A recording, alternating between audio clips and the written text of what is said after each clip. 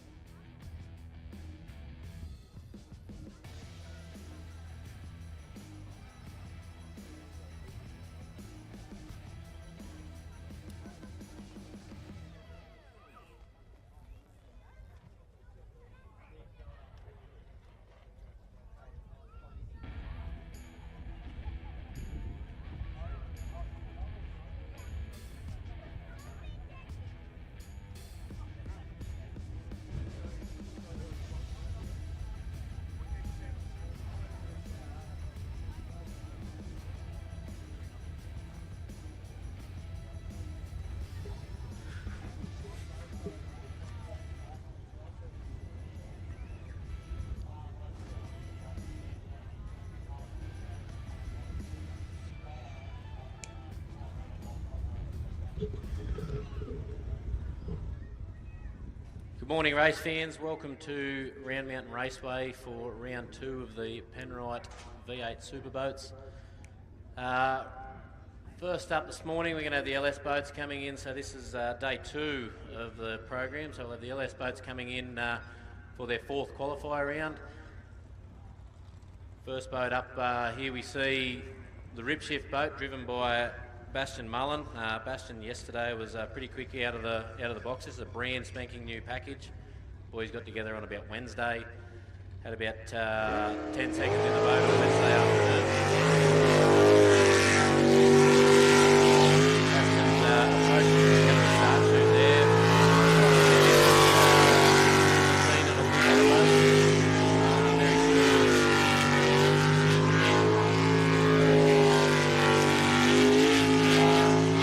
Boat set up quite well.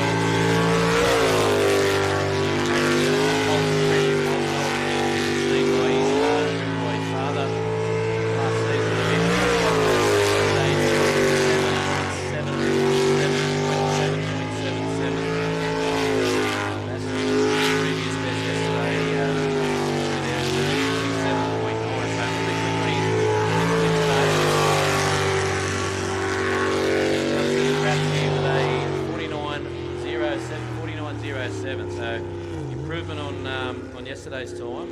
Best yesterday was a 49.34, so Bastian definitely proving that he's coming off the trailer today and really wants to have a go, really wants to give the rest of the LS class something to chase. So very impressive run there. Just want to take the time early on to thank the sponsors here at Round Mountain Raceway for our 24-25 season. So we've got Hardy's Haulage. These guys have been on board for quite a while now. They are the actual owners of the land here, so without those guys we definitely struggle to race. We've got Alcott Hire up at Burleigh and Hearn Security. You know, if you can support the businesses that support us, it's definitely a real big help for us to go racing. Next boat up we see, it's another brand new package. This is another Pulse boat as well. Coming out of the aggravation camp, so Ron O'Day. So Ron's been around the racing scene for quite a while, and they jumped back in a boat a couple of years ago, built an old sleek line style hull, and recently upgraded. They knew they had the engine package. Thought they were a little bit disadvantaged with the style of hull. You know, it's definitely a hull that worked well for them many years ago. The sport's come a long way since. So we've stepped up to the Pulse package. Speed driving with his son Tyler. They really want to have a crack. So Ron had a few dramas yesterday with rotation errors and things like that. Finally got a time down yesterday afternoon. So he's definitely going to be keen to really see what they can get out of this boat as they come through with a split of 35-4-3. 35-4-3 for his splits. Yesterday, best split was a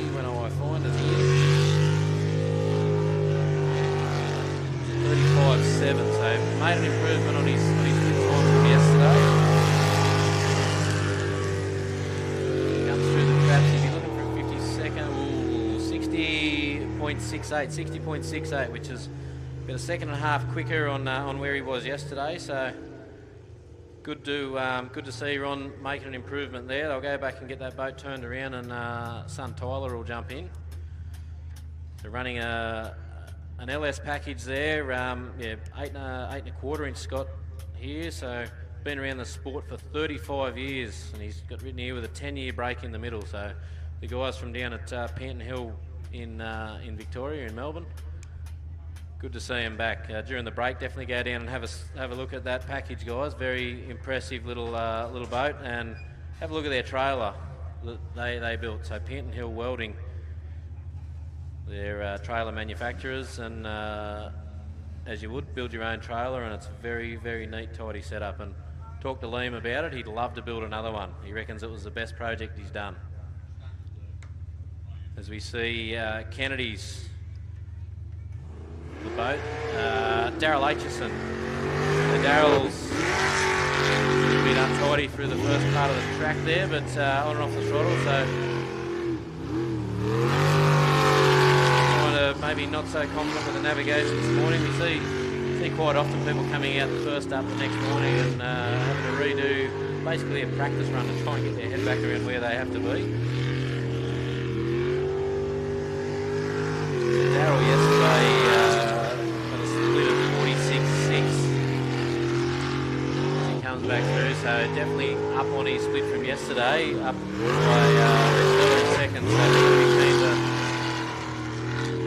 see where they can get this thing and try and have a really good crack today and try and get it up into the pointy end. Comes back through in the later half of the lap. Things looking pretty good. Turn the tyres there as he comes around through for a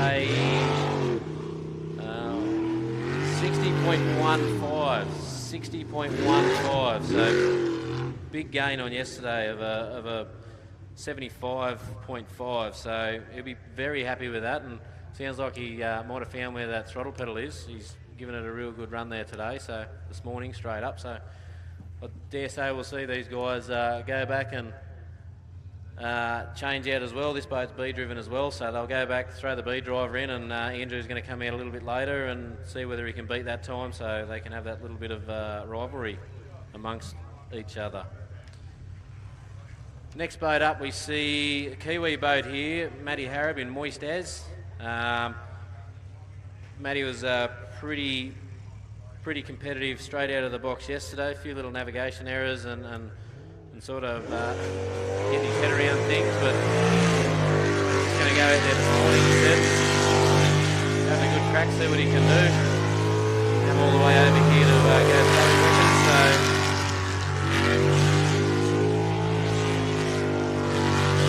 Proving that by coming straight out this morning and really leaning on this thing.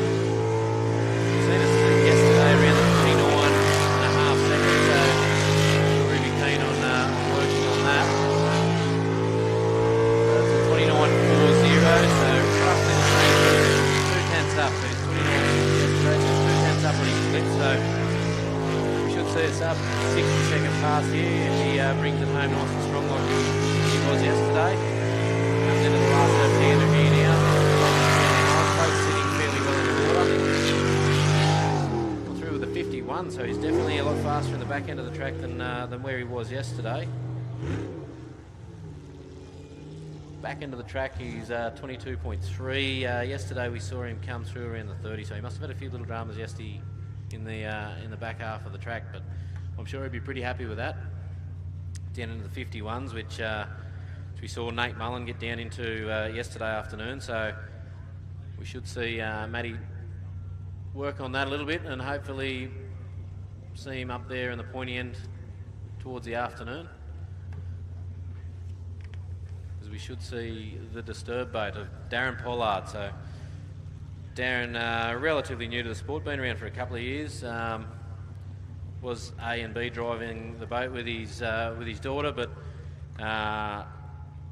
didn't really want either of them bending the boat, so they've gone to a 2-boat team. So Darren resides down on the central coast of New South Wales. Darren's just happy to go out there and do a few laps and not do anything too drastic, he said yesterday, but everyone knows what happens when a driver hits that small line. Main goes out the window and the ground pedal gets stood on and the excitement takes over. So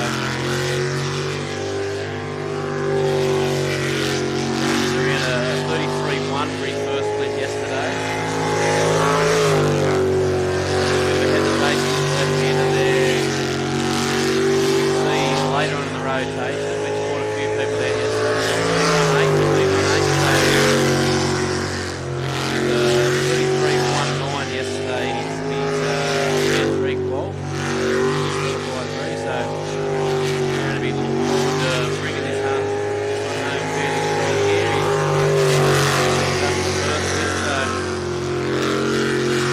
Yesterday going through with a 57.3. Today we see him go through with a 55.4. So definitely made up time in the first half of the track, which is helping him bring it home. So his latter half of the track was a 23.6 just then, whereas yesterday we saw him around the 24. So he made up time in the first and second half of the track. So he'd be pretty happy with the gains there.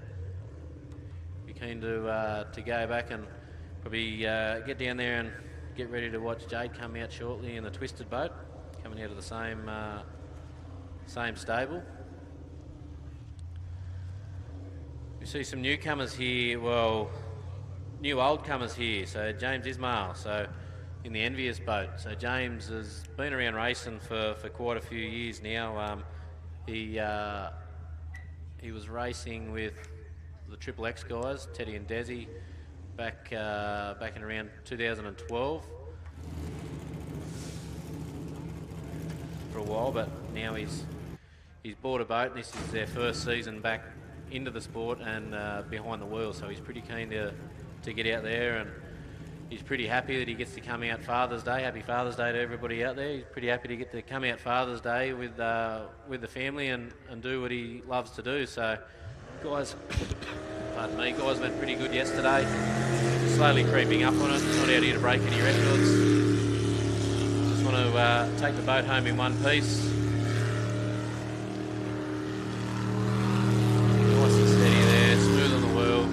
And that's right, a little bit quicker than they were yesterday, so he's gaining that confidence behind the wheel after being a navvy. So saw him yesterday come through the split with the 46 flat, 46.07. So sure, as long as he makes a gain on that, he's going to be very happy. And as he comes down through here, looks like he's a sub 40, so he's definitely made a gain in that first half with a half a second, over half a second gain. Saw him come through yesterday afternoon with a 77.17. 77.17 was his best time yesterday, so he comes down through here, just slowly easing the power on where he needs to, not smooth through the corners, driving in the middle of the track, keeping it safe. 68.54, so he's picked up just shy of 10 seconds on that, so I'm sure the guys are going to come back and they're going to be very happy. Boat's still in one piece, just got to get it on the trailer now, mate, so definitely a win. Any gain's a gain. Guys are just out here to have a bit of fun, and then the competitive streak starts. We've all been sucked in on that one, definitely. Next boat up, we should see the Steady Eddie turnout. So this boat last year was B driven and A driven. This year out, we just see the single driver in it, which is Jody Cottam. So Jody was fairly heavy on the throttle yesterday and really wanted to stick it to the guys. So one of two female drivers that we've got here this weekend, both competing in the LS class. So Jody is Tech car here with around 550 horsepower LS engine in it. New Zealand. Tech car is based out of New Zealand, Peter Kelly. A lot of R&D on these cars over the years, and definitely an impressive very well presented. Jody come through the traps at a 31.80. Yesterday we saw her go through a 32.27. He's up on a split from yesterday, so hopefully we see Jody make a few gains in the back half of the track here and work on a time. So yesterday's very close to that there with a 55.83. 5.83, so I'm sure Jody and the team will be pretty happy with that. So we've seen plenty of people come out on a Sunday morning and, you know, all confident, going out, getting wrong ways, getting overexcited and having to go back to the drawing board. So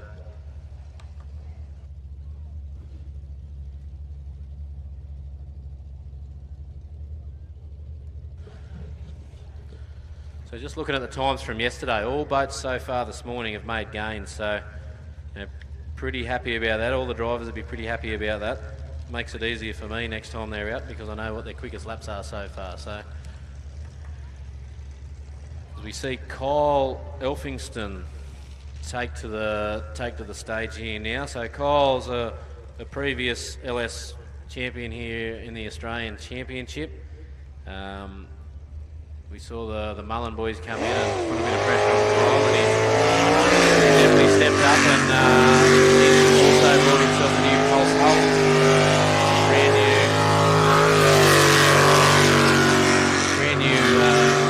Brand new hull, debut last meeting.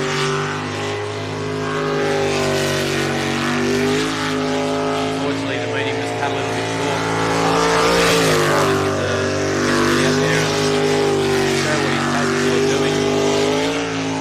Comes through the traps with a 887, 2887.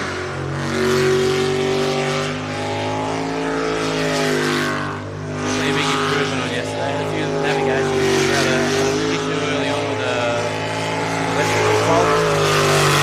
Got on top of it and really had a play on.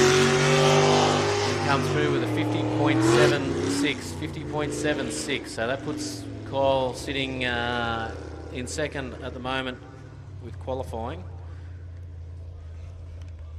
With Bastion the only one so far to break a 50-second run, so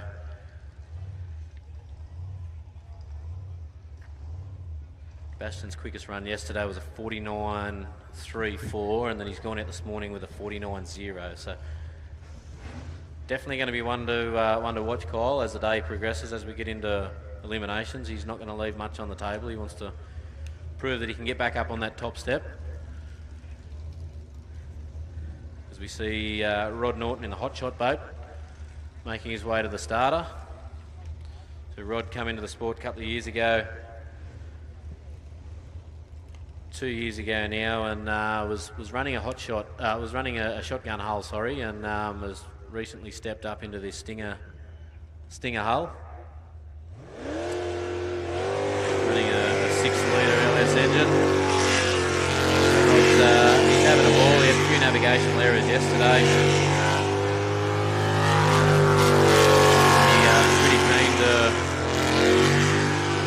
Pretty keen to get his head around rotation this morning, as he studied the map fairly hard last night. So he's trying to get out there and get this lap done, get one on the board, and something to progress from. So far so good on the navigation, 32.5, so we're pretty happy with that one. We'll give it a later first, and hopefully keeps everything on the straight and narrow here at the moment. Boats looking pretty good on the water. These Stinger hulls sit fairly nice, and they handle the crosswatch fairly well. A little bit knifey there, a little bit aggressive on the water, but last run home here now, I think he's going to be pretty happy with where he's ended up. Good job, Rod, with a 56.880, 56.88. Puts him around about 6 spots so far, with a couple of boats still to come. So I think the Garlic Farmer going to be pretty good with where he's managed to go there this morning.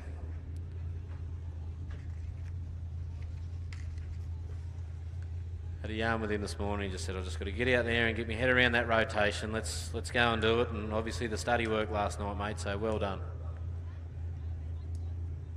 It gives him something to chase next qualifier.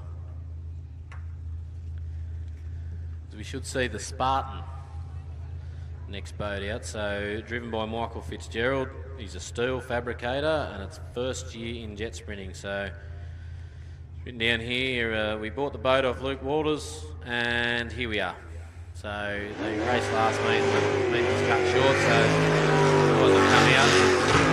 Very aggressive on the whirl this morning. He's going to probably slow that down a little bit until he gets sorted, but we'll see some good things from these guys later. So he's got his head around the rotation better and calmer in the water after his aggressive start. Pretty good job. He's gone a long way there. So I brought that up. Right at the bottom of the track there, across the front of Benny's. Take that home and get your first slip, mate. So you can hear me. A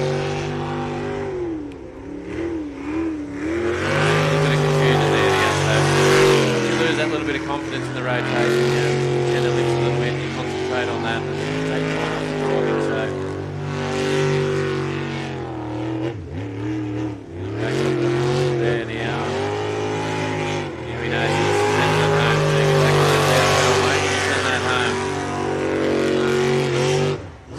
67.29, 67.29 for the guys in Spartan. So I think Michael's going to go back, have a look at that track map and just study it a little bit. Get the confidence back up on that and go from there. The guys yesterday, they ran about that 67 mark as well, so he's definitely made a gain there with navigational error. He would have been sub 60 or close to.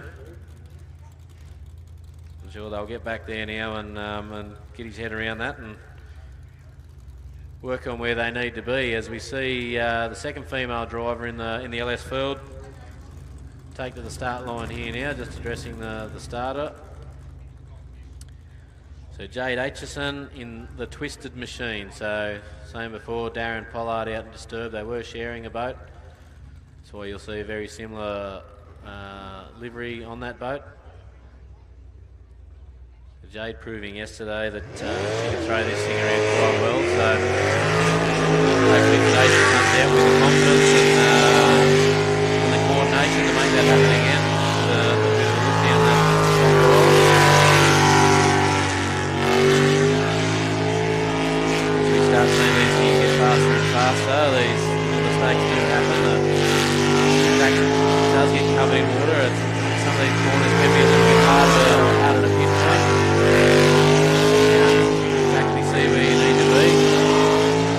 See Jade come through with a 30.97 for the slip. Jade yesterday was a 33.09, so definitely on for a lap until she just had that rotation over there. Had to readdress. She's taking that corner very wide, so you can see it on the screen or up on the hill there, but she was actually out over the top of that island, and it was only that there was a little bit of water over the top that she got away with that. So she'll kick herself with that rotational error, but she can still come out qualifier 5. She's still qualified so far. So she'll go back and kick herself on that one, and she'll work out where she went wrong and get it ready for next time out.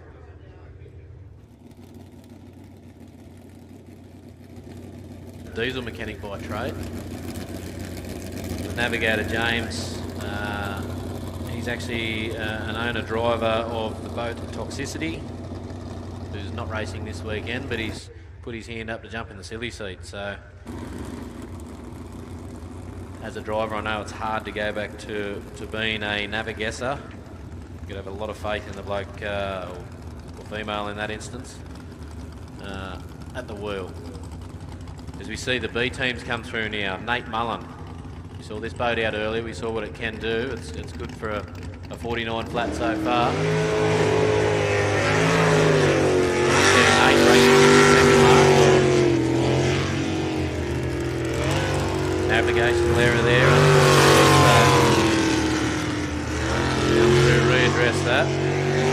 Back on track now, so Nate's going to kick himself there. He's just going to take it easy now. There's no point going too silly. He's got lost on the track. He's just going to take it home. Save the boat. Go back, work out where he went wrong. Just on that turn over the back there around the back island. He should have turned just before that island. So he'll work on that. Come out and probably go and get his head around that, get some confidence. Brand new package, like I said, the boys only got about 15 seconds worth of testing in it on Wednesday afternoon.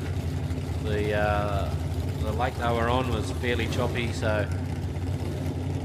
they decided to throw it back on the trailer and wait till they got here. But I think they've done a pretty good job to get that boat set up to where it is now in a short amount of time. So we will see big things come from that boat as the day progresses. With Bastion knocking on the doors of a 48-second pass. We should see another pulse boat take to the start line here now, with the aggravation boat of Tyler O'Day at the helm this time. So we saw Ron go out earlier and put a good lap down, so now it's just up to Tyler. A few little dramas yesterday. They got on top of that. mainly some navigation. We did see quite a few people yesterday just having some dramas with the navigation. If you have a look at the track rotation, there's a couple of sections where you do go through it, the same section, 2 or 3 times, and each time there's a slightly different outcome, so you get a little bit confused on where they're at. It's easy to get confused when you're going through the same part of the track. So far, Tyler, so good. If anyone saw him in the last boat when they raced the previous boat, very twitchy on the wheel. We are seeing him still a little bit twitchy on the wheel. He's throwing that thing around a little bit hard there, but as he gets a bit more confidence in this boat, he'll understand that they don't need to be going around as much as he is. The boat in the middle of the track, rolled around. So Tyler went through with a 31.97. And got himself confused. He's managed to go through the split again, so unfortunately a wrong way there for Tyler. He's going to take it home.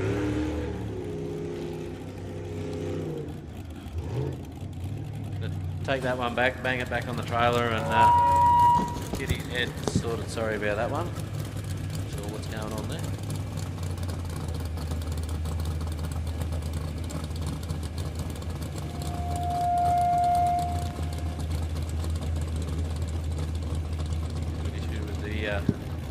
The headset's up here.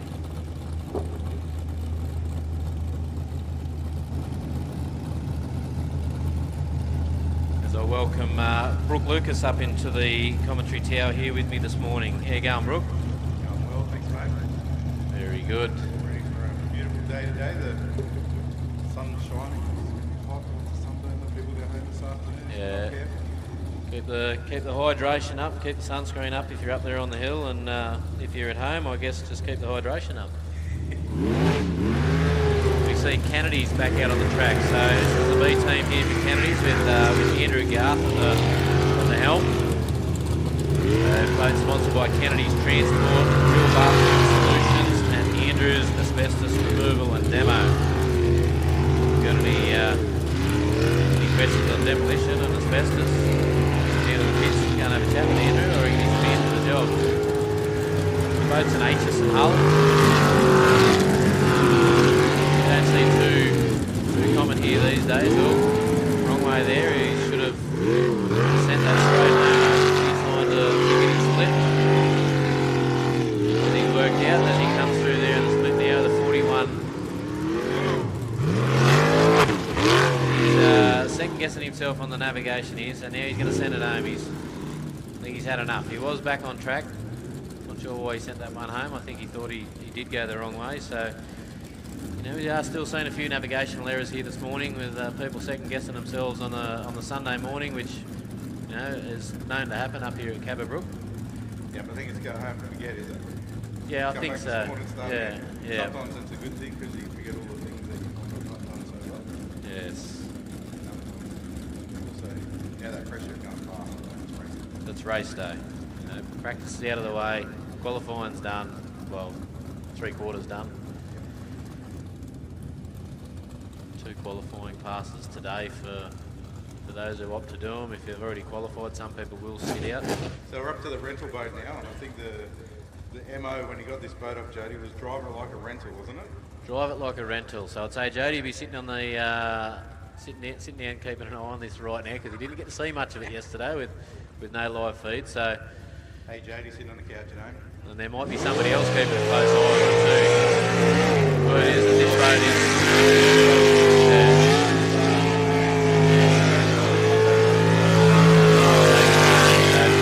Brendan Knowles usually running the Holt Girlfriends boat, the beautifully presented blue Holt.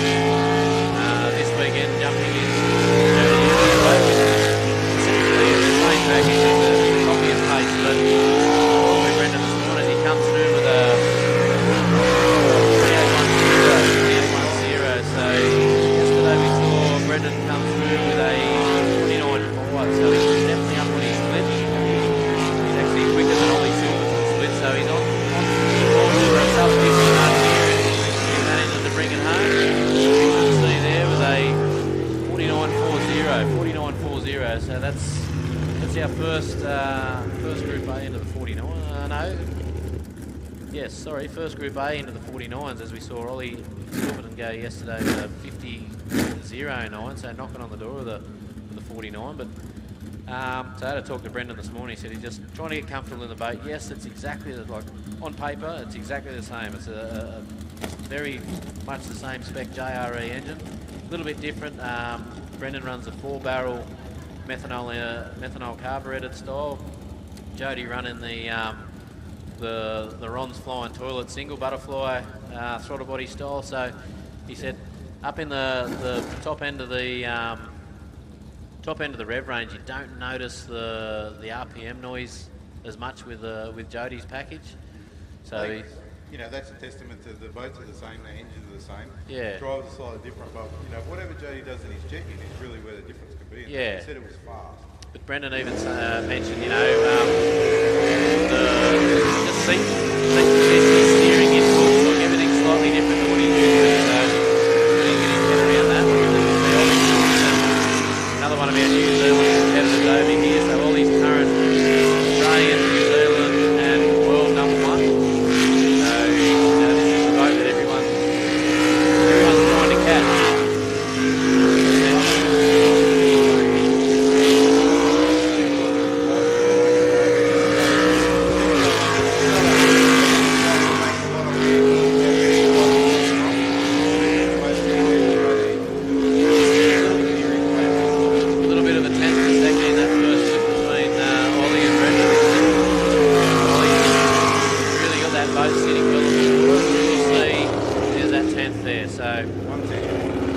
That 1/10 is what it took. That was in the first half of the track, so you can hear that now. The boat doesn't like being down on the RPM. But so in the second half of that track, we saw Brendan Doyle go through. Brendan was actually quicker in the back half of the track with a 21.30 up against Ollie's 21.32. So. That gain that Ollie made there was all that first half of the track up to the split. Yep. And that would just be, Brendan sitting in the boat just a couple of corners, not 100% because he's not completely dialed into the boat. He's not one-on-one with the boat. But as that happens later on in the day, you'll see them get faster and faster. So it'd be good to see them match up at the end, these guys. The three of them, I think Justin as well. We might see Danny up there. Hopefully see Danny up there in this presented Tech hull, so running a very similar hull to what we just saw there with Ollie Silverman. Essentially what we're seeing at the point here is Group A versus Pulse. Danny yesterday, wrong way there, unfortunately. He's confused himself.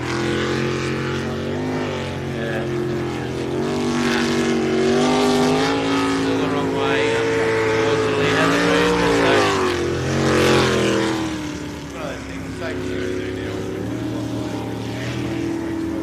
Take the boat home in one piece. I think he's doing, yeah.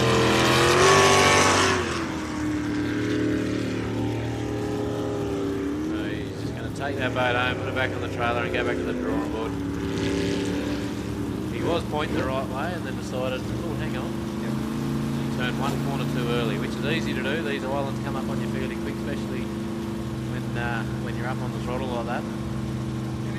Like I said, you only have to do something slightly wrong in one corner, you lose the concentration, just a second, and you look up and see where you go, and then where you should be. It's too late. So here we see Justin Roylance, my brother, coming out. So turned up late yesterday. They did have something on Friday night, so they didn't get here till late. Went out there and something very simple. They had the jet unit apart and they just forgot to put a spacer back in, so they had jet unit issues, as we saw them parked up on the bank there yesterday afternoon with your actual navigator in there with him this weekend. Justin's normal looking out into Benny's, so he's going to be floating on back down to the finish line now. He knows go the right way now, yep. So he goes straight through there, bring it around. Rightio, you're back on track. podium. Back to the island there now, so he just put himself a little bit confused. A little bit further into the rotation than he thought he was.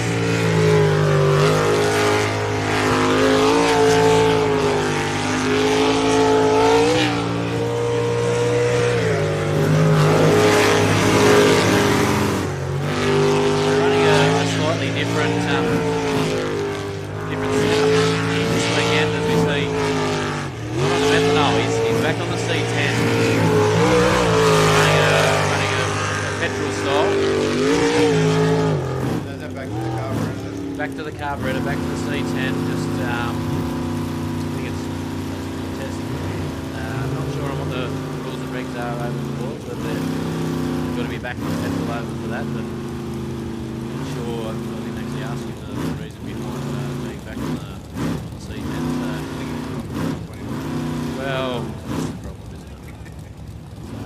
But unfortunately, the rest of the world hasn't jumped straight back across. So you will smell slightly different smell, opposed to the methanol that we previously see. So essentially the only difference between the Rampage boat and the Outlaw boat is one's on petrol, one's on methanol. Yep. Once again, same boat. Pulse hull, JRE power plant. We see Daniel Warburton in the Team Attitude boat. So Dan was a racer many years ago, and the boat that we see out here now is a sleek line, so it's a fiberglass hull. So I think the only fiberglass hull racing this weekend. You will see handling characteristics a little bit different than what we see with the aluminium boats. Flex involved. These fiberglass boats very rigid, very sturdy.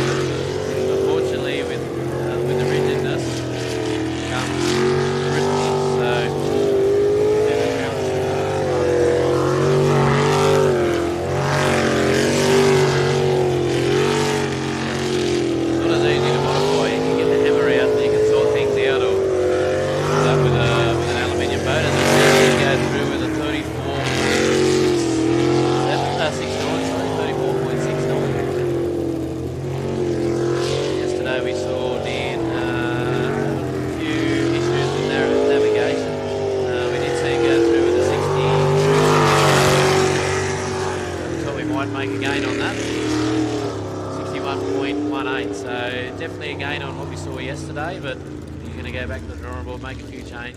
Settle that boat down. It doesn't seem too happy through the corners still. Yeah, it's still the same. That's what I said. I was talking to Ron this morning on Scott, and he got the new blue collar boat in the first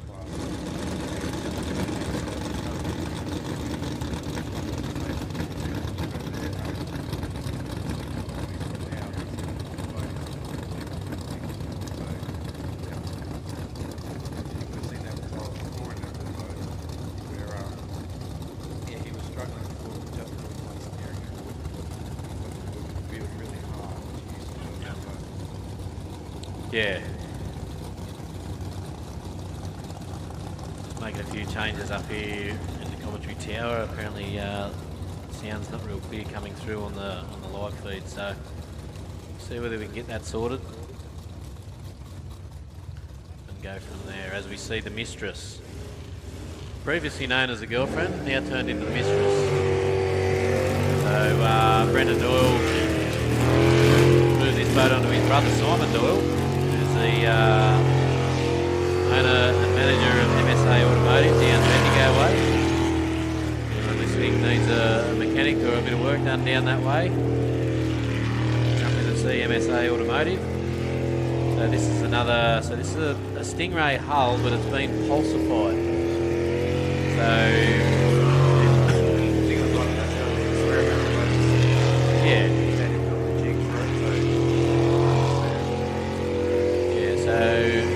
go through there with a 35.77. Yesterday we saw Simon go through with a 37, so he's 2 seconds up on his previous best split. So him coming towards the later part of the track here.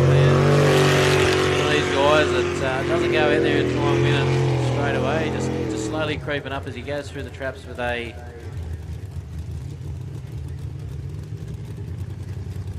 Hang on, I've just been told he's gone through the wrong way.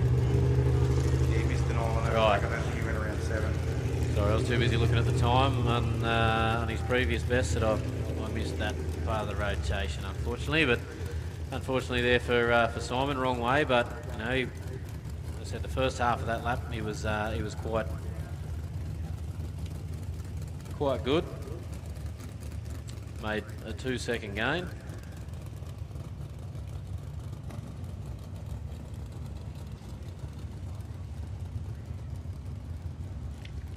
We should see Huey Gilchrist making his way to the start line. Huey gets the right way today, aren't we? We are. So Huey had a few navigational issues yesterday. Seems to be the word of the day, isn't it? Navigational issue. It's either like the second oldest man in jet sprinting or... Oh, he'd be up there. I think we had a 62 Third. yesterday, so it might be the third oldest. Well, this weekend anyway. Here's another pulse package.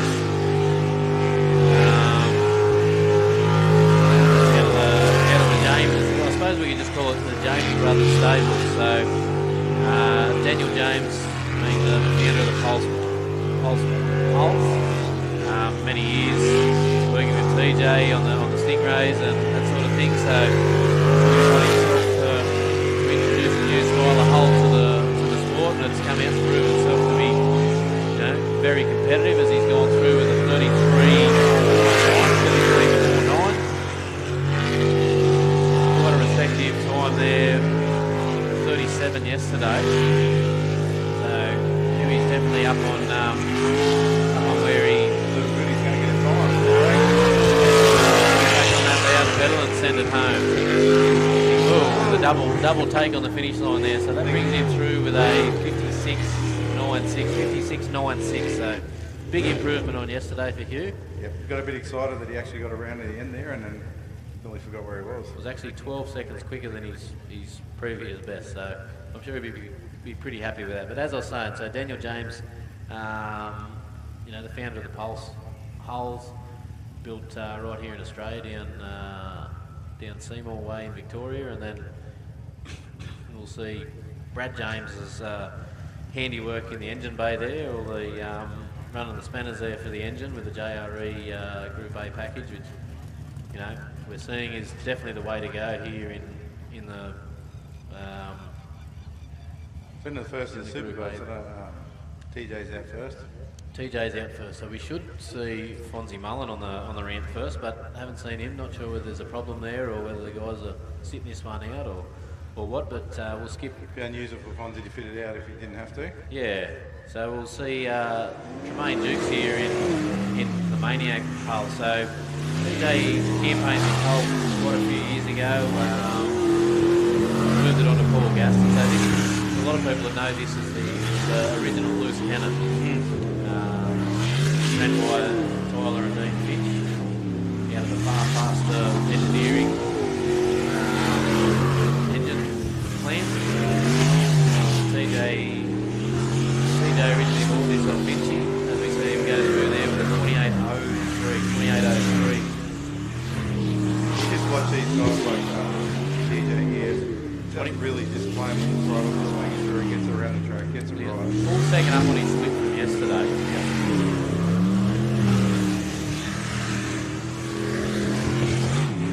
Sub 50 there with a 49.07. So best yesterday was a 50.39. So you're going to be pretty happy with that one.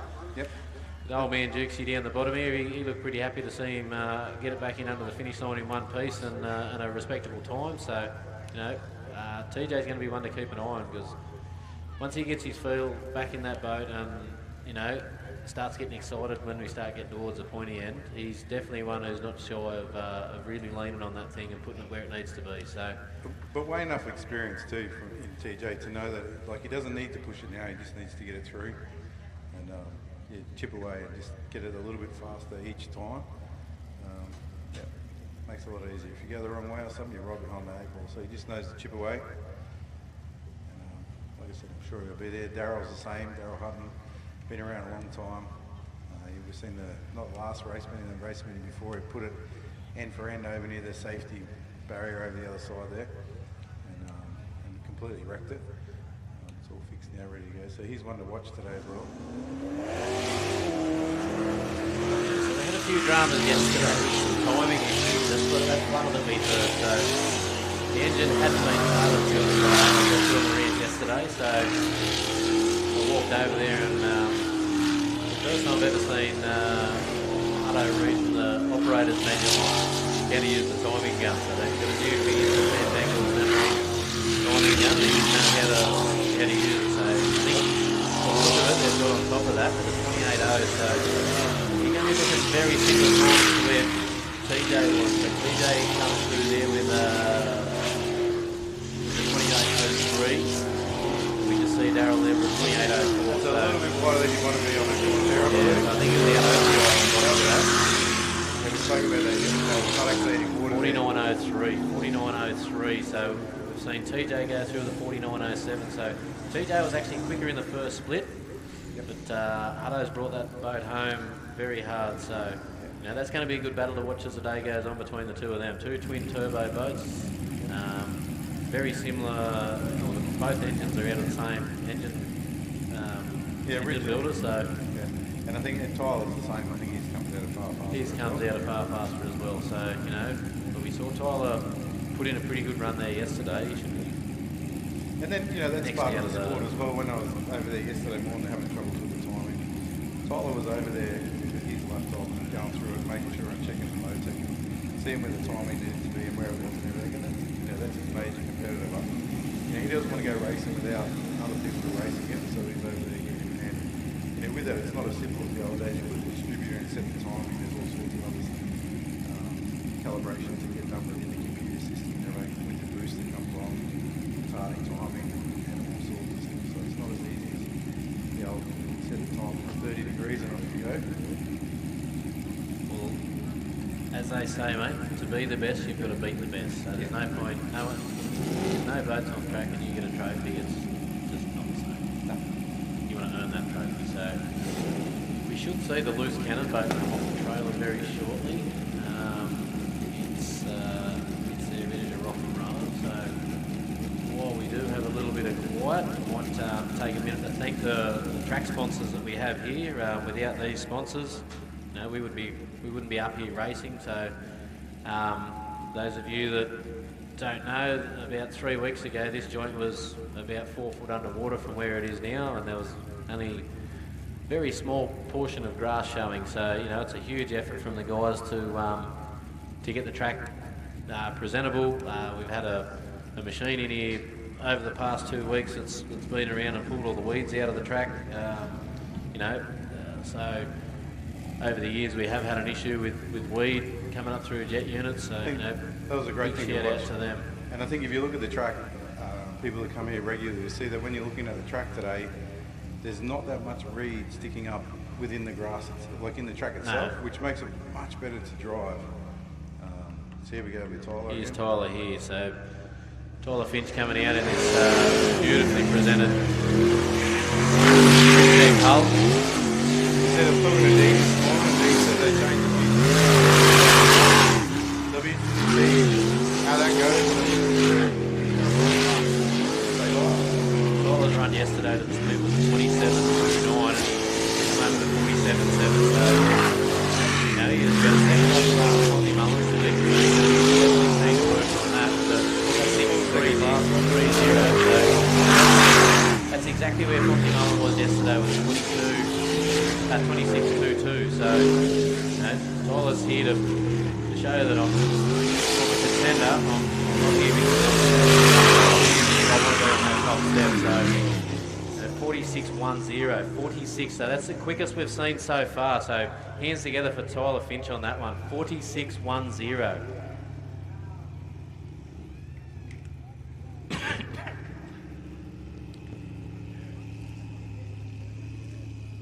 Is that as fast as Fonzie yesterday? A little bit faster? A little bit faster. So Fonzie's best lap yesterday was a 46.47. So Tyler's going to put 3/10 on the back half of the lap. And I was talking to him yesterday, this morning, and he said yesterday, as they were making changes, he was A little bit conservative in the first half of the lap, which we've just seen there as well. He wasn't all that conservative, but obviously he's shown that there's a little bit more left in it the first half of the lap. And once he got sort of that confidence back, he was bringing that boat home strong yesterday, and his splits were definitely quick yesterday. So now he's gone and proven that this thing is definitely one to keep an eye on. I just noticed the ramjet machine back down in there, so hopefully we see Fonzie go out, and with news of Tyler beating that lap, he's beaten Fonzie's time. He's going to go out and no doubt try and aim for that 45.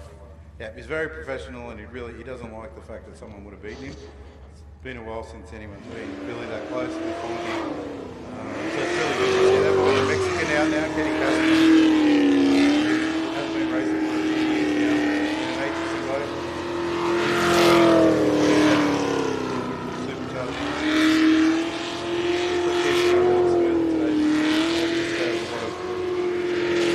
Banging the throttle in the corners.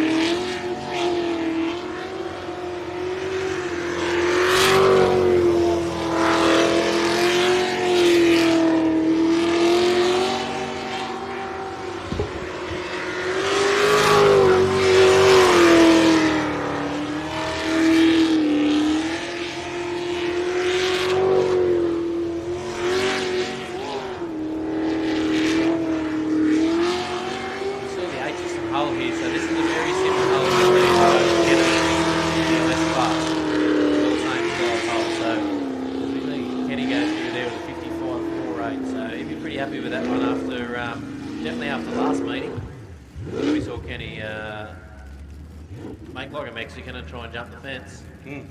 So, like yesterday, Kenny's best time looks like a 58.55, so he's picked up 3 seconds on that, so he'd be pretty happy with that. After a big hiatus in the sport for many years, he's known for his high excitement runs back in the Group A days, coming back and throwing a underbonnet style supercharged 427, so definitely got plenty of power in it.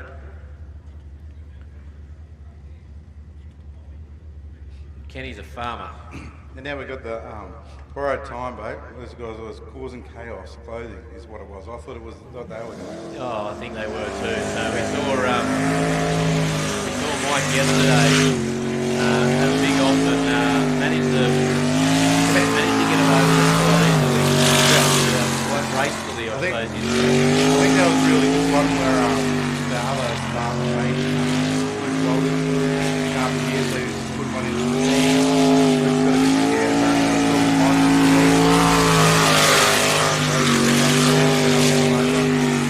Some story going on there. Quite nothing. 30.08 split. Twin turbo LS in this boat. Many of you will be looking at this boat wondering where it comes from. So it's jet speed.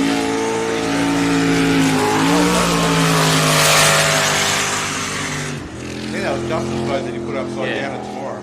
And no, he put it upside down at Keith, and he also spattered out coming down the back straight here and managed to land it right side up. So that was the meeting before Keith. But we won't talk about that. No, that was last year.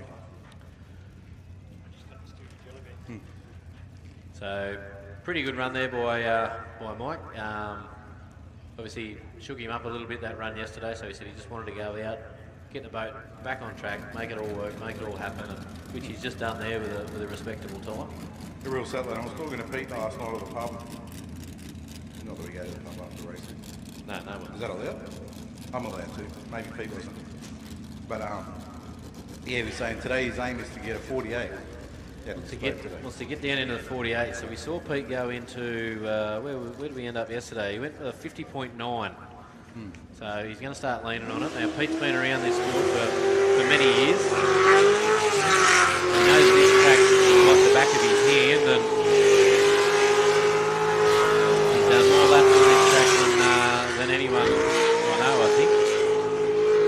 He's come out with this package, X-Triple-X.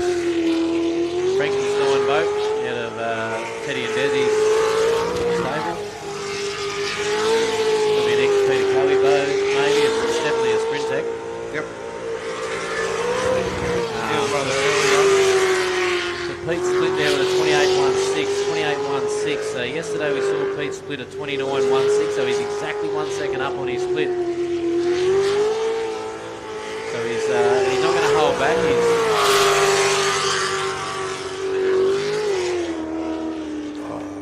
job, Pete.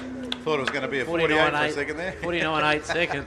49.87. So that's a good improvement, a second faster than yesterday. Like, you know, coming out fresh first thing this morning. So he's doing that. got some fist pumps going on there. So he's pretty happy with how he's ended up there. So he'll go back and he'll work on that. So Pete used to run the same coloured boat in Group A called the Hulk. And you used to see it drive around with the big green hens on the roof, and he was just out there having a bit of fun. But he's decided to put a competitive package together, and you know, putting that thing into the 49 second here today, I'm pretty sure he's going to be very happy with that. Like, that puts him 8/10 off where we've seen TJ this morning. So Tremaine Dukes with that twin turbo Maniac. So, but we will see the guys really work on that. We're going to see some gains. So that's a methanol stack injected 454. So essentially it's a 410, very similar to yours and mine, but with a few more cubes in it. So we should see that thing. It says here that we see that thing around 700 horsepower. I think it might be pushing a little bit more than that. I think he's boxing with us there. Just a little. As we see the current Australian and world champion, Fonzie Mullen, in another brand new Pulse package, take to the start line.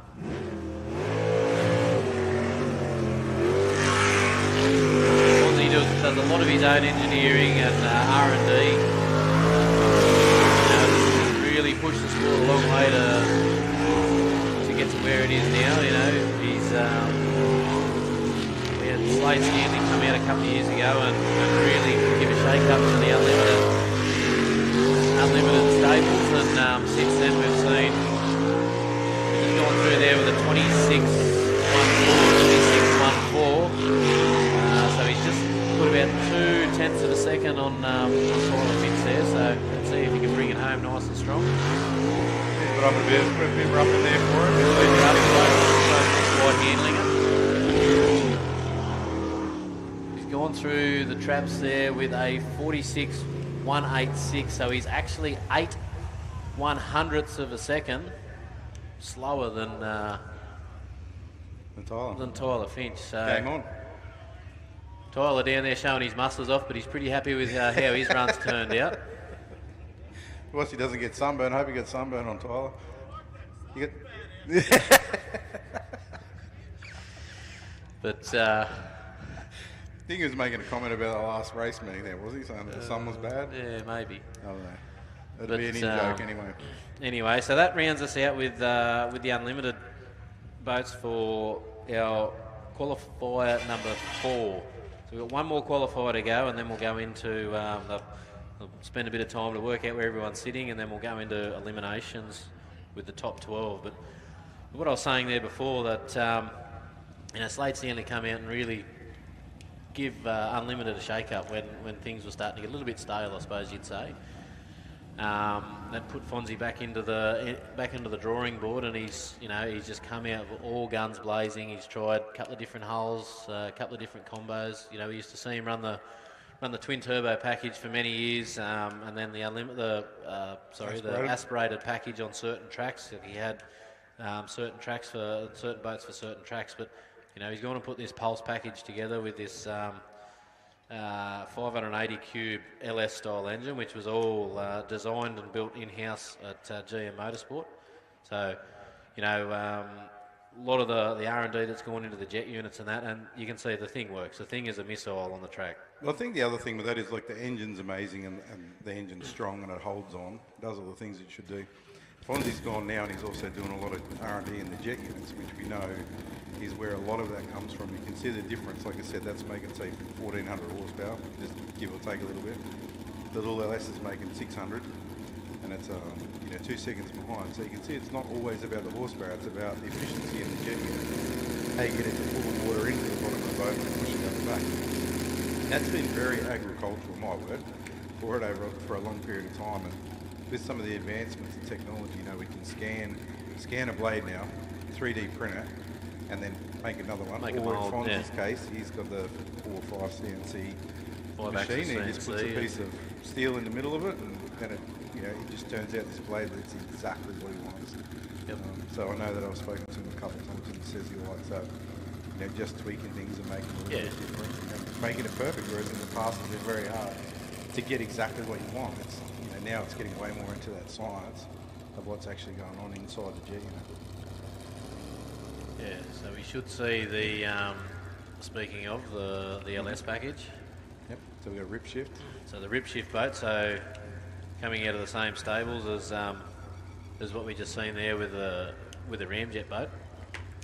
So Fonzie will be pretty keen to get out of the boat pretty quick and get up here and watch the boys, or watch Bastion.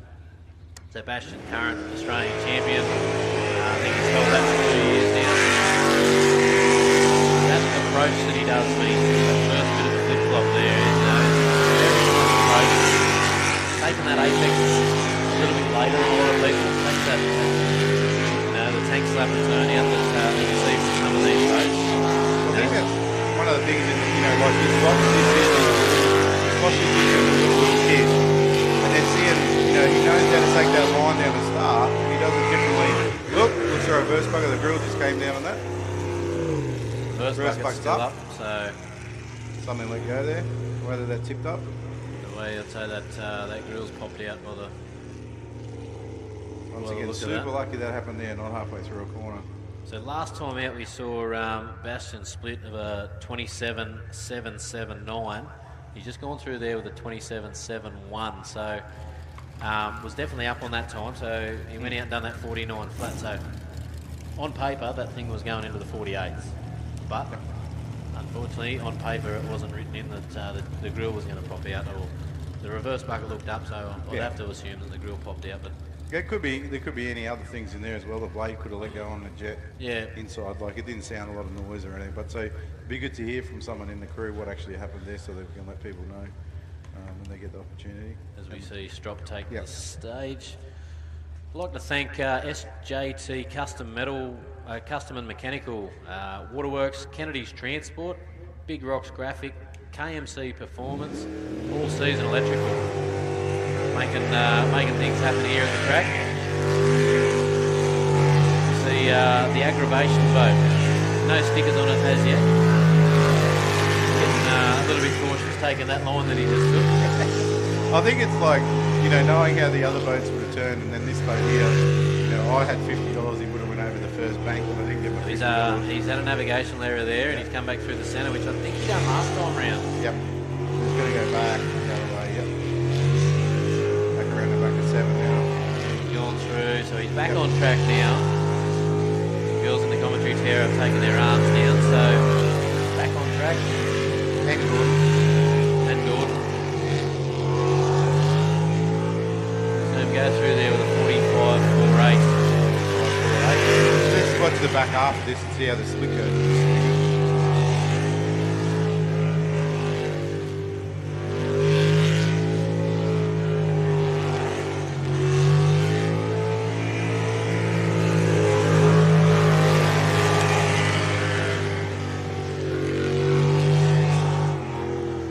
Half split for that was a 24.89, so just going on a comparison there, we've seen Jody Cottam on a similar trajectory there in the back half of the track, Rodney Norton in the hotshot boat, the lime green hotshot boat, so it's definitely these guys, that's their last run in qualifying, so hopefully they've got the times to get through into the top 12 a bit later on this afternoon, and just chip it down and see if they can get in the top 6 from there.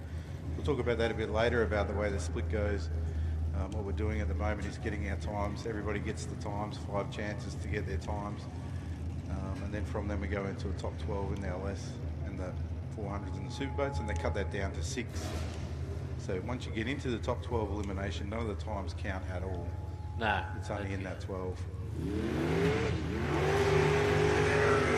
bit of cavitation, but he's good on the loud pedal there. But I mean, you can hear by this, the amount that you're off and on the throttle really upsets the boat. Then it doesn't do anything that it should do. So really, one of the greatest things these guys could do would be like, half the throttle increments. make it really smooth, and then the time will come a lot quicker. Maybe doing something. Oh, he's very wide there. Look at something on that. Maybe a nozzle adjustment or something. Just try and tighten that jet unit up. Keep that water in there a little bit to minimise that cavitation. Another thing that we were talking about yesterday on the fine line of tuning these jet units. You know, you've got blades, you've got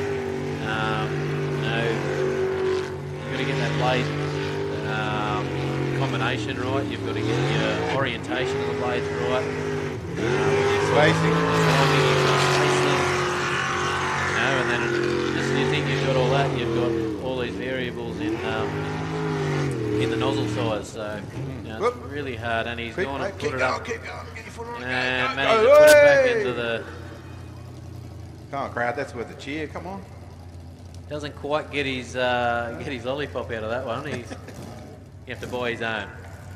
Just so everybody knows there, when you have a crash and the safety crew comes to you, Aaron comes to you with a lollipop, just to help it ease the pain a little. If anyone's got any questions on the live feed, I've got a phone sitting here in front of me with the AFJ or the V8 Superboats page open, so you know we can try and get to some questions and try and get them answered. Hopefully everyone can hear us a little bit better after we've got a comment on there saying that struggling to hear a little bit. So let's hope that we've fixed that issue. Give us a thumbs up or let us know if that issue is fixed. And if you do have any questions that you're new to the sport or something like that, What, the moist Espo, bro? moist des boys, no limits all the way out. These guys travel across the ditch. I was talking to Matty there this morning. He's actually he's on the 7 o'clock flight out of here tonight. He's going to land in Auckland at about 12 tonight, and that'll be local time, not our time. Yep. He's gone through there with a 29.54, so a little bit down on the split from where he'd probably like to be. Yeah, but he's on a 7 o'clock flight or 6:30. I think he lands back home at his place at about 7:30 in the morning to go back to work. So huge effort from those guys. It's a big commitment. Just comes through there with a 52.13. So Matty there this morning went a 51.75. So a little bit slower. Probably lost that in the first half of the lap as well, where he split the split this morning was a 29.4, so he's a little bit down on the first half, and that put him a little bit behind on the second half of the lap as well. So he'll go back. Maybe they made a change in the boat. They might go back and make that change to go back the other way. Yep, so it's good. So there we got, who we got? Disturbed with Darren Pollard. So Brooke, tell me, when you come up to the start line, what goes through your head? So Darren's just making this left-hand turn now to face the start. Take it easy. That's the biggest lie I've ever heard. I'm just going to have a look. I'm not going to go fast, I'm just going to have a look. I think there's things, when you come around that corner for me, what Darren Garani is a much better start to the run than he's done previously. A lot more, less inputs on the steering. The boat's sitting much nicer. As he does an undershot job now, getting the commentators first, 100%. Glad he's over that.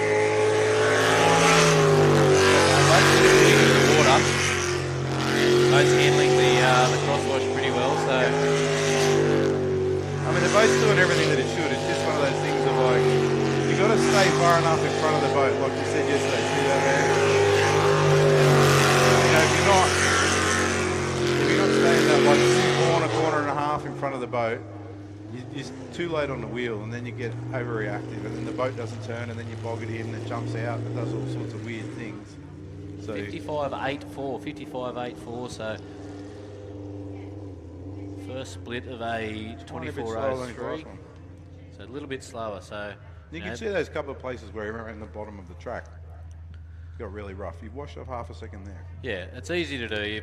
you know, when you get to this time of the day, you know, there's a lot of changes that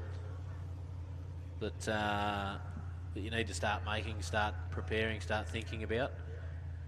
One of them being, well, we spoke about yesterday, but we didn't have the live feed. We've probably got some new people. So as the day progresses, the water actually gets more dense.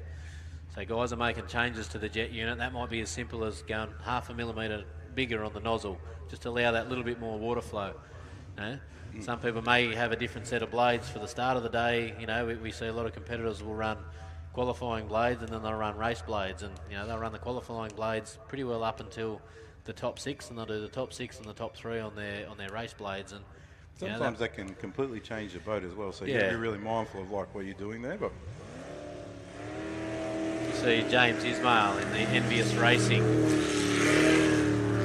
These guys, it's really doing justice to the boat, and you know, like how to get into the sport and get going. Just creep up on it. Creep up on it. He did come out of the Navigator's seat, spent a bit of time with probably one of the wild Navigator's seats that anyone's ever been in, coming out of the Triple X guys. And yeah, happy birthday for Teddy this weekend too. It's Ted's 50th.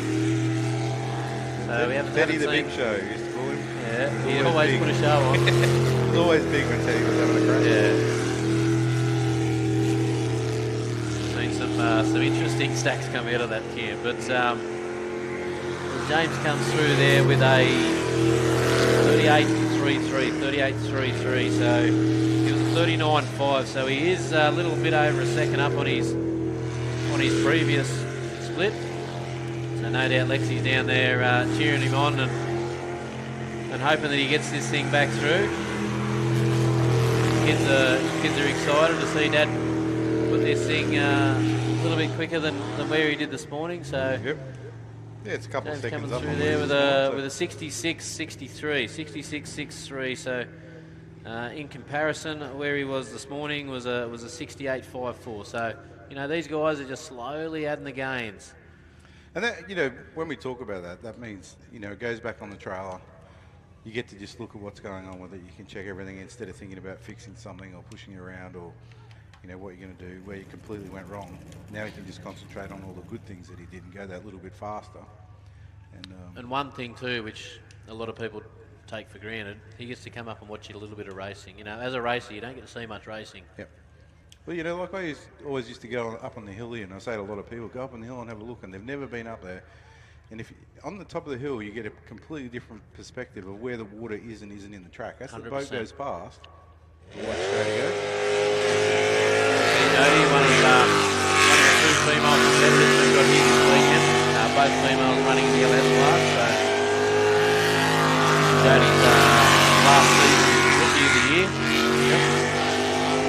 You're going to see it because it's going very similar time. So now it's just a case of like sneaking up on the little changes and doing a little bit different. And now she's gone the wrong way. Gone the wrong way, unfortunately. So she's going to go back through and do the figure 8. So for them, this is a perfect opportunity when then you split, then you can have a look at the second half. So it looks like something's changed in that boat. The lady is driving out. And now she's got a bit cranky, got the foot into it. And it's sitting much nicer. So the second half of this, we can check and see what the time was and see whatever they've done to actually be an improvement. She went at 24.03 yesterday in the second half of the track. So once we see this thing come through here, I'll be able to give you an idea to see how she's gone. So she went at 24.10. So yesterday she went at 24.0. So she has gone a little bit slower, and you know, maybe that's that bit of a pissed off with herself because she's gone through there. She's gone the wrong way, so she's overdriven it that little bit, which we're all guilty on when we make a mistake. You know, you bog a corner, you knife a corner, you really want to step up and you try and make gains, but you don't realise that you're throwing that thing into the corner a little bit harder, you're washing a little speed off, so you end up doing yourself more damage than if you just go, righto. Sometimes the red mist is a good thing. Yes. And sometimes it's not such a good thing. Yeah, no, there is times where it does work, but anyway, back to the start line, mate. So you get to that start line and you reckon you go, I'm going to take it easy. Yeah. I reckon you're lying. I've seen you drive. It's I think it's interesting, you know, whatever goes on the start line at the end, when I get up to that start line, I'm a racer, so the foot goes down. All those things that I said before, they don't really mean anything. Kyle Elphingston out there on the track at the moment. This is his second meeting running this pole. So this early last meeting, they had that little bit of issues with a couple of big accidents. So they didn't get to finish today and really see what this boat was capable of. I think that's just he's that kind of guy that steps up on it. They probably starts out 90% and just streaks away, which is not really a lot of experience with the sport. He's exactly 3/10 up on his split, so he's comfortable where he is. That's his best split this morning, so he's comfortable where he is. He's comfortable in the boat. Yep. He just wants to get himself comfortable in that boat.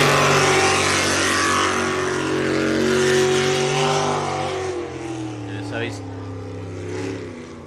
clipped the beams there with a 50.40, so his best run up until then was a 50.76. So he's definitely going to realise that whatever change he's made, he's gone in the right direction. So they'll go and probably make a similar change.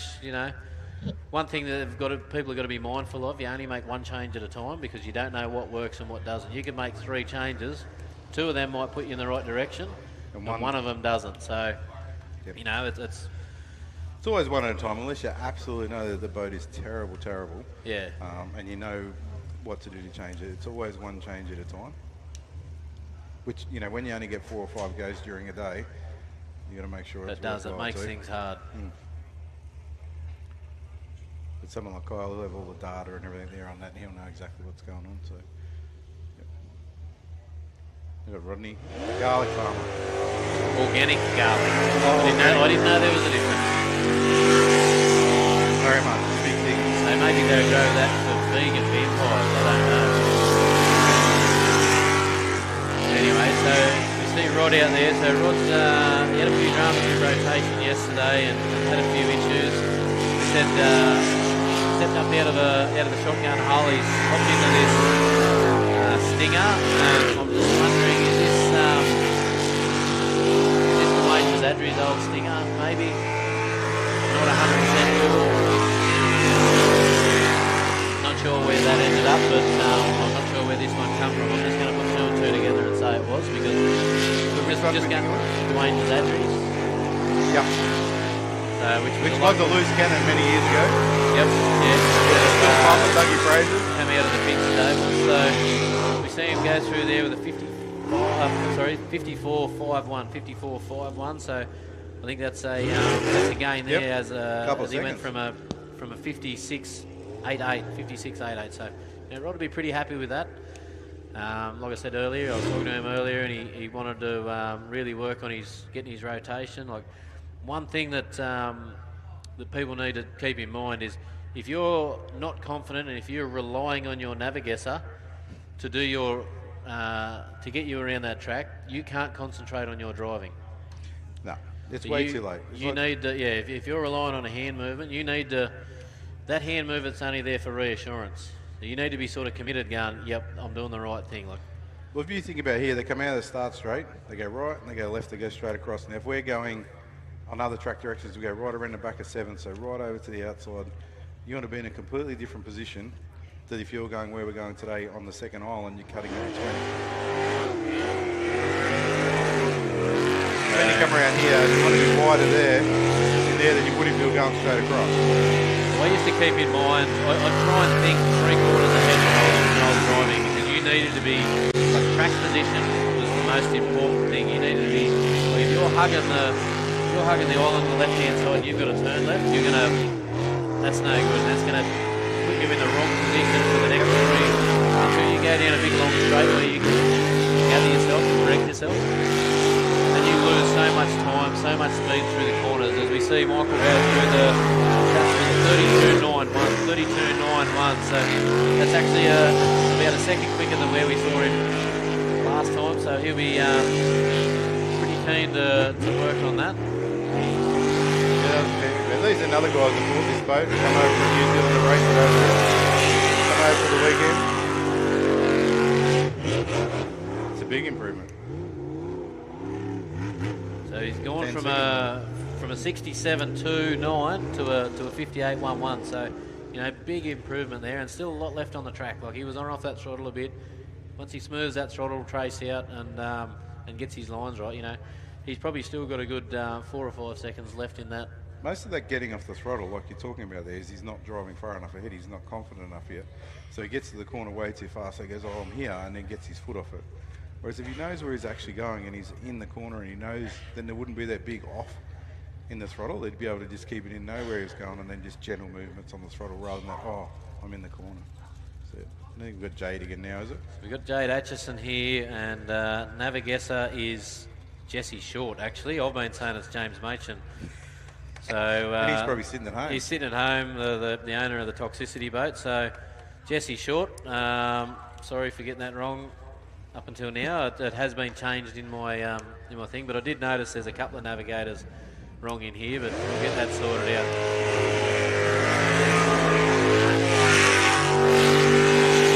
Jade come out a couple of years ago, you know, she was showing some pretty good steam, and then we're in a test day. She cartwheeled Darren's boat on the back end of the Explorer, and it knocked a little bit of... Did take her a while to come back. Maybe knocked that little bit of confidence, maybe it knocked a little bit of that, you know, that streak. You know, when you go there and you have a few good runs, you know, sometimes you can get a little bit ahead of yourself. So maybe it might have been a good thing. But she's definitely come back and It's the nice run now. Yeah. It's probably the best run she's had for the weekend so far. So the split is about 3/10 up from the split early there. That's about 5 seconds faster than a previous, I She's at a think. 58, she's gone to a 53. So yeah, so she's come home a lot stronger in the back half of that track. So, That'll put her right up there in the top 6, I'd reckon, that time. well, it's got her sitting third at the moment. Obviously, Bastian just in this qualifying. So Bastian didn't finish the run. So, you know, we know what he's capable of. So you can put her back to fourth there. Then you can throw Nate in the mix. So you know, it's who should be out next. All going well. So Is it Nate and then Tyler? no, Nate. So maybe they've had that issue. So we saw Bastian out there with that issue, possibly with the grill. At the end. Sorry, he's going to come out. So they had that issue with the A driver there earlier, Bastian, whether we believe possibly the grill popped out or something in that jet unit anyway, because the back of the boat stood up. And yeah, so I'd say they're back in the pits working pretty hard to get that sorted. And they're going to come out at the end of... So watch Tyler, he's got end red of gloves our- on, so watch his hands on the steering wheel. And he's on his last run, he was twitching. chasing it everywhere. Yeah. Now, and that may come from he spent a lot of time in that other boat, and you know he was chasing himself. So you know maybe they've gone and made a change. Maybe that boat's sitting a little bit more in the water, so it's not. So you can shim your jet nozzle, so you can pull a little bit of boat out of the water. And when you do that, it does get quite twitchy. Well, watching that It makes compared it fast, but it makes it twitchy. to watching compared to the other couple in this class that are in the Coles boat, and he's on the nose a bit more than them. When you come up here, you can notice it's like down a lot more. He's a lot better this time out than what he was in his first run this morning. So rotations on point so far. Yep. He's gone through with a 34 in the first split. That was good wide. Didn't get that so good. It's going to sit him around about 7 so far in this. There you go. Let's put him into 8. So it's going to sit him in 8 so far in this, but got him a time on the board. That'll have him in the top 12. Yep. So that'll be it. So that's all they really need to do now. He's got a time, and then there is only 11, I think. So that makes it that he's going to be in anyway. Yep. Is that right? Is there 11? Yep. No, there should be 12, 13, 14. 14 boats all up in there. So there will be 2 All right, boats yep. that won't make the cut, unfortunately. So you know this is where it starts getting. You know, if there's some guys there that are just sitting on the outside and they haven't quite got the speed, so you know. But the envious guys, you know, they're not sitting where they'd like to be. They would have liked to be a little bit quicker, but there may be some boats that haven't put a time on the board yet either, you know, with some navigational errors and things like that. Yep. So we've seen a couple of DNFs from these guys in the B team here in Kennedy's. So that thing still got that little bit of a cavitation issue. Yeah. So that's like you were saying before, that could just be the way that the blades are set up. But being on and off the floor like that isn't helping with the performance of the handling of the machine. You know, he's got to probably put a bit of a throttle stop in there for himself and just work on getting that throttle to, like, anything under 50%, the thing is going to porpoise and carry on, and, you know, it's going to be like driving an old bed to the bus. Yep. So it's got nothing to pull it down to the track at that speed. So he ran over the island there. I don't know if you saw that. It was pretty outside edge there. You know, obviously this thing's unloading late in the corner as well, so, you know, maybe it's just getting that little bit of air in, so maybe they need to just play with the angle of the nozzle, get a little bit more boat out of the water. He definitely ran over the island there. He was very close, and the nose of the boat over should be sponsored by Dim's Mowing, so they've come through there with a 59, so it's a massive improvement for these guys. Sub 60-second pass. Was that a right way, yeah? Looks like it, no hand up. No hand up. Things haven't changed on the board here so far from what I can see, so good stuff. You know, they were on and off the throttle a bit, so you can see that there is a lot more left in that. So partner in crime in the A team, Darryl, he went through with a 57.66, so, you know, it's not quite 2 seconds off the pace from the A driver. So yesterday we did see the A driver was actually beating the B driver. The B driver was beating the A driver. So yep.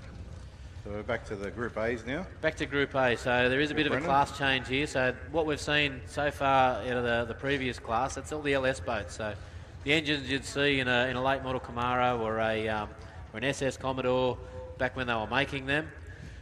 And now we've gone into the International Group A. So this is the uniform class worldwide, you know, with a fairly strict rule.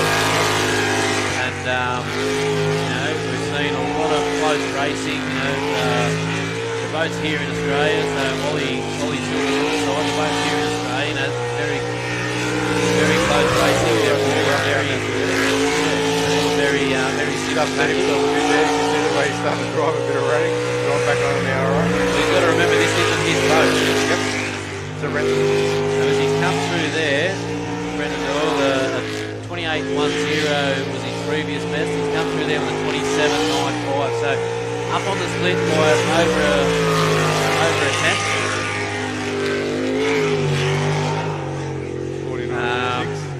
49.26. So you're going to be very happy with that one. Ollie Silverton went a 49.32. So Brendan's just pipped Ollie there with 2 tenths. With a little bit left in the tank there too. Like very erratic, like I said, on a few corners there. So, you know, we will see. I think we will see around that top 6. I reckon we're going to see a 48 come into it. Yeah. I think for sure. And possibly, I don't want to call it too soon, but possibly Ollie's coming out now with knowledge of how Brendan just went.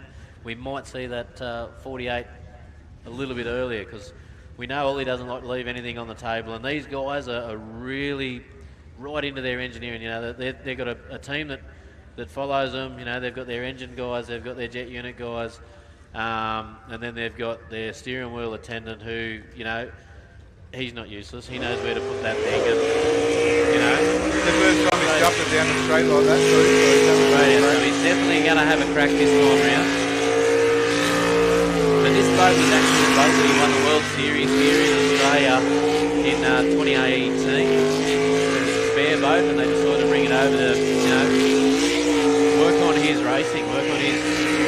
Well, the thing is, you get the opportunities. You know, like you can race half a dozen times here, half a dozen times in New Zealand. Way ahead of anyone else over there. He's actually gone 6/1000ths of a second quicker than Brendan Doyle to the half track, or to the split. So, you know, we're on song here for a very close.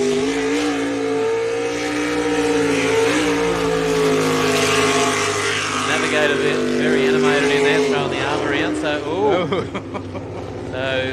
Silverton going a... Almost back-to-back time trial in that, Yeah. 49.37. So he's actually gone slightly slower Yep.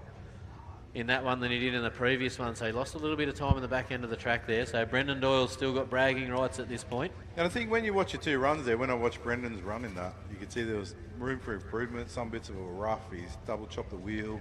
You know, even going up the straight here towards the finish line, he was in and out on the steering wheel. And that's just because he's not used to the boat. So as that gets better and better, he's like, there's a lot of room for improvement in Brendan just in the driving. Whereas Ollie's drive then was pretty good. He's got, if he does something to change, it's going to have to be in the jet unit or his tune-up to get that to go a bit faster. So. Yeah. As we see another new Sprint Tech hull up here, Danny Nappick, the ex-speed racer, become jet sprinter and absolutely loving it. So I took Danny go-kart racing a couple of weeks ago and he reckons it's too easy this jet sprinting because you've only got to go out and do one lap. So we do a little bit of endurance karting and that corner very wide. He would have been out over the top of the outside of the track there, so managed to get away with that. That's a wide line he's taken there as well when you watch that ball go away. So he done a wrong way last time round and he went 20 on street and completely on 30. So he's a little bit slower to the flip this time, but I think he's just going to try and get that rotation down pat. You can hear him, he's off and on the throttle a lot, so it's like he's not as fast as him. And wrong way again. He's going to be dirty on himself with that wrong way. He's going to have to go into he's sort of unfortunately it's still the wrong way, so he's readdressing the previous navigational change. So unfortunately for Danny on that one, wrong way, so essentially it's a DNF. Yep.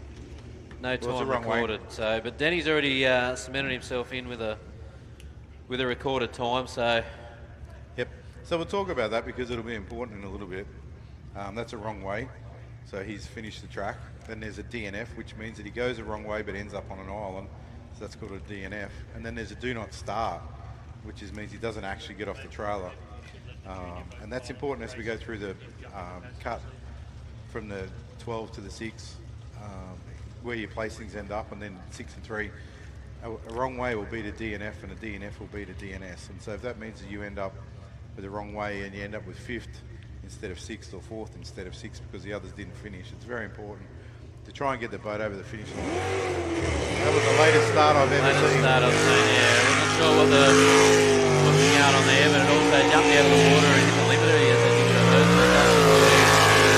probably disadvantaging himself there at the start. I'm not sure the reason behind that.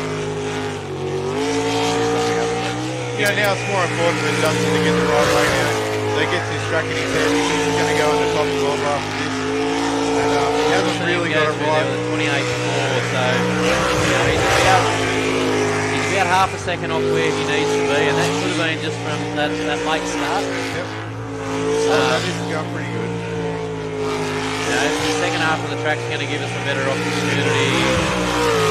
We'll be bogged down a little bit there. And engine's popping a bit as well.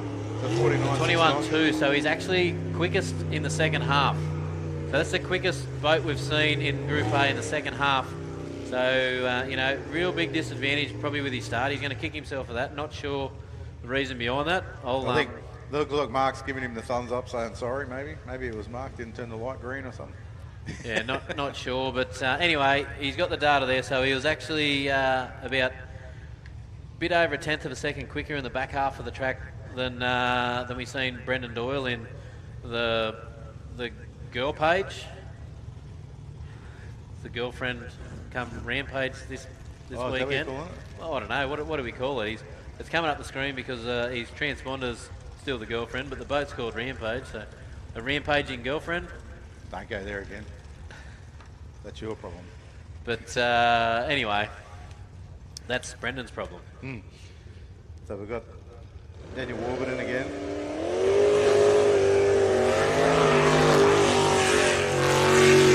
So he's another one that's been out of the sport for a long time and always had the passion and he's come back into it. He's got this boat. He wants to work it out. Like I said, I think his budget might not be as some of the other crews, and so he's trying to engineer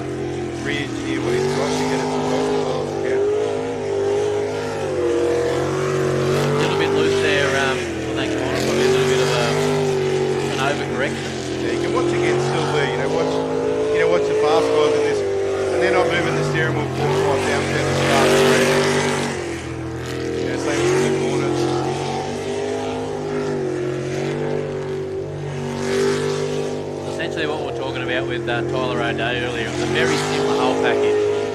Yeah, What they previously ran.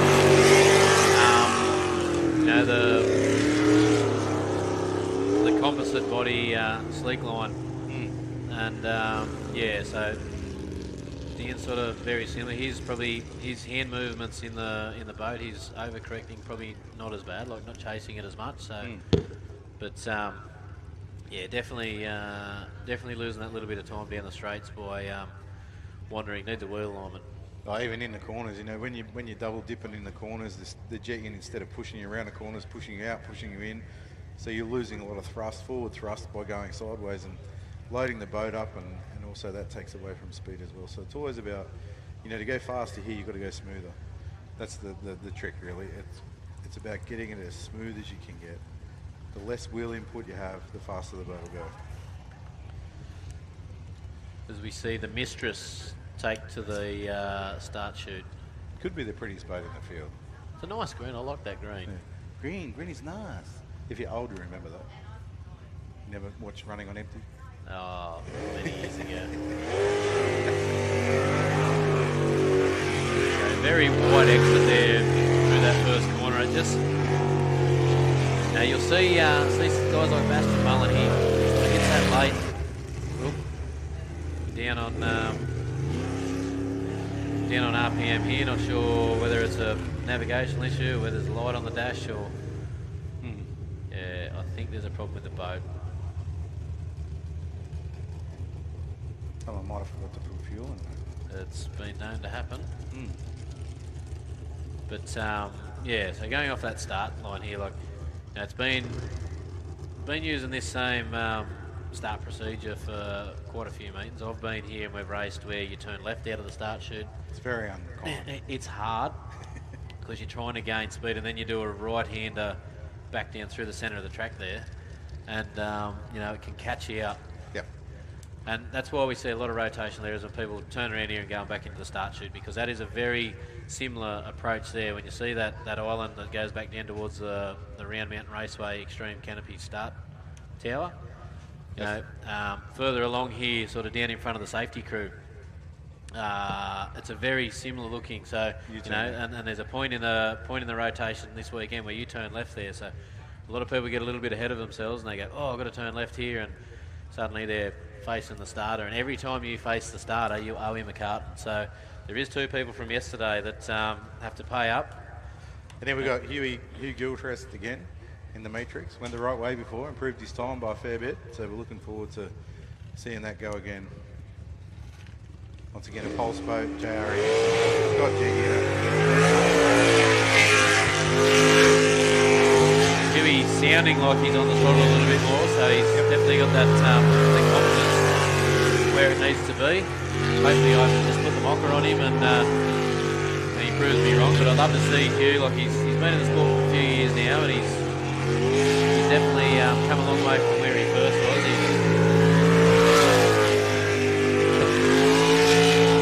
His panel beating skills have improved when he first started.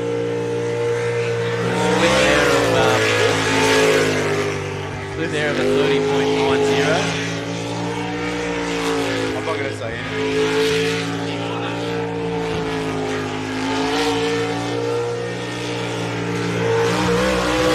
Got one corner to go. This has been a much better run from Hugh. Goes into a 53.06. Much better finish this time as well. He didn't lose where he was going at the end, so that's been great. What a great run from Huey to go 3 seconds faster than his last run, I think it was. Yep. Great improvement. Great improvement. Well done. Huey was just shy of a 57 last time, so he's probably closer to a 4 second. 4 second improvement there. It'd be about 3.8 seconds. So that's just having that confidence of knowing you're going the right way, and being able to go that little bit faster in each corner, knowing where you're going, and that's what we're talking about before, driving far enough ahead of yourself.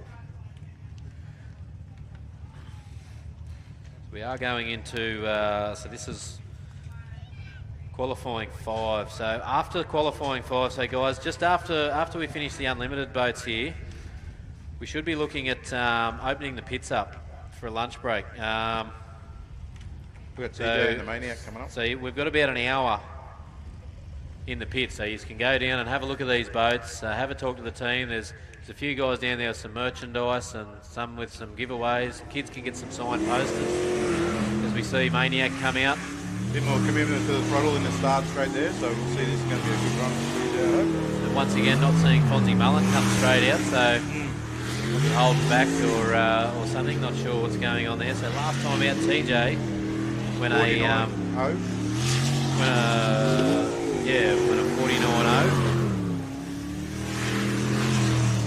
Split of a 29.03. So as he goes through there with a 27.79, so he's definitely 28.03 with his so he's 3/10 up on his previous. Sounds like something's going on with the computer system in the boat. You can hear it just when he's on it, it's cutting it out. Might be seeing a temperature somewhere or something like that it doesn't like. As he goes through there with a 48.88. 48.88, so, you know, big improvement there from TJ. He's picked up well over a second, 1.2 seconds there, so he's going to be pretty happy with that. They're going to go back and just have a look over the data on that. And like you said, there may be a little bit of an issue there. May have had a cylinder cutting out there, not sure what the go is. It's got so many overlays in the tune on that engine. It's like, soon as something's out, like it could be a temperature on one side of the engine, one injector's a little bit lean, boost is too much on one side. There's so many overlays in the, and it just cuts the boost or cuts the fuel or cuts the ignition just to keep it safe. So like you say, you know, there's a lot of money sitting in the engine. It's easy to blow up. We should see Daryl Hutton up next if we haven't seen Fonzie Mullen. Yep.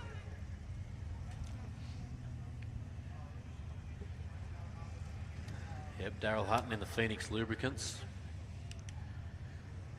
Like I said, the guys had a few dramas early on today and early on yesterday, sorry, and they seem to have got on it. So last time out, we saw Daryl through the split of a 28.04 and went a 49.03. So these guys look like they're very keen to improve on that. This boat's sitting a lot better on the water. The engine's sounding much better.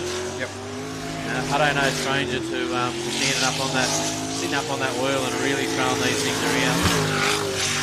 Expat Kiwi resides here in Australia for numerous years now. You can hear much more there. You can turn on that like the 26.4, so you know he's gone from a 28.0 up to a 26.4. That's as good as any. That's a second and a half in the first half of the track. A little bit untidy through that right hander. We're going to see him go through 46.93. 46.93. So that puts us there now with 3 boats in the 46s. It's going to be close. You know, we saw last year, or saw over the last couple of years, Fonzie Mullen sort of putting that 2-second gap, 3-second gap on a lot of people. But, you know, with some R&D these guys have done over the last couple of seasons, you know, Tyler brought this thing out and in his first couple of meetings, you know, we all knew what was going to happen. We all knew that thing wasn't going to be a slouch out of the box. So it's going to be fun this afternoon. It's going to be very fun. You know, I wouldn't want to miss much of the action this afternoon. That's for sure. I mean, we just really don't understand how much these guys are foxing, and like Fonzie, the engine package. You know, he's driving it pretty hard. But these guys in these engines, they got them turned down so far. So who knows what they could really produce. So speaking of Tyler Finch, here he is now, thanks to far faster race engineering, Universal Welding Services, who's Paul Gaston, who we've seen, you know, stalwart in the sport over many years. All of them both down at Mildura. So, you know, Tyler's coming out. He's going to show us what this thing's got. So will we see that 45? And will we see it? Last time out he went at 46.10, and we know Tyler loves to make games. Yeah, we'll be happy if he wasn't making a game. Seen him go through there with a 25.83, 25.83. Last time out we seen him with a 26.38. So on paper, mate, we're going to see a 45 pass here. Yep. So is that one of the reasons why we've seen Fonzie sit back? There's 45. 45.43, so he's gone well into the 45s. Hands together, people. Yep. Now, we may see a 44 here this afternoon. We could do. But and I always think that pieces look at it and go, like, where's the point where the human body can't go any faster. Well, at what point does the jet unit not stick? You know, where are we going to see this? Yeah. You know, is this one of the reasons? Is this why we're seeing Fonzie Mullen staying on the trailer and coming out towards the end of the run? Does he want to see where Tyler's going? Has it been a little bit of pressure put on there, and it's changing the way he's approaching taking to the track? Because up until this morning, we've seen him go out first. You know, he's down to lead first on the ramp. So yeah, it's interesting, isn't it? Like, I mean, everybody does things differently. When I was racing and being really competitive, I didn't want to know what anyone else did. When I was sitting on that, in the top 6 or the top 3, I didn't want to know what other people did. I just wanted to go out and do the best that I could, and you're racing yourself. Fast enough, yeah. And it really is. And as soon as I start to think about how fast everyone else has gone or what they've done, I'm putting myself under pressure I didn't need to have. So that was just the way I did it. Other people do it differently. A bad line there from Kenny. Much better than you coached all weekend, really. Very wide there. He actually quit that island. He's very lucky to get away with that with no headaches. It's a straight line. But so these guys, actually talking to Darren and Kenny earlier, they've got a couple of hats down there to give away. So when you do go down through the pits in the lunch break shortly, you can't see the guys. They've got a couple of hats to give away, and he's just gone the wrong way, unfortunately. So split was a 31-4-1, so he's actually improved on his split. He was a 31-5-8, so he's a tenth quicker on his split. So he's going to be dirty on himself for making that rotation error, navigation error. No doubt that's going to be put straight back onto the navigator, yeah. Definitely a navigator. I haven't seen a driver yet make a rotation error. No, it's never been my fault. Why do you bring them into the boat with you if it's not going to be their fault? They've got to do something. Exactly. You know? That's good. It makes it a family sport, or you can bring your mates into it. If you sat in there by yourself, it'd be boring. Who would you blame? Well, I wouldn't bring many of my mates in them because they're all too heavy. Yeah, true. Some people are built like drivers. Yep. Me. But yeah, so anyway, yeah, so people start getting ready to walk down. I think it's generally a gold coin donation to get down into the pit area. Yep. There will be a sign there for you to read, just lets you know that motorsport is dangerous. So yep. Just be careful when you're down around there. No smoking in the pits, no glass in the pits. Yep. These guys might even have some shirts from that. What is that? That Cause and Chaos clothing? Chaos. Well, it really is their team, though. There was a funny story. They told me they put a photo of it on their boat with a shirt on their boat, and then they reached out to them and got some sponsorship from it. So that's a great story, And Mike nailed that corner just then. I spoke to Mike this morning and said, mate, you go through that corner. We were talking about his approach, and he just pretty well worked that corner out exactly how he had to. He's sort of gone in there a little bit late, hit that apex late. Yep. Just gives him the opportunity to straighten up, but it doesn't always work. When I was talking to Tyler Fitch about it earlier, he did mention it did work for Slade Stealing a few years ago when he turned him a bit early and put him upside down on the in the water. That was a bit wide. He ran over the hole, and then you see the boat just twist up. And Mike split there with a 29.7.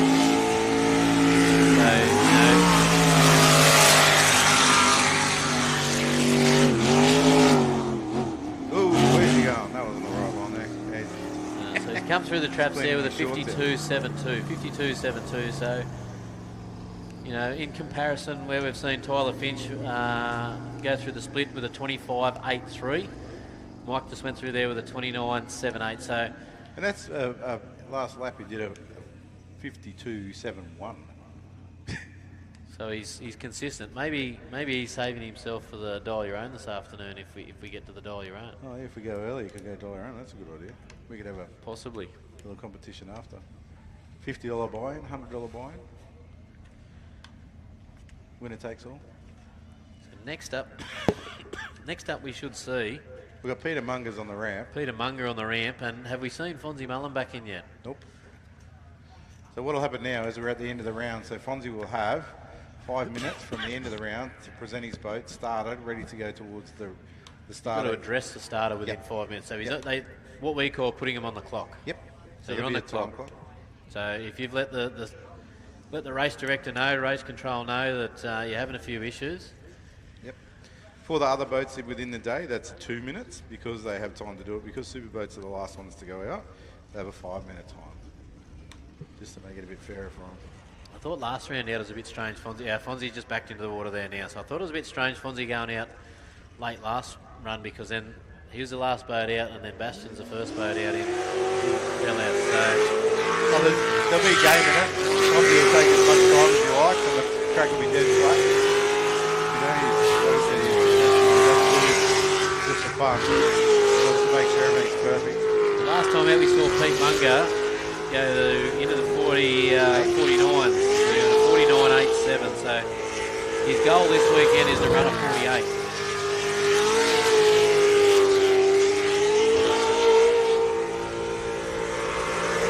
Pete's massive there. He's got that throttle stuck to the floor.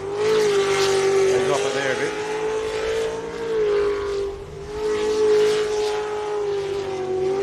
He's a little bit slower in the split in the first half of the track. Not a change on, it's not quite what he wanted. 49.90. 49.90. So he has gone a little bit slower there, but the boat's still in one bit, and he's parked it up on the island. Turf tax. So Pete Munger is now going to get himself the first lollipop of the day. Yeah, that was that is the nicest way you could get a lollipop. That is the nicest way. So what happens there, Maria, is he switched his brain off as soon as he went under the finish line. He went, I've done my bit. Pete, you've got to get it back to the trailer, mate. She knows well enough what he's like. But in saying that, the safety crew, look at them all running out. I get to go for a swim on this steaming hot day. Yeah. I don't know what's like. There's a hot out there. I'd say so. Yeah. Kane running down there, probably going to go for the jet ski. He wants to go for a ride too. He's bored. Said he was on the hill yesterday and nearly went broke with all the beers he drank. So we haven't seen the jet ski come out this morning. I don't think we've seen a boat land on an island. We did have Kennedy's go over the island, but they ended up back in the water. So it's just amazing, you know, like we talk about that. It's always been something within the sport. It's like when you do wrong ways, it's wrong ways all day for people, and it's really big. When there's engines blow up for whatever reason, they all blow up together on the one race meeting. When people start to crash, everybody goes, "Oh, don't crash," and they all crash. You know, unfortunately, the last race meeting we had to call it. Yeah. Last race meeting we had to call it early because we had 2 big crashes and we had to wait for ambulances and stuff. So. See, the theory is if someone says there's wet paint there, don't touch it. You're going to touch it. You touch it. So when people say don't crash, yep. You know, I know Jodie's sitting at home going, don't crash, don't crash. Oh, And BK's standing here going, don't crash, don't crash. No. And Brendan's standing down there going, don't crash, don't crash. Jodie's probably sitting at home going, I hope Brendan goes fast. I don't care what happens to the boat because he'll pay for it otherwise. Yep. He's ignoring us too. I think Brendan said, I've already got Monday, Tuesday, Wednesday booked in at Pulse, just in case. Is that for his boat? No. All right. Anyway, we'll stop it with Brendan. We won't put that in his head now. He's going really good today. It's nice to watch him go around in that boat, go well. Good to see how quick he's adjusted to jumping in somebody else's boat. Like as we saw last meeting, Justin jumped in Ollie's boat because Justin's wasn't quite ready, and you know he didn't want to go out there and do too much.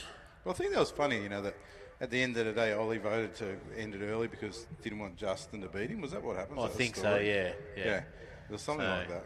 Well, you can't have someone beat you in your own boat, so. But,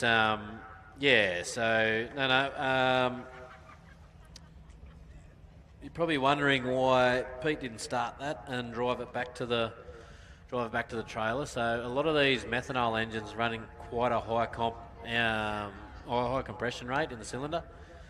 So these don't really like to start off the barrel. The battery in there is not.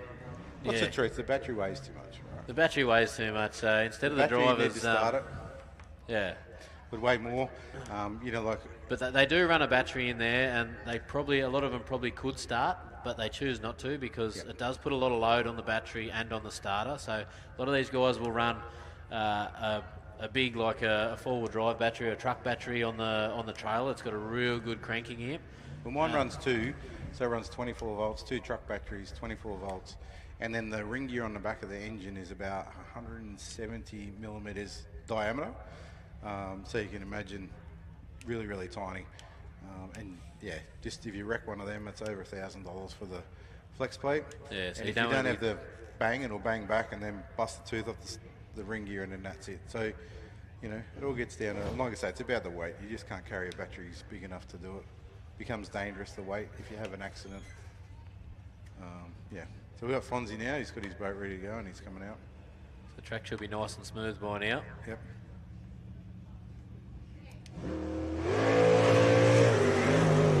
Just watch the way the Fonzie comes out and starts straight. He does it the same way as I used to do it. Go right over to one side, to the right, and then come right out to the left, and then make the apex as late as you can to go straight around the next corner. Please. We're going to see Fonzie really have a crack at this. So we saw Tyler come out and do that 45.5. Yeah, he doesn't want to wait till later to see if everything's exactly how it should be. If he's going to make a change, he's going to make it now so that he can be more comfortable. Through the 45.8, so he's actually a tenth slower than Tyler to the split. Yep. He might just not have the engine this weekend for these guys, you know? Like, Track direction might just have these guys in favour as we see him go through there with a 45.52, 45.52. So, you know, that's a tenth, isn't it? Slower than Tyler. So yeah, he's a tenth off Tyler, and he was about, what do you mean, 25.84 to the split and 25.83 to the split for Tyler. So sorry, I was looking at the wrong number there, but so, you know, pretty close there on the split. And it obviously Tyler was just that little bit quicker in the back end of the track. So maybe that turbo boat just allowing to grow its legs in them couple of longer straights and things like that. So now that is definitely going to be a battle to watch as we get down to the nitty gritty, because neither of them guys want to relinquish and want to give up that top step. Yep, there's a bit of heat between the two of them, so they're very competitive. Yeah, and have been for years. So that's great. It'll be good to see. And like I said, there's really 4 or 5 of them there in that superboat class that are, you know, right on it between Darryl, TJ. Like those 4 men could easily get exactly the same times or get to that pace. 100%. Well, that brings us to the lunch break here for the Penrite V8 Superboats. We're oh, sorry. No, I've just been told Nate's going to come out in the LS? In the LS boat. So they had them dramas early on, as we said, with the jet unit. So they're we don't know exactly what it was. We haven't had word come up here, but we'll find out the lunch break. So we'll see Nate Mullen come out in the rip shift. Bucket fell out.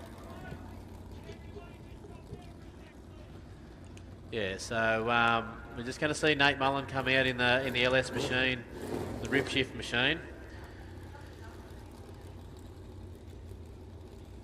So we've seen Bastian have a little bit of an issue there with that jet unit earlier, being told that the bucket came down. But, that was lucky then. Lucky he didn't rip the bucket off. Yeah, lucky he didn't rip the bucket off. So, but yeah, so we'll see them go out. Then after that, we will go to lunch here at the Penrite V8 Superboat.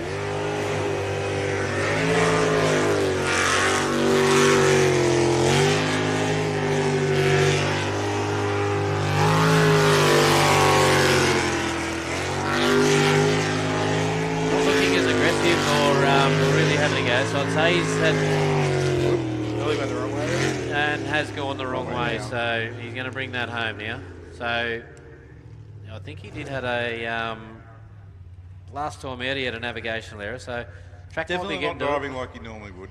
Even maybe he's been told to take it easy and just see what's going on. So now there might be a little bit more going on there than what they're letting on. So he's just been told to take it out there, and you know, when you do have an issue, your mind plays on that issue because you want to make sure everything's going all right. So you're listening, you're sort of trying to get a feel for the boat, and then suddenly, as soon as something's not right, concentration's gone and you go. So, all right, guys, start making your way down to the pits. I think it's a gold coin donation to get in. Have a look around. Have a talk to the drivers.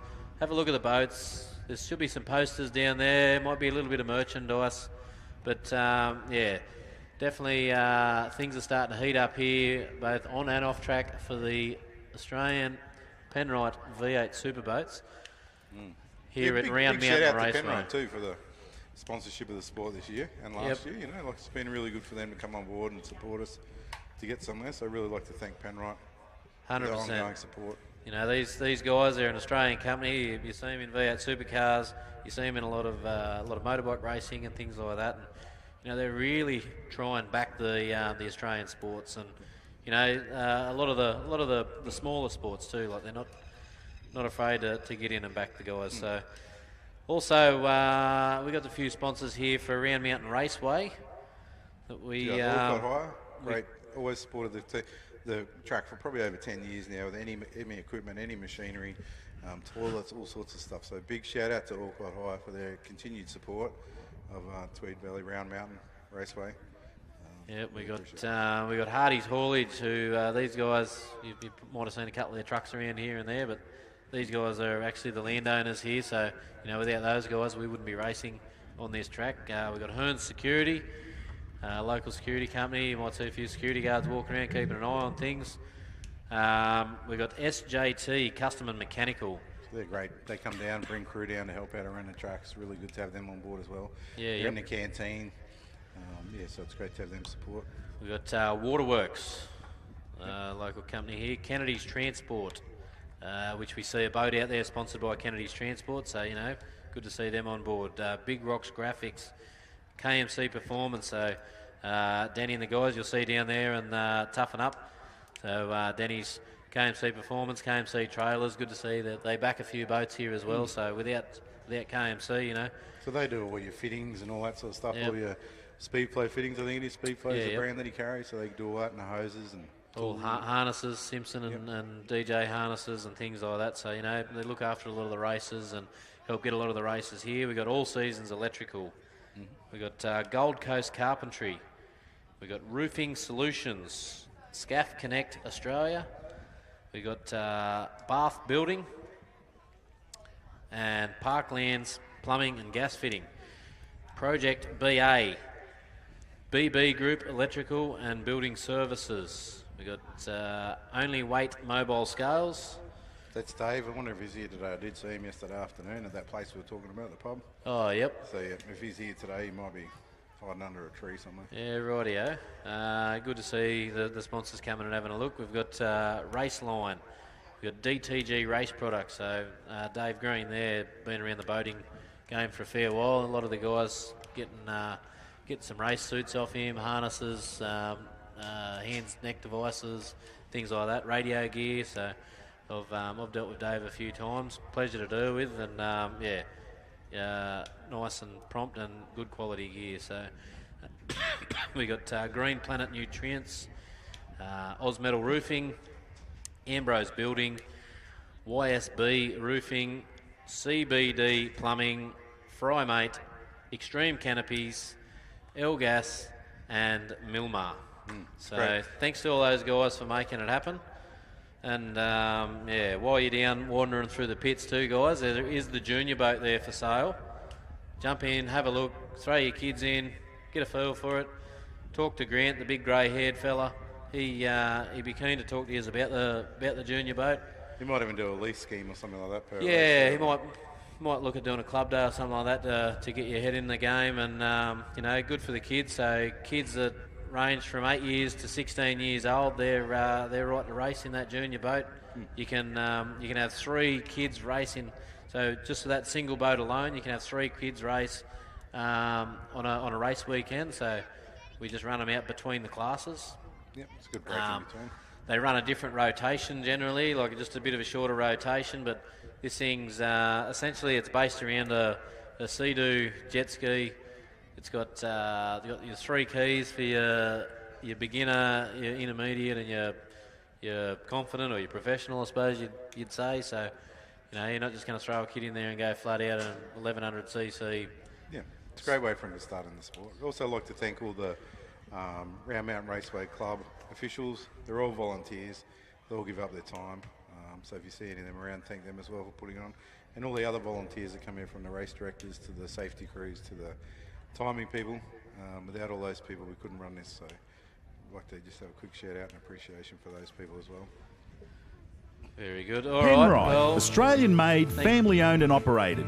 Make premium quality engine and racing oils, warranty-approved coolants, automatic transmission and manual gear oils, a complete range of engine and fuel additives, heavy-duty and industrial products for every application. Visit penriteoil.com for more information. Penrite, Australian-made for Australian conditions since 1926.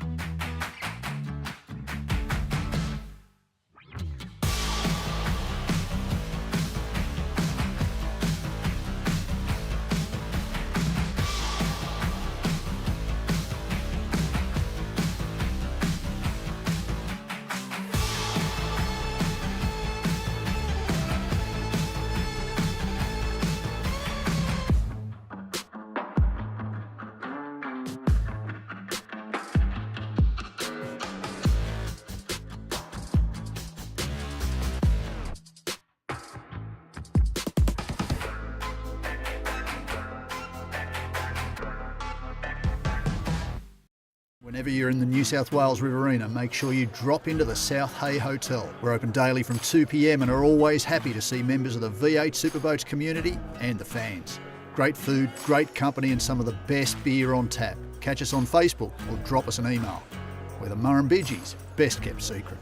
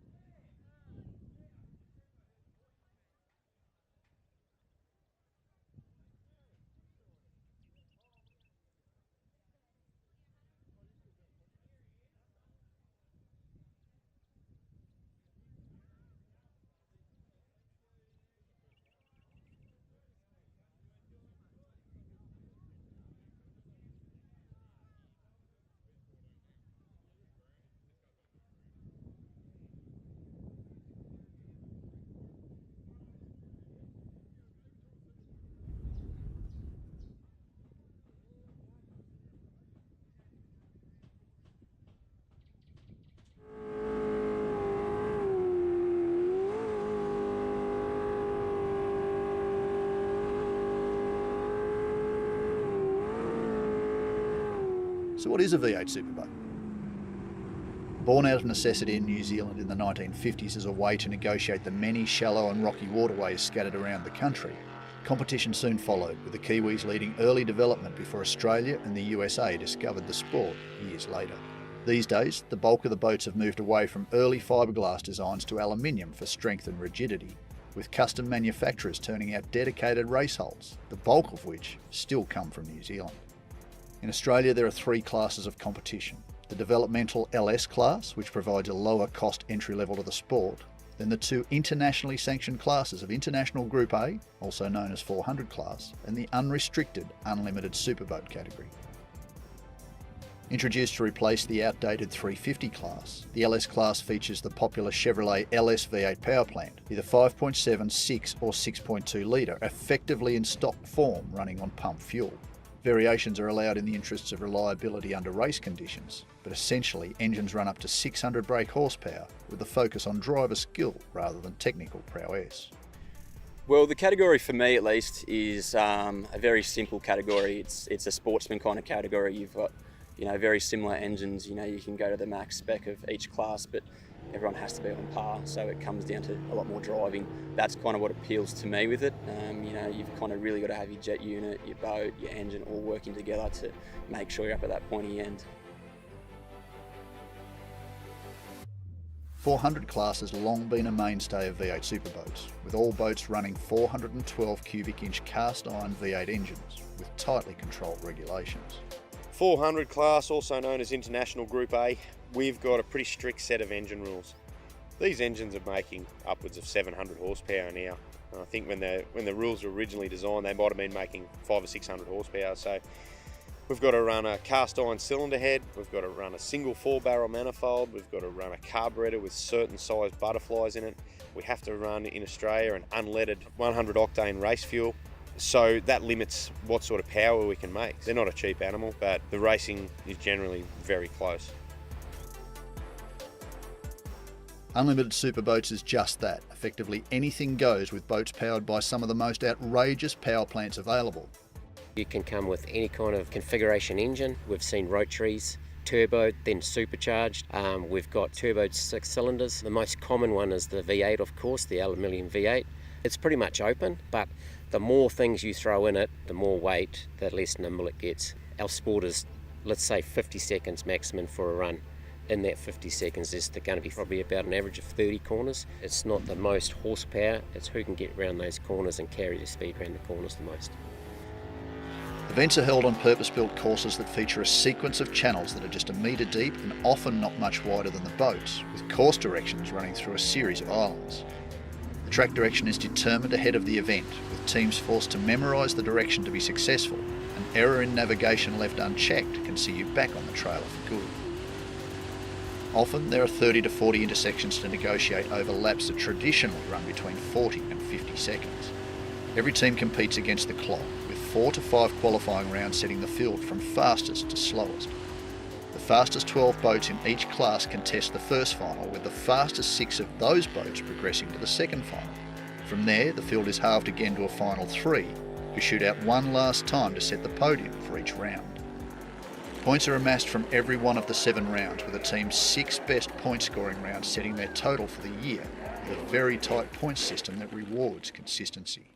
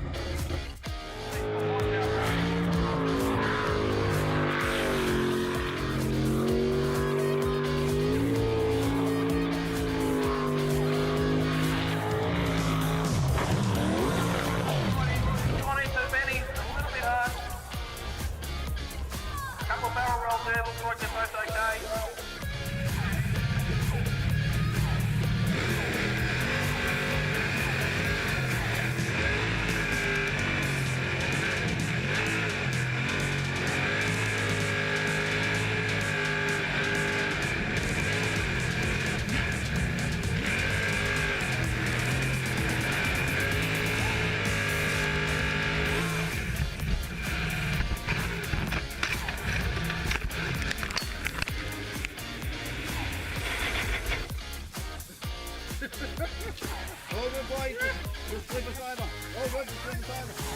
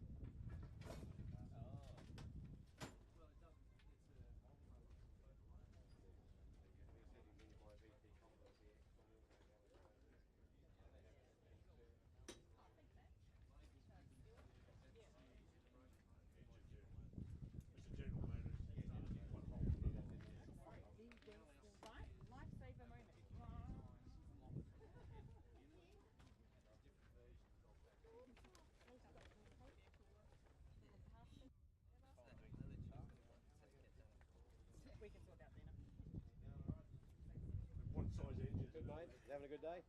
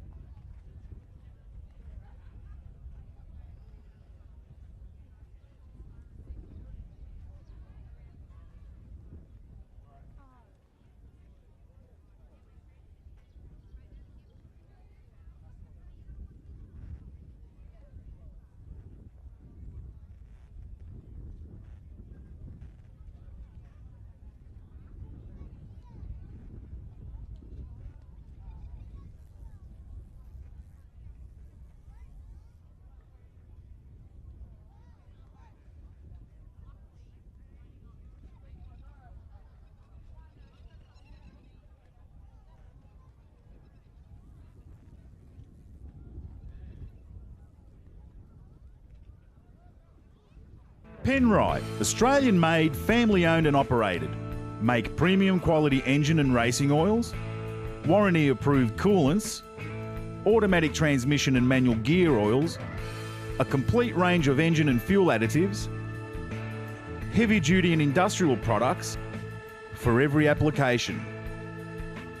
Visit penriteoil.com for more information. Penrite, Australian-made for Australian conditions since 1926.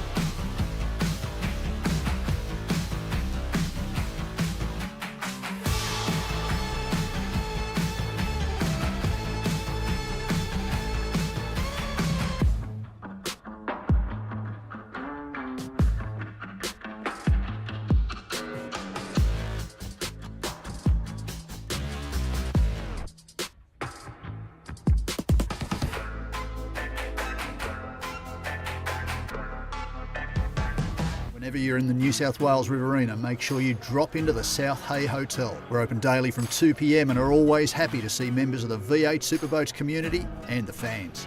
Great food, great company and some of the best beer on tap. Catch us on Facebook or drop us an email. We're the Murrumbidgee's best kept secret.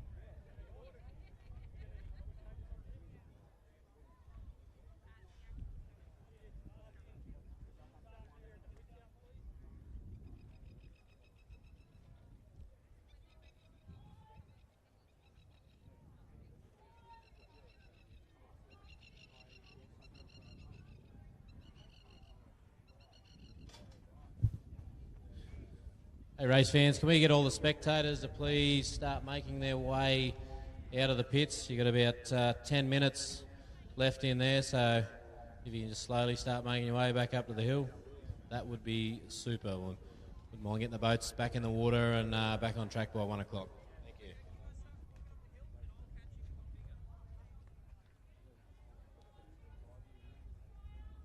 And some with some giveaways. Kids can get some signed posters. As we see Maniac come out. A bit more commitment to the throttle in the start straight there, so we'll see this is going to be a good run for Freeze. And once again, not seeing Fonzie Mullen come straight out, so hold back or something. Not sure what's going on there. So last time out, TJ when 49.0. when a 49.0. It's a split of a 29.03. So as he goes through there with a 27.79, so he's definitely 28.03 with his so he's 3/10 up on his Sounds previous like something's going on with the computer system in the boat. You can hear it just when he's on it, it's cutting it out. Might be seeing a temperature somewhere or something like that it doesn't like. As he goes through there with a 48.88, 48.88. So, you know, big improvement there from TJ. He's picked up well over a second, 1.2 seconds there, so he's going to be pretty happy with that. They're going to go back and just have a look over the data on that. And like you said, there may be a little bit of an issue there. May have had a cylinder cutting out there, not sure what the go is. It's got so many overlays in the tune on that engine. It's like soon as something's out, like it could be a temperature on one side of the engine, one injector's a little bit lean, boost is too much on one side. There's so many overlays in and it just cuts the boost or cuts the fuel or cuts the ignition just to keep it safe. So like you say, you know, there's a lot of money sitting in the engine. It's easy to blow up. We should see Daryl Hutton up next if we haven't seen Fonzie Mullen. Yep.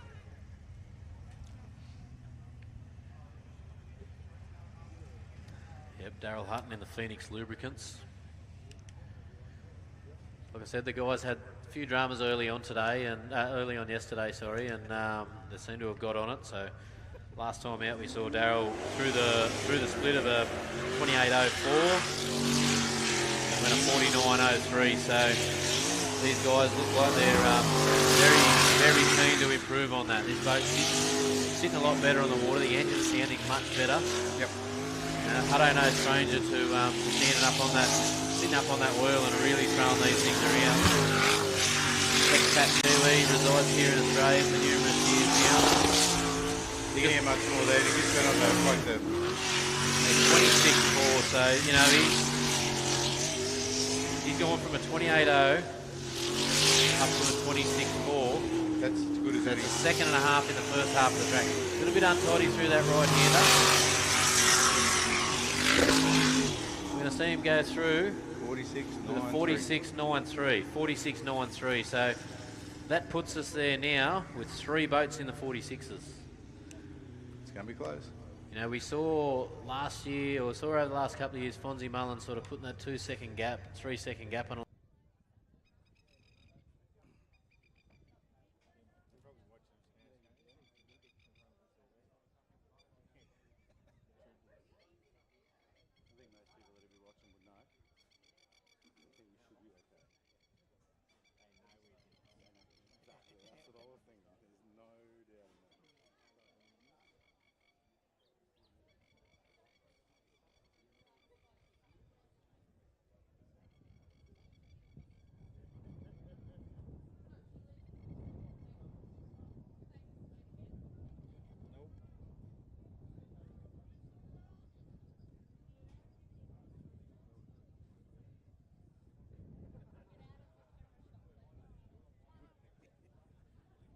All right, everybody. Well, CABARITA, Round Mountain Raceway. We're just about to get starting in. We've got about 5-10 minutes before everybody's ready to go. So we'll just talk to a couple of the drivers about how it's going, Andy, today with the track rotation and how their boats are going.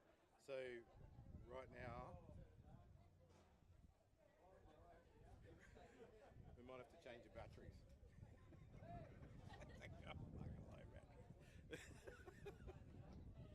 We'll be back. I'll go get some batteries. Oh, flat batteries. What a shame. Fuck, that's good. Hey, Mitch. Mitch, have you got batteries? You know, in your penis pump? You got nothing? Huh? Double A. Oh, yours is diesel. That's right, I forgot. Double A batteries? That's good?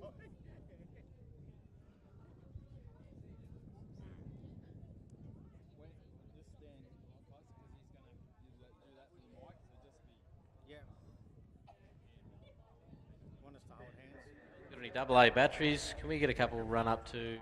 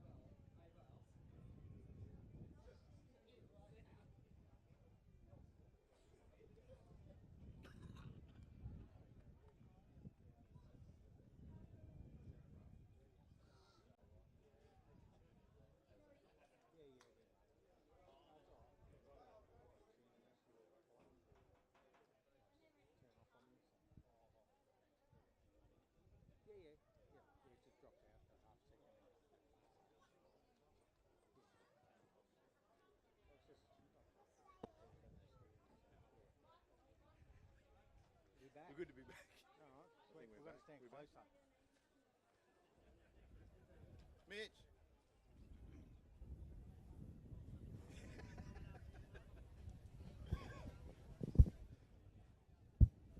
Oh, we're all good. We're so professional, didn't even have batteries in the microphone. They're any good. But anyway, welcome back. And this is TJ. So TJ's driving a boat called Maniac. TJ's been around the sport for a fair while. And so we're just asking him a few questions about how it's going and what the track's like out there. So first of all, it's a bit longer rotation than normal. How's that going for you in the boat? Yeah, look, this rotation's actually, normally we run a slower set of blades, but there's actually a fair bit of flow to this. We're picking up more boat speed.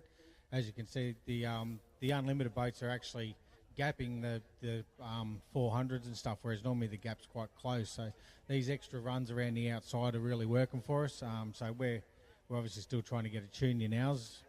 The track direction itself, whoever chose it, is done a really good job. It flows really good. It keeps you busy. It's a longer track, so you're getting more time to see the boats out there. We're working hard for it. You really got to keep your count, because we're doing. Normally you do 3 rotations as a general rule. This one we're doing 4. But the longer sections do actually give you a breather. Not a lot of time, but when you go through the split and run up to the hairpin, things like that, it actually gives you a second just to recheck yourself and do things like throttle checks and things like that. So that's always good, because the technical bits in the middle, you really don't get any time to do any of that. You're pretty much on the wheel thinking about the next corner and running your line as hard as you can. So it's a really good track direction. It's favouring the unlimited boats. We're having a great time out there.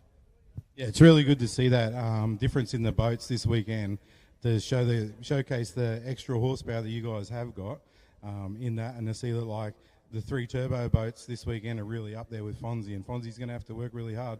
So have you got a bit more for him after lunch? Yeah, look, I'm still out in the back paddocks looking for a few ponies that have left me, but we've still got that shutdown issue, which makes it a little bit hairy. A half-second shutdown out there feels like an eternity, waiting for it to come back. A little bit unnerving, but look, we're going to go out and give it our best. And, the old girl, we've only just dusted her off, so we'll give her a bit of a break. She's doing okay. Yeah, it's been a while since Maniac's been out on the track and running around, and same with yourself. Talk about what it's like for that half a second where the boat does shut out, because you have no steering, you have no control or anything, so it really does get unnerving, doesn't it? Yeah, look, it's really an eyes up moment, and you're trying to figure out where you're going to land if it does go south. But at that point in time, you really are just a passenger. To drive through it, you just got to forget about it, worry about it when it does happen. Hope it doesn't happen at the wrong time, and just get the pedal down and just push it, because we're not out there to go trawling. So, and if you get scared of it, then you might as well just leave it on the trailer. So we'll get out there, we'll get it down, and hopefully she's nice to me. Cool. So for everybody that's out there watching, watch out for TJ when he comes out later on in the Maniac. It's a nicely coloured boat in the Superboats. It's not very loud, but it's very fast. So good luck, TJ, and hope it doesn't cut out for you and you get to get around for the end of the day. Thanks for that, bud. Cheers. Thanks to the Cabba Club too for putting this weather on, but for us Victorians, she's a bit warm, so somewhere between a rain and a 30 whatever degree day it is, that'd be nice. So let's hit midsection next time. Yeah, we can do that, because last time it rained. Well, last time wasn't too bad, but the time before it rained out and we didn't get to finish the day. So, yeah. What I'd like is if PK was here, anyone that was here at the last race meeting would have seen PK had a pretty big crash, a big air out of the track last race meeting, and him and Noni both ended up spending a bit of time in recovery in hospital. So we just talked to him. He's back here today. There is some stories going around that he could be buying a boat as well, so we'll ask him about that in a minute. But we'll just, first of all, how are you and how's the family?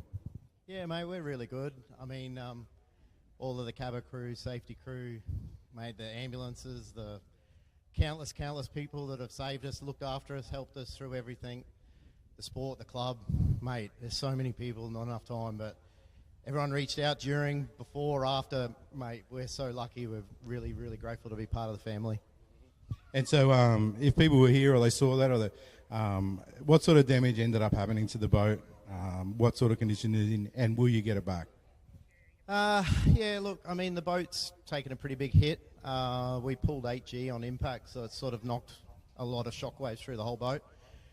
Everything's fixable, right? I mean, it's just a time thing. The time is a big thing. We're running businesses behind the scenes, and running a boat that's at the front of the pack is a full-time job. So, to get it back to run this season. You know, obviously you'd love to be here racing right now, but that's not going to happen. But I mean, the motor's out, it's getting stripped down, it's going for x-ray and all the rest of it, but the more you pull down, the more you find it's broken. And I mean, like I said, everything's possible, everything's fixable, but it's just a time thing. So we've just got to try and weigh out what we do and where we go with it and what road we go down. I noticed that when I've come back racing again, it's also like that. I forgot how much time and effort goes in before a race meeting, after a race meeting to get it all ready as well. So in that, we heard that you might be buying someone else's boat. Is that true? I'm not going to confirm or deny anything, Brooke Lucas. Come on, the wife's standing there. She knows what's going on. Yeah, she's the one that's pushing me down that road. Look, you know what? There's talks. There could be things around the corner. We don't know. We'll see. I'm not going to say yes or no. I'm just going to say hopefully we'll be back on the track as soon as we possibly can. It's very cagey that he won't say what he's actually up to. But anyway, let's hope that we get PK back racing again real soon and the family. And like you said, it's a great thing to see the family of Jet Sprinting get behind you. Yeah, mate. Like I said, it's mate, we're so lucky to be involved in this sport and everybody around us. Like, mate, I can't get around and say thank you and hug a kiss people as much as we want, but mate, the sport, the crowd, the people behind the scenes, and even when we're in hospital and even after hospital, just the constant yelling out and reaching out is just priceless. We're so very lucky. So thank you, everyone. And hopefully we'll see the orange race boat back out on the track soon. Are you going to paint that new boat orange? Yes or no?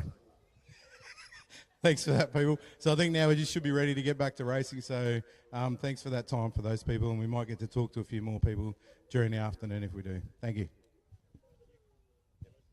And so LSs should be on the dummy grid, ready to go, and we'll be back to racing in a couple of minutes for all the fans on the hills. Thank you.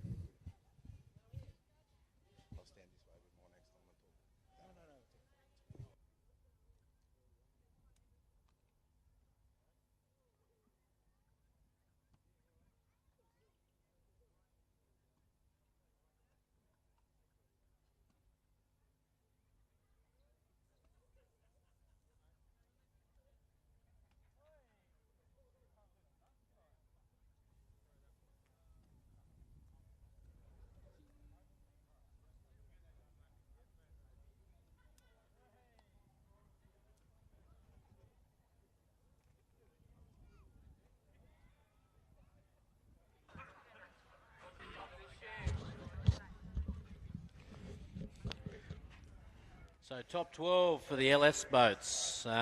These guys progress. We do have, I think it's 13 boats here, so unfortunately one won't make it through. So we're going to have Bastian Mullen in the rip shift boat. We're going to have Kyle Elphingston in blackout. We're going to have Nate Mullen, who's qualified third in rip shift in the B team. We've got Matty Harrop. We've got Jade Atchison, Rodney Norton, Jody Cottam, Daryl Atchison, Michael Fitzgerald, Tyler O'Day, Andrew Garth and Ron O'Day. So unfortunately today we see the new team, Envious Racing, won't progress through as it's only the top 12 that will progress. So hopefully if proceedings go pretty good, there is talk of a few extra laps this afternoon if we finish early. So hopefully these guys get back out and do a couple of laps and work on things. So, but I'll repeat the boats that I need at the dummy grid. We're going to need Bastian Mullen, Kyle Elphingston, Nate Mullen, Matt Harrop, Jade Atchison, Rodney Norton, Jody Cottam, Daryl Atchison, Michael Fitzgerald, Tyler O'Day, Andrew Garth and Ron O'Day. Thank you.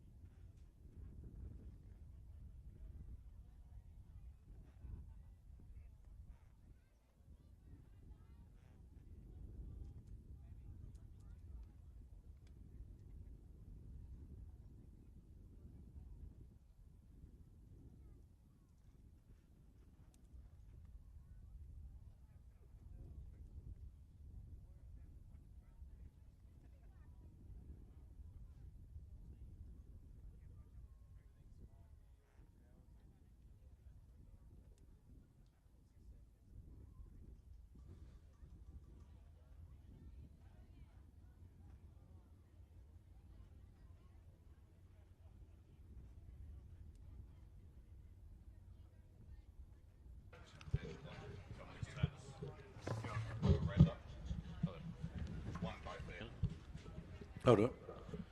LS boats to the dummy grid. Should be on the grid, ready to go. You're waiting. We're waiting. People are waiting. We can see the Ripshift boat down there. We still need Kyle Elphingston in blackout. We still need Moist As. We still need Twisted. We still need Hot Shot. We still need Steady Eddie, Kennedy's, the Spartan, and Aggravation. Will you get those boats to the dummy grid, please? You get put on the clock, you might miss your run and you might have a carry on. We do not want that.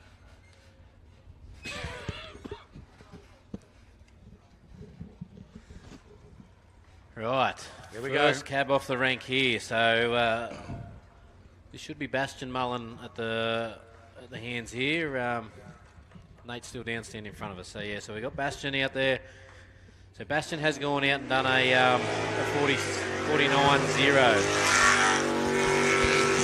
The boys have a little bit of trouble there towards the end of the last run. We heard it was a bucket didn't go down, but I think it might have actually been the grill fell. Looked like the bucket had stayed up, so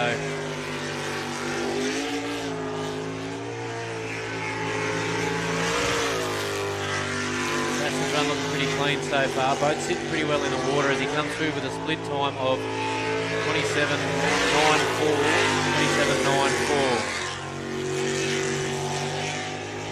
27.94. Could be a pretty good time. So he ran a 27.7 to run that 49 flat, so a little bit down on his original split. Still brings it through with a 49.6, so he is 0.6 off his best time, but he still has that's going to cement him into the top 6. That's for sure. We haven't seen any other boat go into the 49s yet in the LS class. So this is the top 12 for the LS class. So unfortunately, we had 13 boats. So one boat, which is the Envious boat, didn't progress through to the top 12. So we do qualification.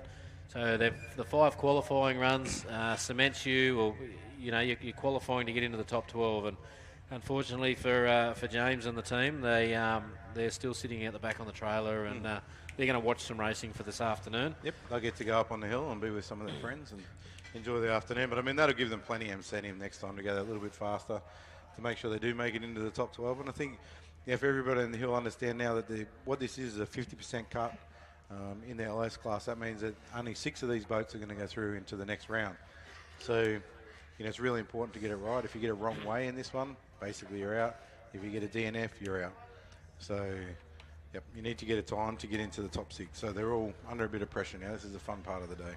So as it sits with the qualifying run, if everyone goes and does a pretty similar time to where they were, which we've just seen Baston go a little bit slower than where he was, but he's still got a little bit of time up his sleeve for the next boat, which is Kyle Elphingston. So the top 6 boats that have qualified on time, we see Bastion Mullen, Kyle Elphingston, we see Nate Mullen, Matt Harrop, Jade Atchison and Rodney Norton. But the gap between Jade and Rodney is less than just a little bit over a second. Sorry, so there is potential there for Jade to pick up there and really try and push Rodney back out and put him into the 7. But anything can happen in these situations. You'd really want to be getting into the 54-second mark to get through to the round. So I think that'll be the cut time.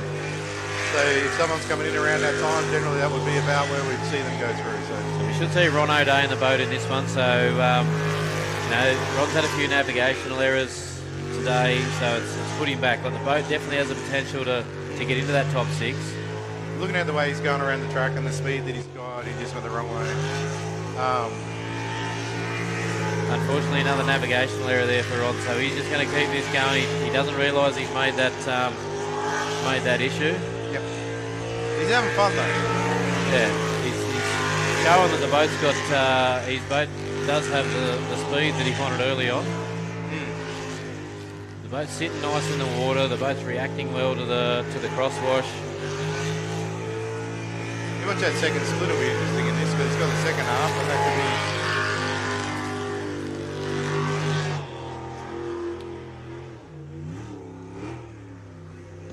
So even with the navigational error, that's still going to be probably putting him on the wrong side of the top 6. So we never got it back on track, I don't think. No, he didn't. So Unfortunately for Ron, wrong way there, so he will not progress any further today. But we will see that boat back out with Tyler O'Day at the handlebars. I was going to say at the wheel. Well, they look a bit like a handlebar, some of them, don't they? They're really not like a steering wheel anymore. I was looking at the jet ski. Can't believe he just compared Ron's run to a jet ski. Yeah, but anyway. Jet ski hasn't gone the wrong way yet. We see Kennedy's come up. So theoretically we should have Daryl Atchison at the wheel here in Kennedy. So Daryl's previous best time is a 57.666 for Devil. So we should see Daryl have a real good crack here because it's unfortunately he went very wide there and actually drove over that front of that island.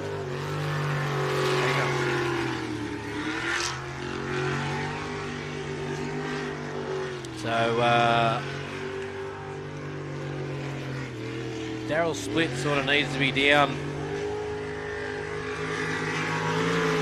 in the low 30s, high 20s, low 30s to progress. We'll see where he's at when he goes over the line here. So 31, so the boat's much better once he's got it up and going. Can I say that? He just bolted through that corner and lost himself a little bit, but going off what we've got here on paper, he's going to be on the wrong side of the top 6 here, but he's still giving it everything, and I reckon you still won't be able to wipe the smile off his face when he gets back. As he comes through there with a 56.40, so he was a 57.666, so he is still going to be happy that he come in quicker. That's his best time for the weekend. So hands together there for Daryl. A pretty good run there. He's going to be pretty happy with that. Yep. Yeah, you can see that. When he just stops that up and on the throttle bit, it's much better, and the boat sits a lot nicer in the water. The game's not over yet. So even though there's boats out there that are faster than him, those boats are still yet to get around the track. You got to get time.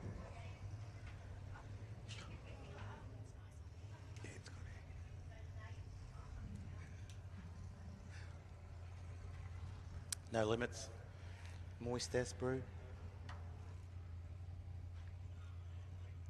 Got our friends from over the ditch come over New Zealand. It's a great effort for him to come over here and race. He's been going really good this morning. Last run before wasn't as good as it has been, but and Matty's going to put everything on the line here because he definitely wants to make it through to the top 6. So he's sitting qualified 4th there. Maybe about half a second off Nate Mullen's fastest time, so there is a lot of potential here for this boat to still get on the podium today. It's a long way to come, and that's what they'd really be looking for, to make that top 3, make it worthwhile, you know what I mean? Good time there with a 29.0, so, that's his quickest split so far. Really nice drive so far, the boat. He hasn't been off it at all.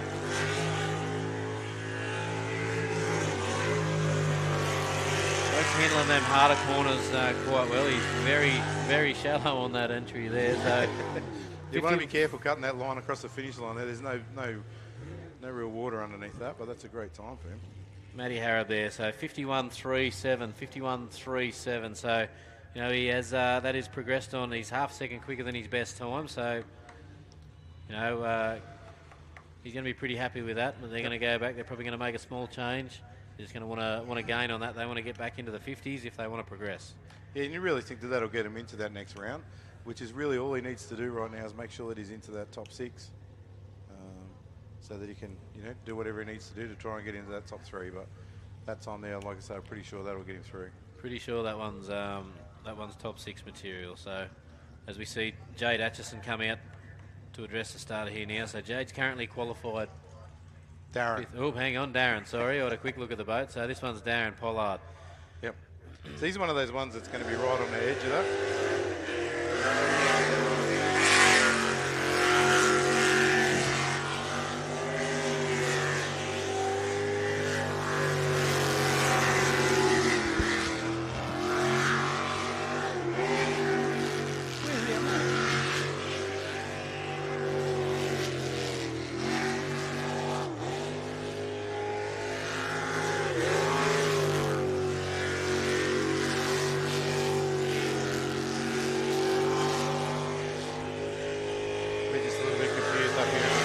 absolutely wasn't running a run he needed to be in the top 12. So this is like a good run.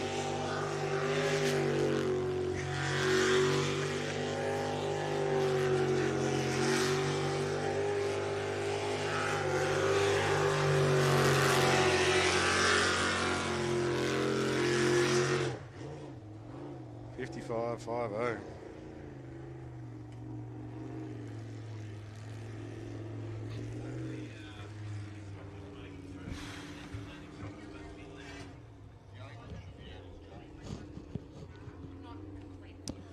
Yeah, like I say, we didn't have that called out on our thing because of top 12, so we've had an extra boat in here, so it will be a top 13 by the looks of it. Yeah. Because we can't count. We knew there was 14 boats, and then there was only one on the list that didn't make it, so we'll have to... We can count. That was them. No, But we should have known. They're pretty out. Well, that's why I didn't call Darren, because his name's not on the list. Lucky I was on the ball, work. Yeah, Anyway. lucky, but anyway. It's teamwork. It's doing good. Teamwork makes the dream work. Yep. So, anyway, next boat up should be Jody Cottam. Yep. In Steady Eddie. So I did say to her earlier this morning, I want to see more throttle. So, you know, Jody's the one that's sitting here on the bubble, like theoretically. Jody's sitting on the bubble. She really needs like half a second to a second to make sure she's going to get in, I'd say. Yeah.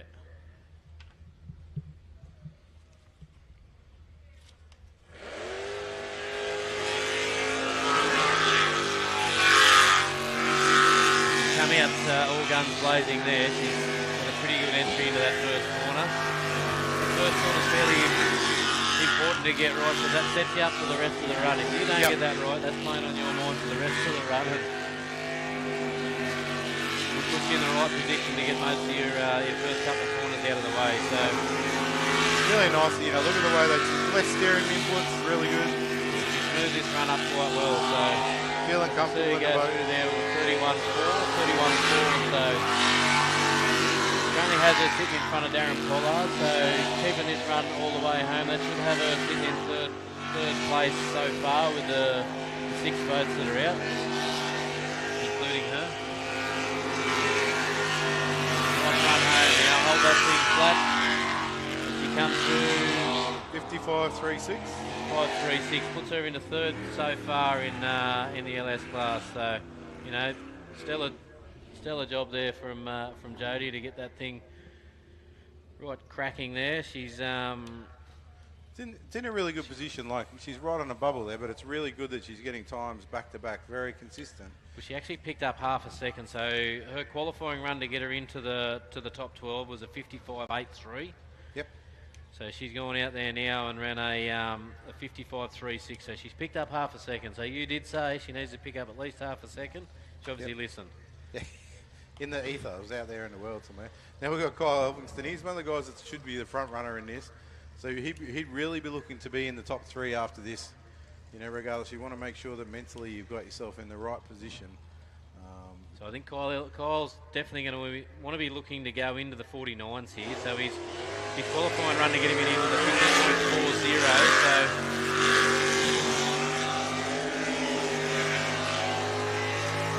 both looking very nice in the water so far. Yep. Brand new pulse package.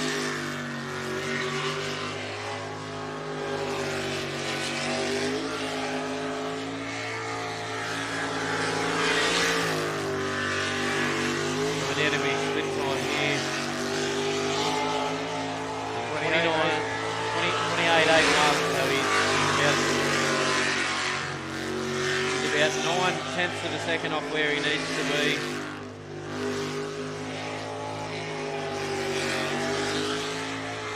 To get him really into those 49s, so he's a 58.8. 50.88, sorry. Yep. Getting me numbers mixed up there. I'll go back. I must have missed that day at school. So it's slightly a bit slower than his run before, and when you look at that was a really nice, safe drive, I would have said. Safe drive. That's guaranteed him a seat in the top 6, so he's going to be pretty happy with that. Yep. So at the moment we've got Daryl Atchison in the Kennedy's boat. So he's sitting on the bubble now. He's sitting on spot number 6. Ron O'Day, obviously went a wrong way. Put himself out. Sorry about the cough. Ron O'Day put himself out with the wrong way, so he's a DNF. And Darren Pollard, so Darren Pollard sitting in 5th there, yeah. So he's next one on the bubble after that. So yeah, it's really good. And when I said before, I said that was a nice, safe drive by Kyle. When you watch it from up here in the commentary tower, there's like he's driving right in the middle of the track a lot of the places. If you watched Bastion, he's right on the islands. He's right on the edge of everything. So, you know, I mean, Kyle's just making sure he keeps his boat together and everything right till the end of the day. And yeah, so it'll be interesting to see how that goes a little bit faster as he moves on. The old saying goes, to finish first you may have to finish. So if your boat's, you know, if you step it out of the track now, you're not going to be there for the top 3. So Yep. you know, these guys, same as Nate. Nate knows he can go out and do a nice clean run in the middle of the track, and you know, theoretically, Bastion, Nate, and Kyle. Yep.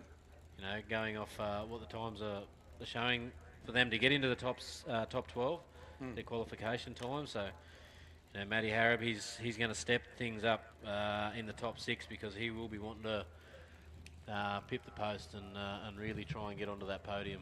Yep. Well, I think realistically, there's about a 5-second gap between the boats that are coming out and the boats that have been out there at the top. So, I mean, those boats can go that bit faster. So that'd be interesting to watch. You know, Spartan,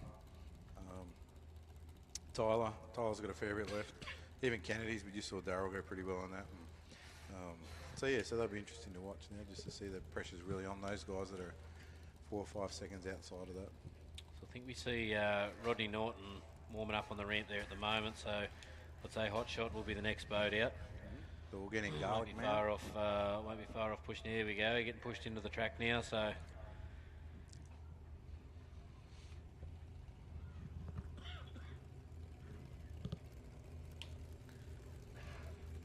Rodney's been around the sport for a couple of years now and really progressing, really showing that he's got a bit up his sleeve. Yep. Yeah, like you say, just getting you know, better boats. Started out in a boat that was older, cheaper, got into the sport, really loved it, and then has moved on from there, which is what a lot of people do, you know. Once you get the bug, you want to go faster. And we are racing, so you want to come first. I don't care what anyone says. Yeah. So Rod's here racing thanks to Mooney Beach Tavern, Banana Coast Batteries, DesignerSheds.com and Rod's Garlic.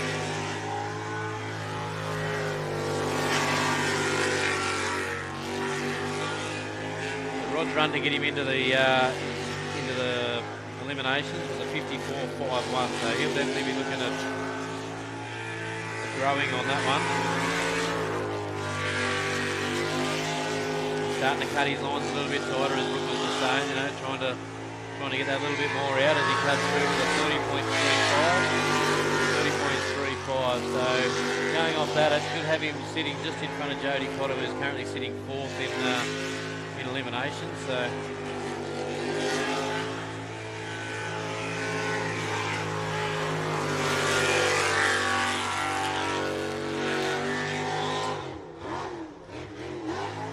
He went nearly second fast, right? 53.65, so that puts him into 4th position. So with only a few more boats to come and where them boats have sort of qualified, you'd nearly think Rod's pretty safe to be in the top 6, but stranger things have happened.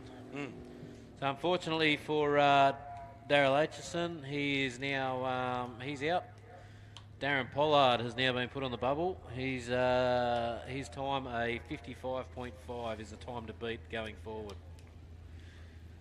So 55.5, and not sure who we're going to have off the trailer next, whether it's Tyler O'Day or Jade Aitchison. Looks like the Spartan turning around in the pool there. So Michael in the Spartan. In the Spartan. So they were a big improver on their last run as well. They came like a fair bit quicker. So if they did the same again this time. Once again, this is one of those boats that needs to hold the foot more steady. They get as much backwards and forwards on the throttle, and they'll end up being a lot faster. It's an ex-West Australian boat, I think. This guy's come from New Zealand. And Michael's time that got him into the finals was a 58.16. So he's going to be, he's got to pick up 3 seconds, which is a big ask, but You know, if the confidence is in the boat, if the confidence is in the rotation, these guys might... You just missed the run corner. Righto, I should have kept my mouth shut. Unfortunately, we call that the commentator's curse. So he's back on rotation, so he will get a time recorded.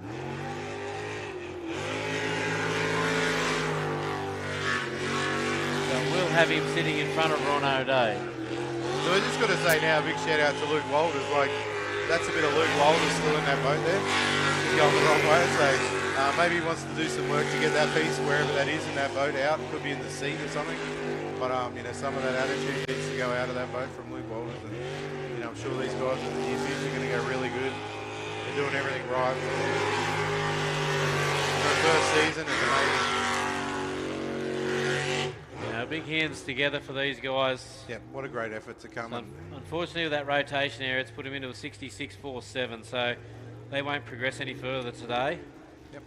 Put him into 8th spot, just in front of Ron O'Day. So because these guys corrected their rotation error, they actually record a time, whereas Ron O'Day in the aggravation boat earlier, it did not correct it. Yep. So it classes him as a DNF. So hands together for the Spartan boys. Yeah, great effort. A big effort from them guys, and you know, it's the second meeting, second time driving the boat. So yeah, it's a great effort. They got some things there they just got to get out of the habit of, and that's going to be a nice quick boat. They'll be up there. Maybe they got Google Maps in of still got Luke's TomTom in there, is it? Or yeah, maybe that's what it is. It's still got Luke Walters as TomTom approved about his age as well. So now we have Jade Atchison coming out. I've got this one right because we've already seen Darren out there. So Jade's time to get her into the top. It's got the pink stuff 12. on the front. That's how you can tell the difference. Right? The other one's grey. So she got in with a 53.58, 53.58. So time to beat is a 55.50. Yep, and that'll be Darren. So that'll be like bragging rights in that household, wouldn't it? Yep, she's got a little bit wide there. So race lines aren't as tight as what we have seen, so a little bit of pressure in now that we're in eliminations. Yep. And you've been coming to the races for a while. This is the old Collie Bella boat. Used to be painted purple. It was called Evil Ass. Get very, out of free car there. Very good correction there. She's come through with 30.6, so 30.6, that should have her sitting just behind Rod Norton.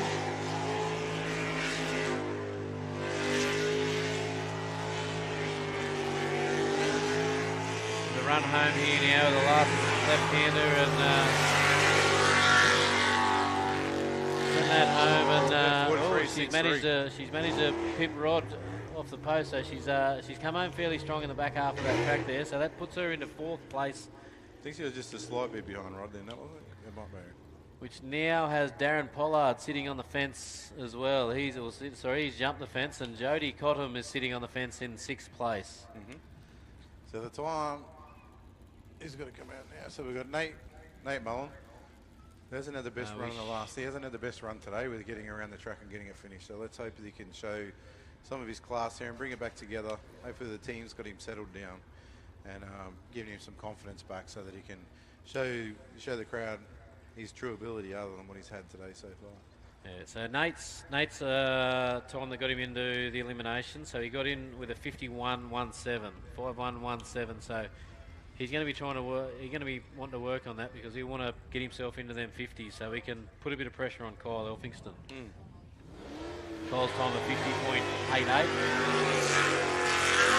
Nate doesn't have to do anything silly here. If he just goes out there with a pretty clean run, gets himself into the 51, 52. That's going to cement himself a seat in the top 6, and that's when he's got to step up his game and show us what he can do.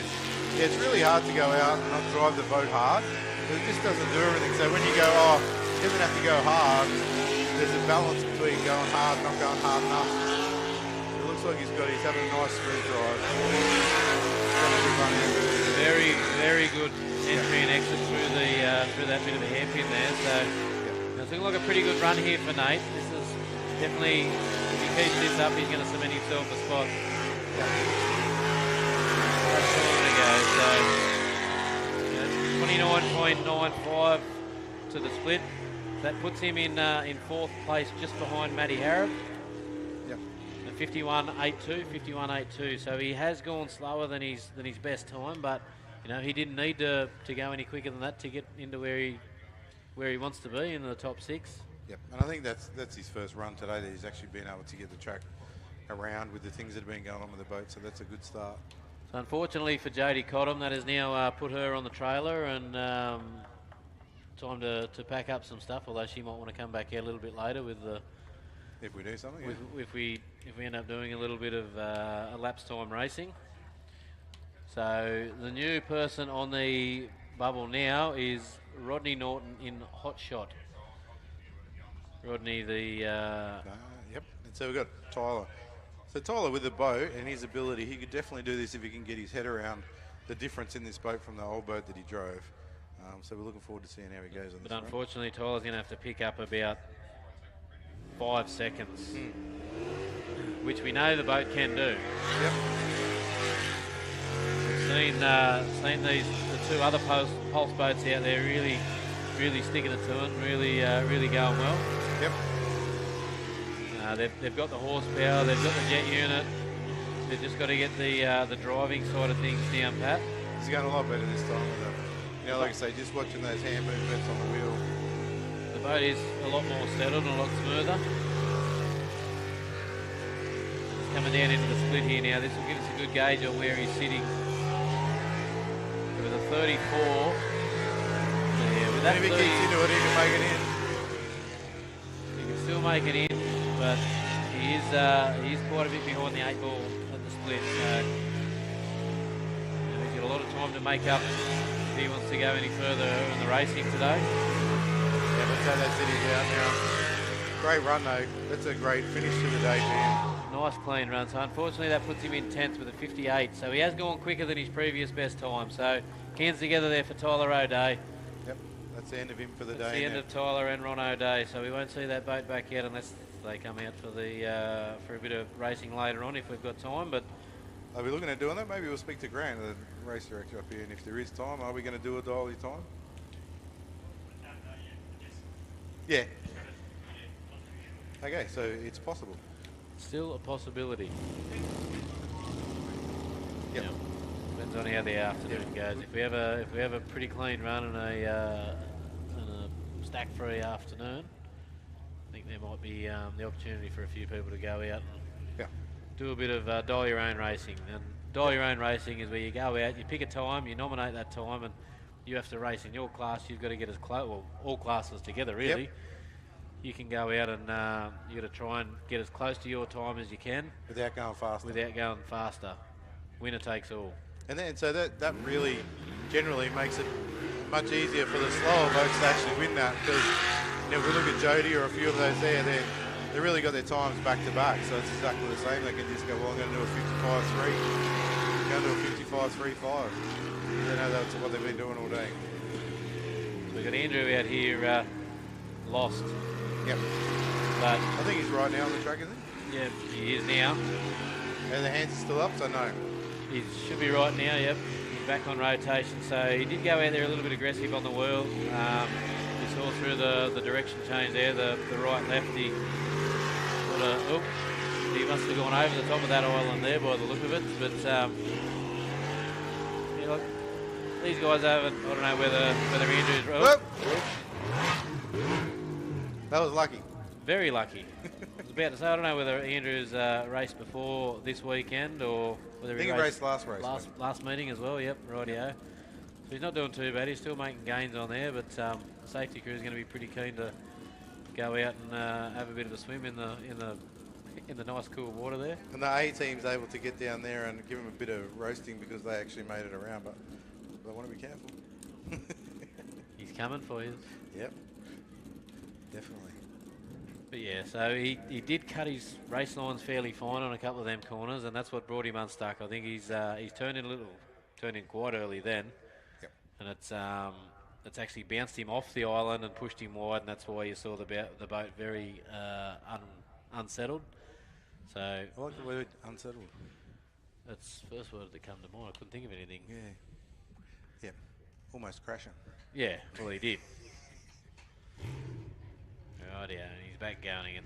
Send it home. So hands together for Andrew there. He's going to put that back on the trailer in one piece. So their weekend's come to an end. So good job, they made it this far. And they can go back to the drawing board and see what they've got to do for next race. It was good. They progressed through the day, so it was really nice to see them actually get a little bit faster. And same with Darryl, just going a little bit faster. And that's all you can do. Each race meeting, and then all of a sudden you're there, you know? Yep. The next race meeting is, for those who are interested, is down at Temora in central New South Wales. So that'll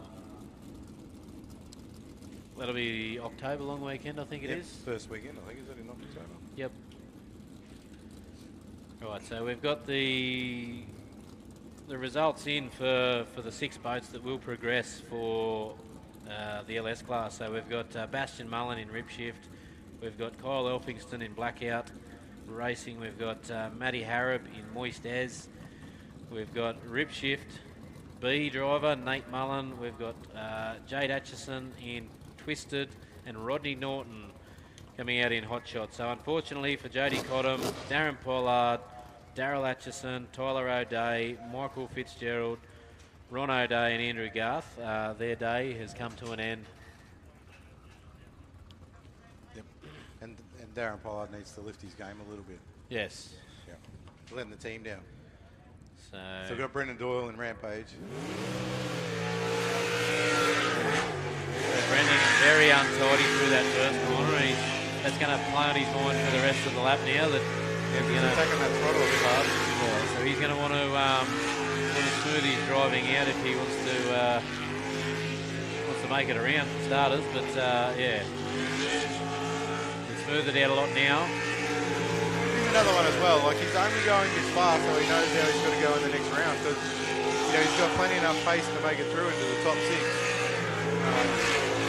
This is just about getting the nervous system used to how fast all these things happen. Yep. And getting used to the boat, getting settled himself. He's worked on them lines. He's a very clean line then.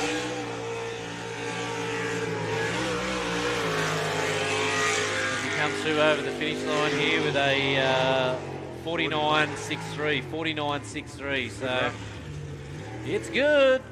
That's a very good run. And g'day to Jody and also Rory sitting home. I reckon Rory was sitting home watching the television, making sure everything's going all right, watching home, making the money. Someone's got to keep the supermarket open, mate. So while Brendo's up here in a borrowed boat. Yeah, so what is that? Balranald IGA? Balranald IGA. I didn't say Balranald. Down near Mildura in on the river, nearly. southwestern New South Wales. Almost on the river? Almost on the river. So Brendan coming to the sport 2019, I think it was, because he was pestering me at 2018 Worlds. We're talking, and then I found him Sammy Everingham's boat, which he stepped into. So after I raced it up here for the Worlds, Ollie Silverton. So Ollie's Ollie and Brendo have been battling it out. Yep. So this is going to be should be a nice fast run. Ollie won't want Brendo to be. He had little Macy the navigator up here stealing lollies a minute ago, didn't he? Yeah. Stealing my jelly bean.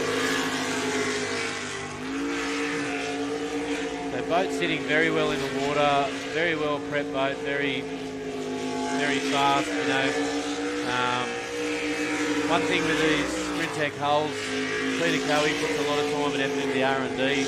Even when the drivers are, you know, when you buy it, he's gone through there with a 27.699, so he's about 0.6 up on where Brendan Doyle was for the split. As we said, Brendan's first corner wasn't exactly very nice. So Zolly comes through there for a clean run. 48.88. 48.80. 48.80. So we did speak earlier about Ollie getting into the 48s. So, yep. You know, will we see? Don't worry about the sound of that engine. That's just normal. That's normal. That's just how they've set it up. It's normally if it started making a noise like that, I'd be panicking. But that's the way it is in that boat. They don't panic. No, There's no panic in that team, is there? Graham and Ruben, they're all over it. That's how they got it set up. So as we see the next Sprint Tech hole come up to face the starter with Denny Napick in Toughen Up. Yep. So another great crew to come into the sport. Beautiful family. Does a lot of work in the background. Helps out anyone he can.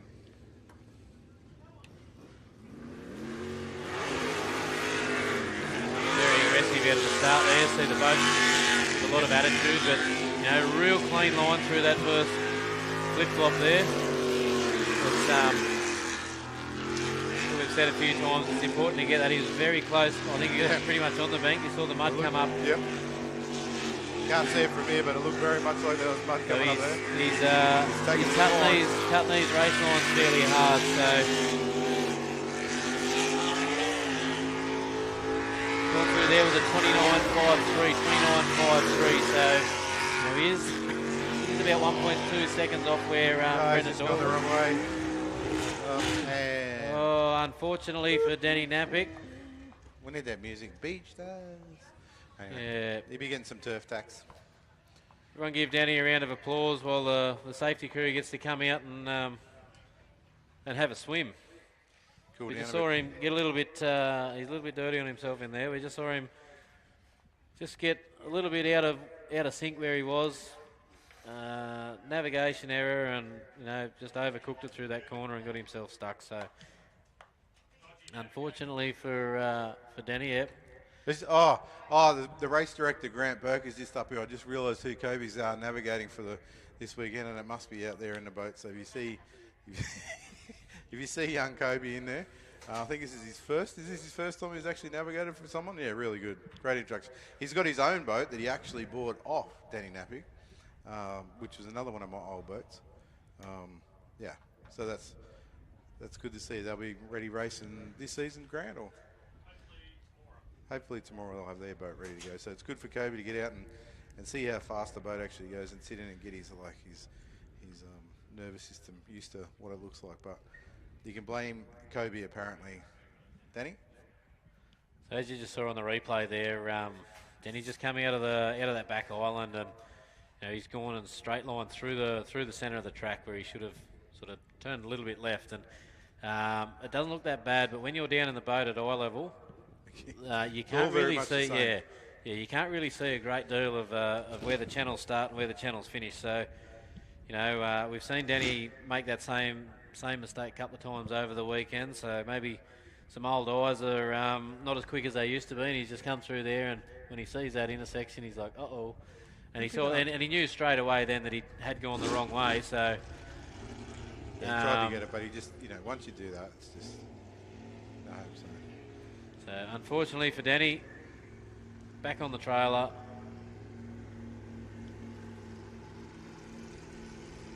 Not sure how that works.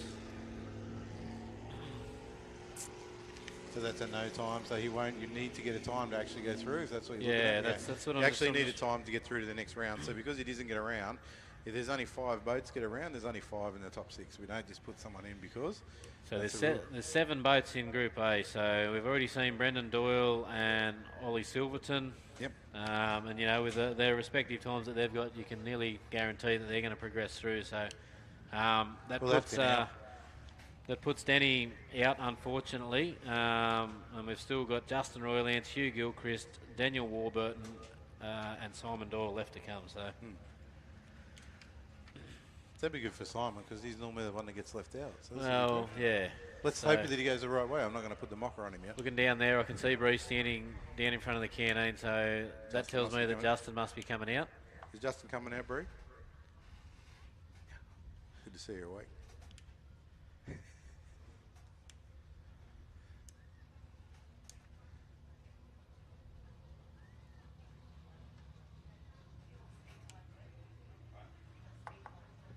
Just had a message through from Paddy Hayden. He said it sucks. I had to stay home and watch it on TV while my wife's up on the hill. So hello Jay up on the hill there. I won't say what the message says to the rest of it, but he's not happy about staying home and watching it on TV. What's he doing at home, mate? Who knows? No. You wouldn't know it, Paddy. No. So you know, hello to all the Kiwis watching from over the ditch. We see Justin Roylance take the start channel. He got a green light this time. Last time round, he's a little bit slower off the start there, so He did say Mark forgot to press the button, so it didn't go green. He didn't want to jump the start in case it was something that's not right. It's all right. He still got in, so very, very clean through early part of the lap here. He was telling me before that the boat was filling up with water. Some of the jet sprinters will know the seal in the back of the jet unit or the front of the jet unit's let go. So he's getting about 100 litres of water into the boat during a run. So hopefully they'll fix that because you don't want to be carrying 100 kilos. Come through there with a 28.1, 28.18, so that puts him a little bit quicker than Brendan Doyle to the split, so it's going to be on between those two. Yep. They're very, very similar packages here, the Rampage machine. Get around through there, so that puts Justin into P2, so with 49.33. 49.33, which has got him about half a second back from Ollie Silverton. So Macy's still got bragging rights on being the quickest Roylance out there today. Yep. But the day's not done yet. So I think he's done really well, like Justin, to get here and then get here late yesterday, be here this morning, had the problems that he's had. And yeah, they've had that jet unit fully apart in between each round. And when I say fully apart, any jet sprinters know that pulling the shaft out is not the easiest job in the world. No. And so he's had the shaft out completely, and he told me it's trashed. So it's trashed. It'll be in the bin at the end of this, apparently. Yeah, he's got a new one on the way, and I think the Keyway might be a bit ordinary, and yep. So having a few dramas there. As we see Daniel Warburton take centre stage here in Team Attitude. So if Daniel can keep this on the track and get a time recorded, he will progress to the top 6, because we've seen Danny Napick park it on the island. Yep. Puts him out.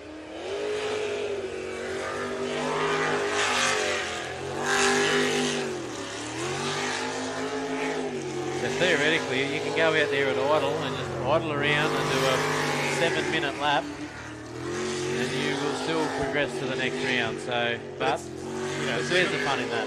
Yeah, even when we get to the top 3 and the 2 boats before you crash or something like that, there's no way in the sportsmanship of the sport that you go out and just go around and get a time so that you keep the trophy. It's always about, well, what my witness is, it's always about you still give it 10 tenths and win it on your merits, you know? Funnily enough, 10 tenths, Penrod Oil. 10 tenths is Penrod Oil. Yeah. 10 tenths with the zinc. So, you see Daniel still centre of the track. He's not cutting too fine a line here, so he's taking a few wide lines, but goes through with a 59.13, 59.13. So about the same as his last one. You know, he's about 10 seconds off the pace there, but you know, that's enough to get him through to the next round. So he might go out there next lap and. That was his previous best time on there. That's previous best. If we're going to go off his 5th 49.8. qual, yeah, is that him? roughly, yeah. So he's had an improvement. That might be about tapped out for that boat. Oh, he's got a little bit left in it, I'd say, but you know, I can't see the 10-second gap getting closed, but I could. I've got a really good boat at home for sale. It's an aluminium one if anyone's looking for one. Stealth. I haven't thought to say that, yeah. My stealth boat. There's 2. There's 2 for sale. Oh, you got a boat too? I've got a boat for sale as well. That's why we're here. Yeah, we haven't even been advertising our boats. No. If anyone's looking for a boat, I have a boat. Come and see me later. Yeah, jump on Roylance Motorsport on Facebook. That's not where my boat is, but anyway. Let's have a look at Brendan the Mistress. Simon and the Mistress. Simon, yeah. You know, Simon and the Mistress. one of the Doyles. So Simon keeps this in the water and just does a nice clean run, which he's doing. Staying in the middle of the track, gets the rotation right. He had a bit of a look down the island there. He's really nearly at that speed where he just needs to go that tiny bit faster and the boat will become really nice. We spoke about it yesterday. The boat will just sit up on the water a lot nicer and it'll react a lot nicer with about another 300 or 400 revs. Yep. There's just that sweet spot where the boat becomes, but you've got to get over that little hill where it doesn't do anything like it should, and you get that, oh, I don't trust it, or whatever that is for each person, but it's getting way better. And he gets to take the boat home, you know, like that's does. He's a little bit slower than Daniel Warburton there with a 34.43. Yep. also hard after lunch, you know, you have something to eat, your brain's gone. He said earlier on, I was talking to him at the lunch break, and he said he went in, he threw the boat into the corner a little bit hard, and he had a plug lead fall off. That's why he backed off, and You had a what? had a plug lead fall off. All right. So he said they had the plugs out of it overnight, checking everything. He said they banged it back on and obviously didn't push it right on. He's thrown it into the corner and the lead come off. He heard the misfire and he thought, I'm not going to risk it for the biscuit. I'm just going to... That's one of the problems with being a mechanic as well. You're mindful of all those things. A lot of other people just like, oh, it'll be all right. And yeah, it gets quite expensive when something's not right. So we got Hugh Gilchrist in the Matrix. Let's go. Is it Matrix or Matrix? Matrix. Just while we're here, we've got a second. I'd like to have a shout out to the to one of our ex-racers. At the moment, it's going through a bit of a hard time. So yeah, just we're all thinking about the family, the Harriman family, hoping that everything's okay and it turns out okay. So Yeah, we're all thinking about you. that we are. Greg's been around the sport for many years, was president for about 9 of those, I think.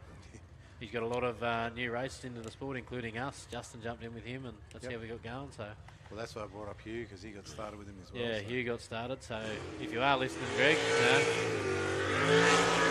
all comes good, mate. There's Huey out there now in the pulse. A little bit wide on that one. Couple of lines through there.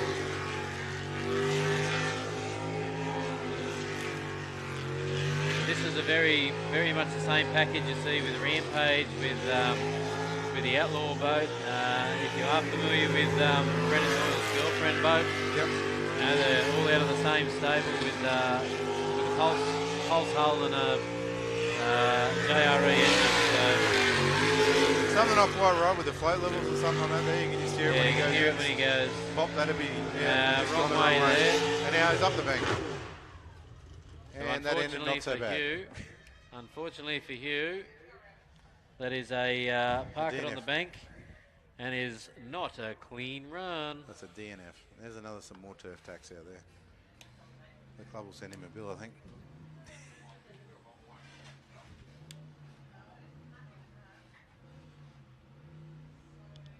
There's a little piece there. When we're talking about that, just that little misfire, that's that piece where you can just hear something's not quite right, and you just, you're thinking about that for that, moment. Takes your mind off what you're doing, and if you think about that instead of the corner you've got coming up, unfortunately, it Too late. puts you in these situations. So and when you get to the eliminations, doing that sort of thing, as we see on the replay here now, Huey just coming around at just a rotation error. He's gone right around that island. He should have straightened up well before that. Got himself confused and was out wide on that bank. Very wide on that bank, and that's where he's parked. So. Anyway, they'll just quickly tie him back with a jet ski. Young Kane gets to go out and do something. He gets very bored. Hopefully. But anyway, Hugh will be kicking himself there, but looks like another one of those guys that travels up from Victoria, comes to each round. Yep. Puts a lot of effort in. He's a sponsor of International Group A as well, I think is the thing, isn't it? Mate, Australian Doors and Mouldings is a sponsor for that class for this year. So any builders out there that need any need to work with any doors or cornice or any specific mouldings, get in touch with Australian Doors and Mouldings. They've got plenty of templates and plenty of different dyes and everything that they use to make these things happen. So if it's something a little bit intricate, they can make it. Jump onto Australian Doors and Mouldings, their socials and their website, and don't mention to Hugh that he's gone the wrong way. He might not be happy about that, but like I say, anytime you buy anything from someone that you see at the Jet Spring, make sure you let them know, or from the sponsors. Just say I saw it at the boats, because it gives value for the sponsors to know that they're actually being seen on the track. So it's really handy. Penrite, Australian-made, family-owned and operated. Make premium quality engine and racing oils, warranty-approved coolants, automatic transmission and manual gear oils, a complete range of engine and fuel additives, heavy-duty and industrial products for every application. Visit penriteoil.com for more information. Penrite, Australian-made for Australian conditions since 1926. Whenever you're in the New South Wales Riverina, make sure you drop into the South Hay Hotel. We're open daily from 2 p.m. and are always happy to see members of the V8 Superboats community and the fans. Great food, great company and some of the best beer on tap. Catch us on Facebook or drop us an email. We're the Murrumbidgee's best kept secret.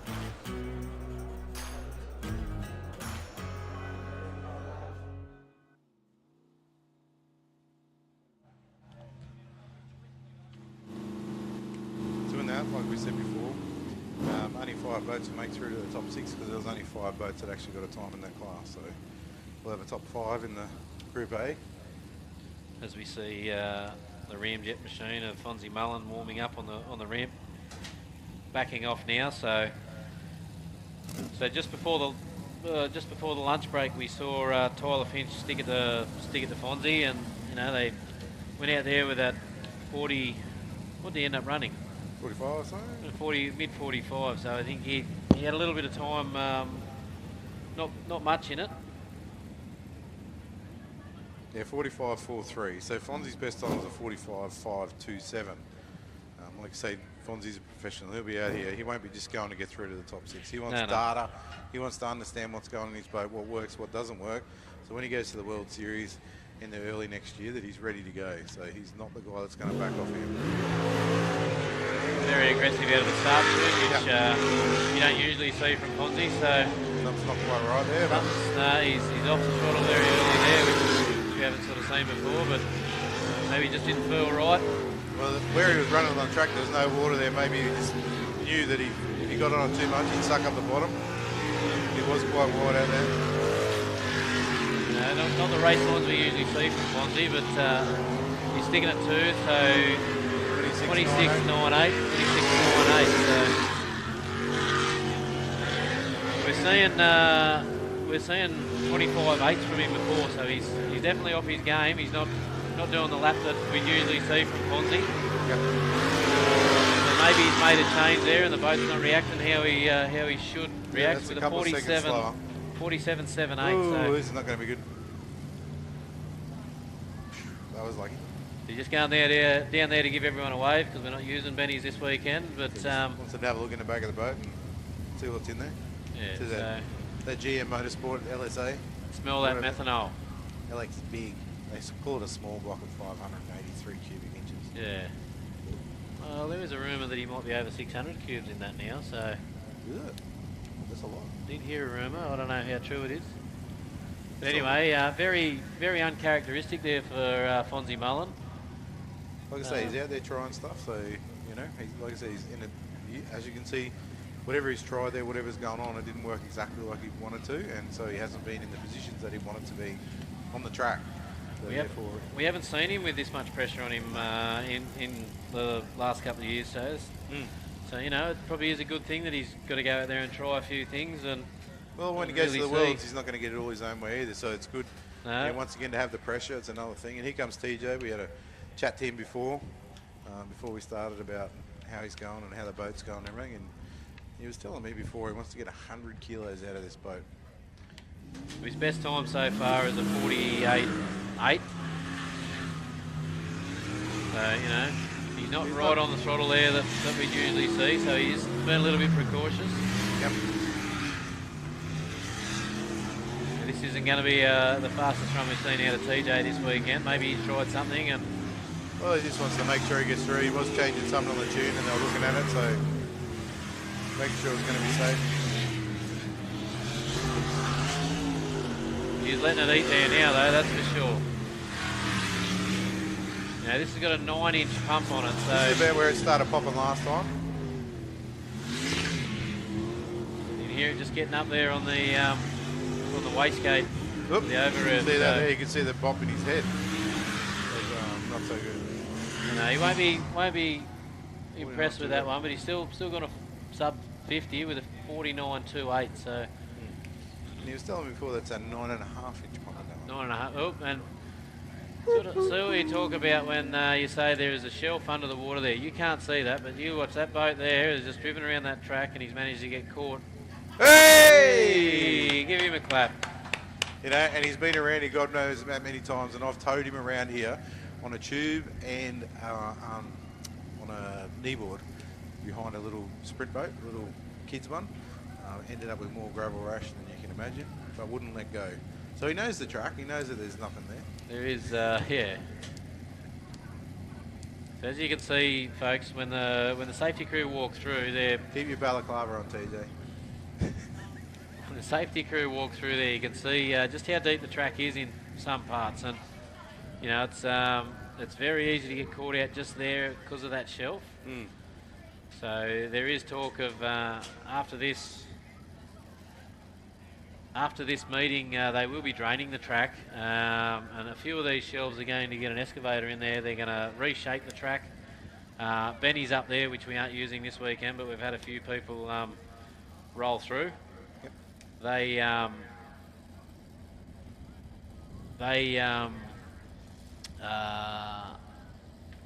They will be digging that out and just getting that section back in so we can use it again. Like Benny's has always been exciting, as you know.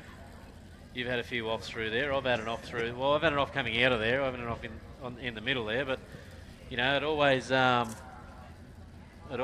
a bit of a level playing field when you're using Benny's, because you know the turbo boats. You know, you can carry a lot of speed through there. If you go into Benny's and you take it a little bit narrow, you know, we saw. Well, that's what happened to me twice. It's just that, you know, turn in a little bit early, the front bumps, pushes you out wide, and there's nowhere to go but over onto the grass, and then we be saw spectacular. we saw someone who's not here this weekend, but Lane Spider Budget. Roberts, yeah. Straight ahead. Tony Gustozzi or Well, Tony and Mick both. I think that was the exact same run one after the other. They both went straight through there in the Excalibur machine. So yeah. So we want to change that and make it a bit safer around there as well, because the boats are going way faster, and you know, we don't want to see people getting hurt. So no, definitely not. And it's the same as we don't want to see boats getting damaged. If a boat can come out and just slide along and do no damage, and the boat can be used next time and all that, you know, it's a win. As you can see on the replay here, you got TJ got through the finish line and done something that us jet sprinters tend to do, and just switch the brain off and just went, right, we're done now, forgetting, oh well, that shelf is right there. Like, you can't see that from outside. You think that track's a lot deeper than it is. You can go over there full stick and you'll survive, but when you're not going very fast, the boat sits a lot lower in the water, and unfortunately that's what happens. There's one thing I used to do years ago when I was going around on a practice lap, was go really slow and go exactly where I wanted to go when I was going fast. So the boat was 3 or 4 inches deeper in the water, and then go, right, I can go there or I can't go there. Yep. Because it's way easier to work it out on that lap than it is on the last lap. 100%. So just as we get that boat dragged back in there, we've got Darryl Hutton coming to face the starter here now, and another twin turboed machine. So Stinger hull. So this was actually actually the hull for Slade Stanley. He bought, yeah. Slade bought it, and it was going to be a new package to come out, but Chris Edmonds actually bingled it and had to get it all fixed, and they had some drama getting the engine sorted. And he bought a Stinger boat, and he didn't realise at the time, someone didn't, and it was 100 mil thinner than he thought it was going to be, narrower at the boat. They just never handled it, and they persisted for a while, and it wouldn't go. Then they wrecked it, and Slane had a spare one there that he was ready to build. So Darryl bought that, and that's this boat here.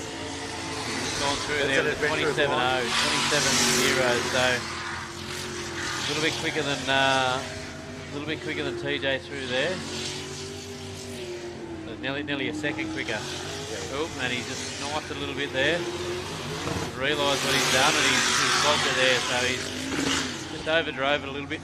48.07, that's a pretty good time, considering you can see there's a fair few places there he can make up some time as well. So he's going to be thereabouts this afternoon. And he managed to get through where TJ just got stuck, so that's a win-win.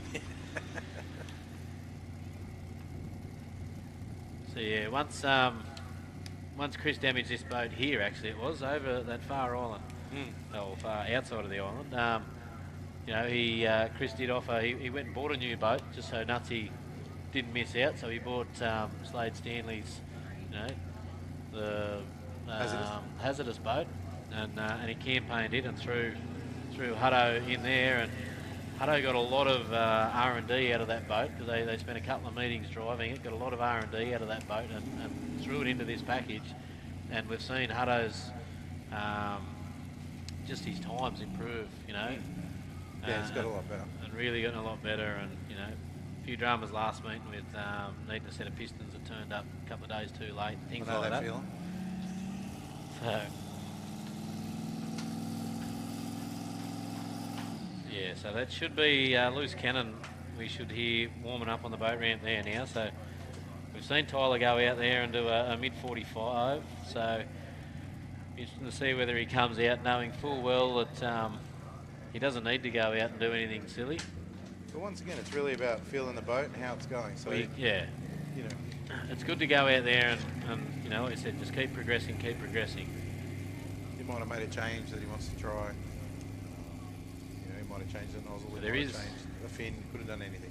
There is 7 boats in Unlimited, so all these boats really have to go that little bit harder and make sure they all progress into the top 6, so one boat won't progress any further. Tyler's going to have made a couple of changes to this thing, and you know, he's going to want to see where them changes work. Looks a lot smoother this run. It does.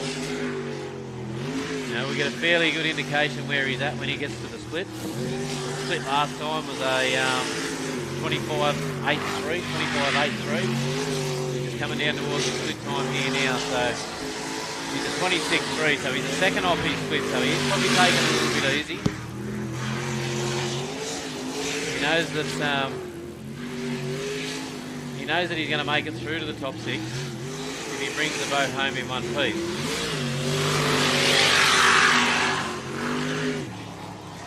He comes through there, 46.03, which I think he ran early on today. So a little bit,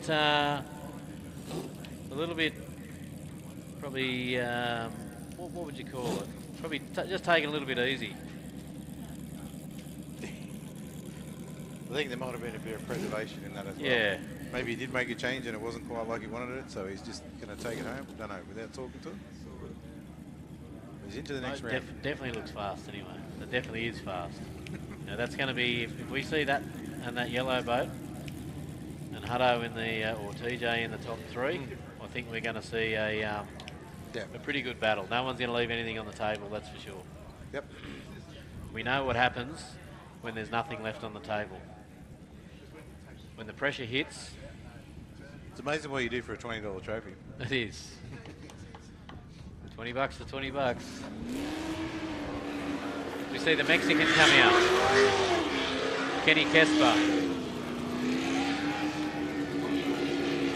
Supercharged 427 Chev.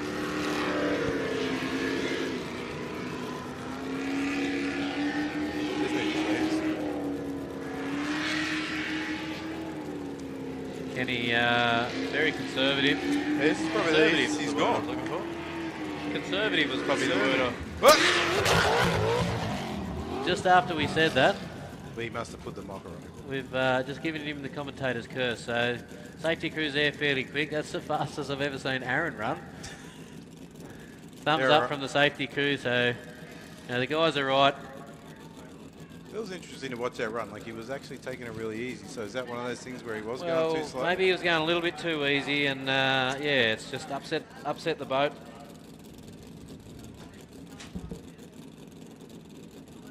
Here we go. Just watching the replay here now of Kenny's run. You can see the boat a little bit unsettled through there, porpoising a little bit. As he comes back up the middle of the straight here, and he's at a hesitation. He's hesitated. He's going to go left to come back down the down towards the start-finish area, but he's recorrected that to go straight. But unfortunately, there was land there, and that's exactly where he's landed, right there. So a lot less impressive than his last stack, when the Mexican was climbing the fence.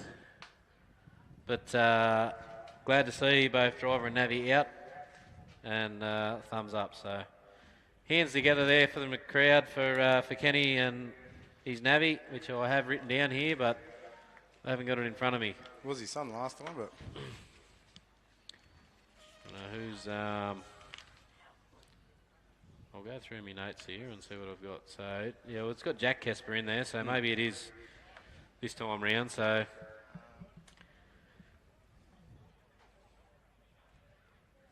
maybe well, Long and Jack would be telling him to move over. He'd be driving. I guarantee there would have been a little bit of language, but anyway. Well, we've got a minute. Take the time to thank the sponsors that make it happen here.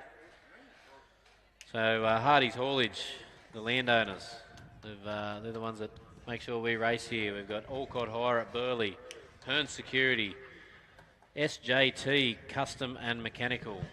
We've got Waterworks, Kennedy's Transport, Big Rock Graphics, KMC Performance, as we've seen Danny Napick out there, unfortunately bringing his day to an end with a wrong way, but All Seasons Electrical, Gold Coast Carpentry, Roofing Solutions, Scaff Connect Australia, Bath Building, Parklands Plumbing and Gas Fitting, Project BA, BB Group Electrical and Building Services, Only Weight Mobile Scales, Raceline, DTG Race Products, Green Planet Nutrients, Ozmetal Roofing Proprietary Limited, Ambrose Building, YSB Roofing, CBD Plumbing,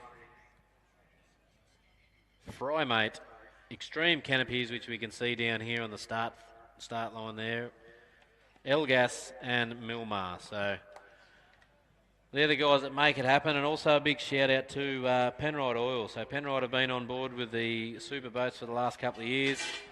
You know, it's good to see an Australian company supporting an Australian, well, it's a worldwide sport. And yeah, that'd be good to get Penrite back on board for next season. Hopefully they come back. So we're trying to do them justice here with you guys up on the hill. When you go to Super Cheap or Repco or Auto One, if you've got a choice, jump on Penrite. Australian-made oils for Australian conditions. 10 tenths is their motto, giving 10 tenths. While we watch the safety crew just giving a hand to get Kenny's boat up on the trailer there. Bend the knees, boys. Don't put the back into it.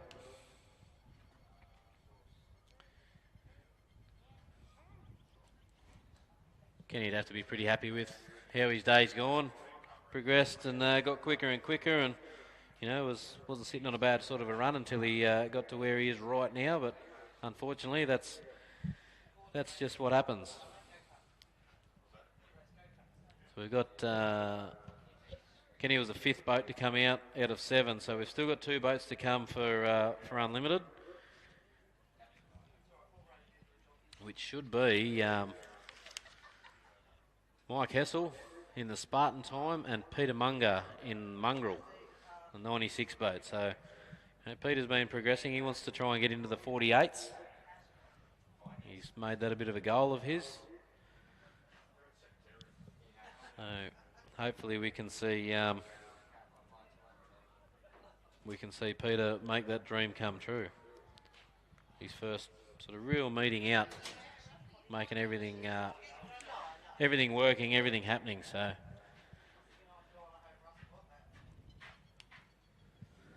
can't quite see. Well, the boat's back on the trailer. So round of applause for the safety crew, getting there nice and quick, making sure the driver and navvy are both safe.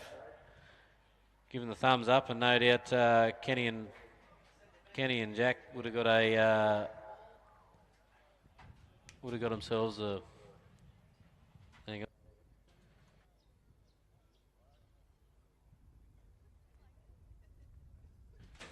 Kenny and that would have got themselves a lollipop. Sorry, down there. Righto, Brookie, I'll pass over to you, mate, down there with Kenny. All right. So we're just down here with Kenny Casper, the Mexican.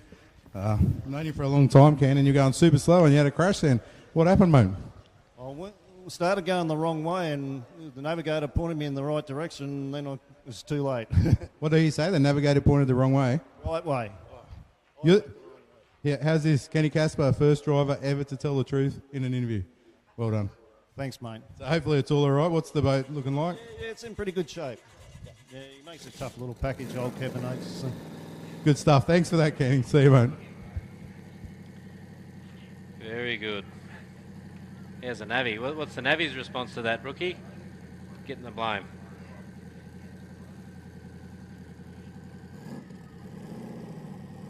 Man, I don't know where he is. He's gone. Maybe he is at fault then. Maybe he's made a quick exit. Anyway, as we can see, the Spartan time boat with Mike Hessel down in the pit pool. Boys in the twin turbo LS coming out of Paramount Performance to Toowoomba. So these guys have been getting quicker and quicker as the day goes on, getting a lot more confidence in the boat. A lot of you might remember this boat. This was previously my brother Justin Roylance's. Before that, it was the rotor boat. So it's a very very handy hull. You see Mike take that corner and real nice approach through that first corner there. You can see a rainbow in the big spray that he threw off in the front of me here. So boat's hooking up well. The boat seems to be going nice, sitting in the water quite comfortably. It's all on Mike now to make this work.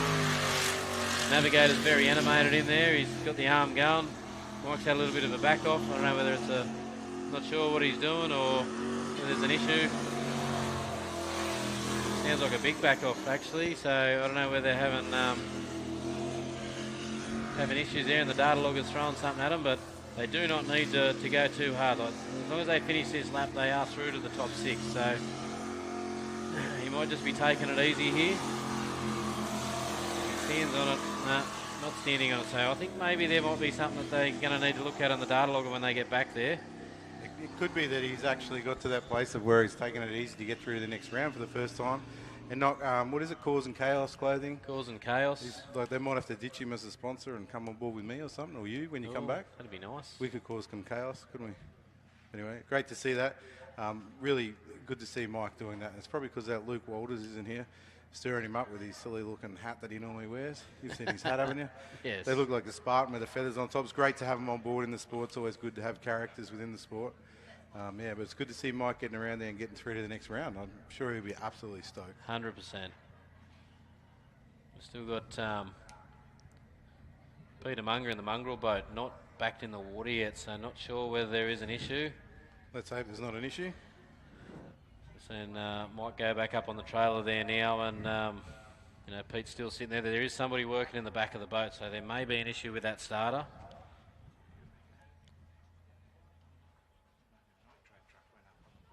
Pete and Daniel down on the thing there, so I'm pretty sure by the look of it, they've got the stopwatch on him there now by the look of it.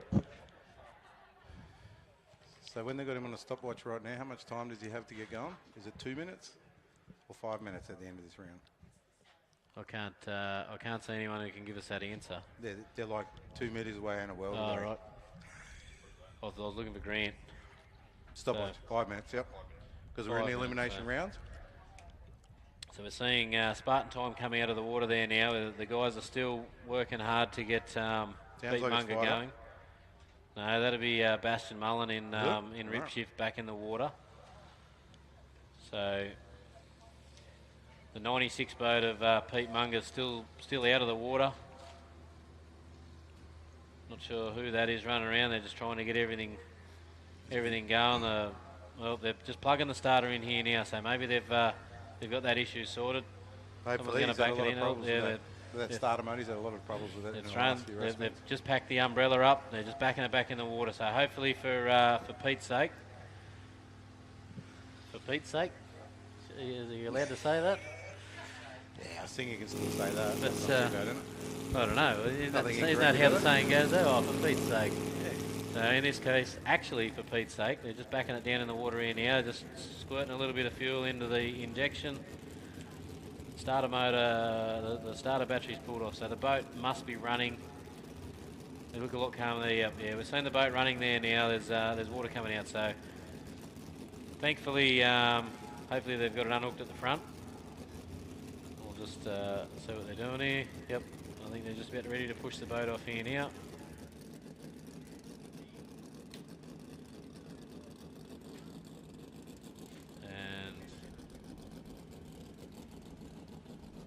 The boat's coming off the trailer now. So the 96 racing machine mongrel of Pete Munger.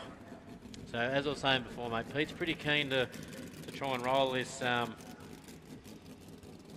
we change our word? He's pretty keen to do a 48. Yeah, roll, sorry, I shouldn't say roll. He's going to say roll himself down into the 48. So hopefully not rolling, so to speak. Sorry, Maria. Now we're getting the side eye. Yeah. Sorry. Get this thing down into the 48s. He's you know, chomping at the bit to do that. So you see them big Hulk eyes at the on the back of the boat there. Yep. Mean looking boat. Rightio, so we're away. The cleanest he's been through there, the best line he's been through, but he's through it. Boat's sounding pretty crisp up there on in the rev range, so Still sounds like he's offered a bit. He's not, you're not just cavitating the corners where he's punching them real hard. So I'd say we won't see the 48 on this run. we might bring it home nice and strong. We've come through with a 29.46, 29.46, so Very accurate on the limiter. previously we've seen Pete go at 28, so yeah, he's about a second off on his split, so as long as he brings this home, Through to the next round. he's through to the next round. So unfortunately for Kenny Kesper, he's the only one that didn't progress through in the unlimited ranks. So Pete Munger going through there with a 51.51. So you know, a little bit off. He's 48 hopeful, but He's got the opportunity now, hasn't he? He's into the 6, and that's he what is. he wants. So his next run is give it to everything. Oh, he'll be giving to the berries because he knows that, like, the next run he'll have to go, like, on his merits, he'll have to be in a 48 to get through. Yeah, 100%. So if he's going to do that. And I did hear a little story before that. The reason Kenny Casper was taking it easy was because he thought TJ had gone up on the bank during his run and didn't get a time, so all he had to do was go to the next round. So unfortunately, that wasn't the case anyway. No. And then we can see when we spoke about it before, about when you're not on it, how you lose that little bit of concentration, a little bit of drive. And Well, the drivability of the boat just changes. You know, for anyone who's been lucky enough to go in a hot lap in one of these, first thing everyone says is take it easy. And I took Rory Doyle, so Brendan's wife. I took her in Brendan's first boat before he'd driven it. You know, she wanted to. I took Brendan for a couple laps, and I took Rory and at Tamora, and Rory goes, "Oh, just go out and take it easy." So I went out there, probably 2/3 throttle, and it was a pig to drive. Like, it was terrible. Yep. And I turned around and we got back there and I said, right, we're doing 2 laps. We're doing the second one my way. I didn't give her an option then. She was already in the boat. We went out there flat out. We come back in and she went, that was heaps better. And I went, this is what I tried to tell you before.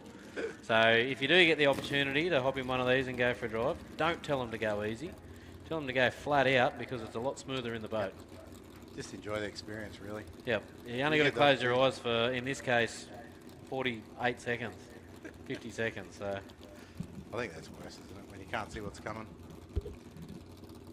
we see Bastion Mullen just about to back off the trail. So this gets us in. That wraps up the top 12 for all the boats. So Unlimited finished up now. So this gets us back into the top 6 now for LS. So we'll quickly call them through.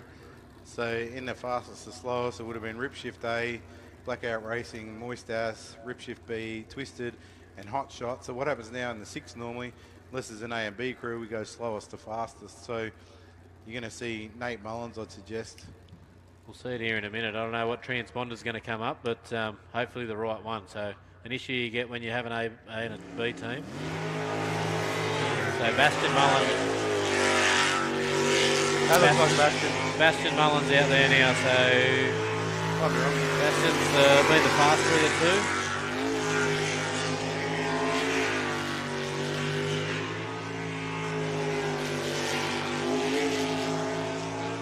The rip shift LS3 in this one. 6.2 litre. Comes through with a 27.45.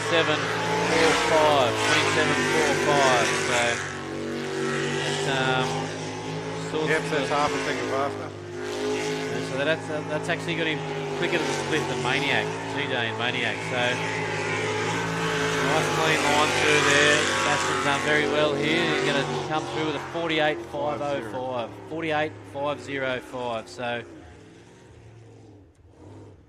it's definitely going to be. So he's he's over a second up on his time in the top 12.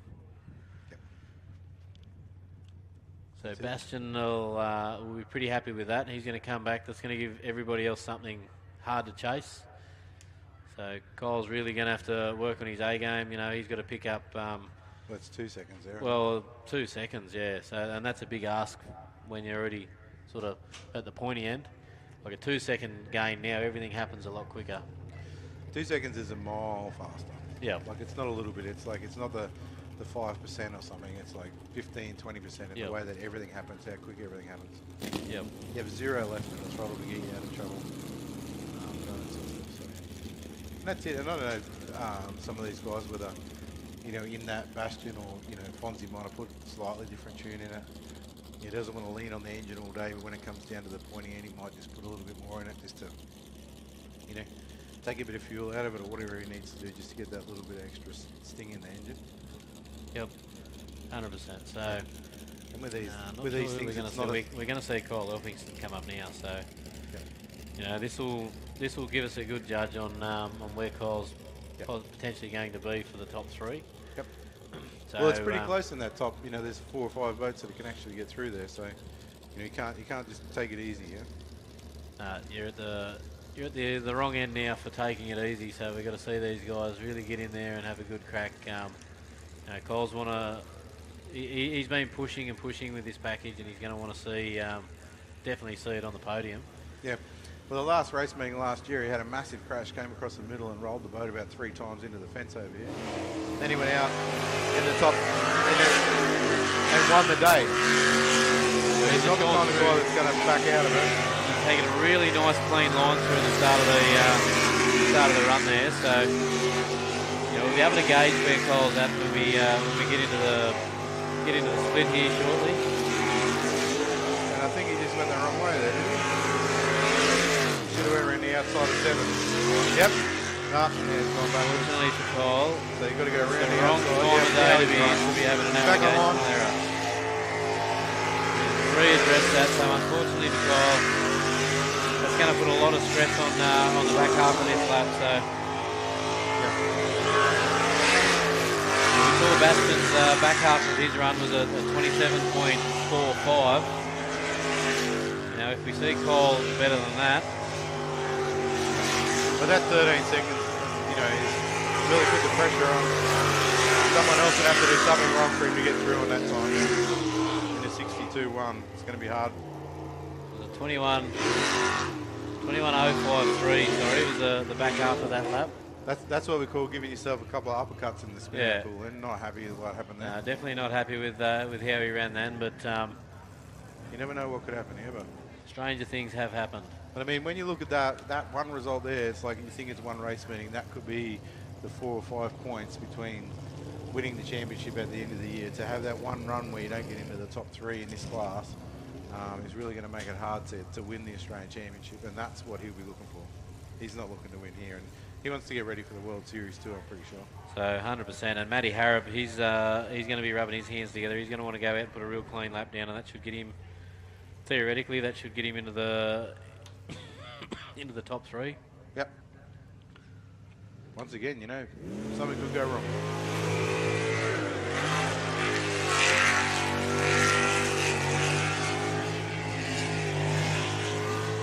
Very wide. You know, pressure's on. That's what happens, you know. The pressure's on. That's when we start seeing little mistakes, like we just saw there from Kyle. Yep. should have went where the edges went there, and he didn't. So.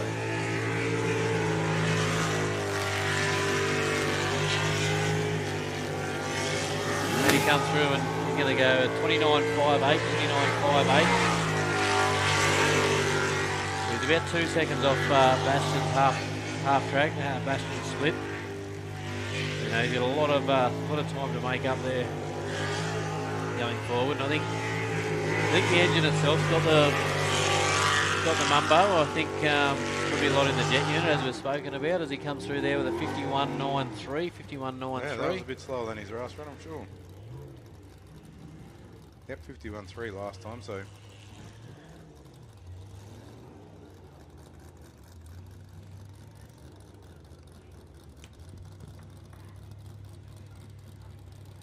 There's a couple of pieces there. He kept that nice and smooth. He ran a lot. He used a lot of track. You know, watching coming under the split timer there to come out as wide as what he did. He's really on the edge of having something go catastrophically wrong there. It's only going to, you know, another couple of inches and he'd be up on the grass itself.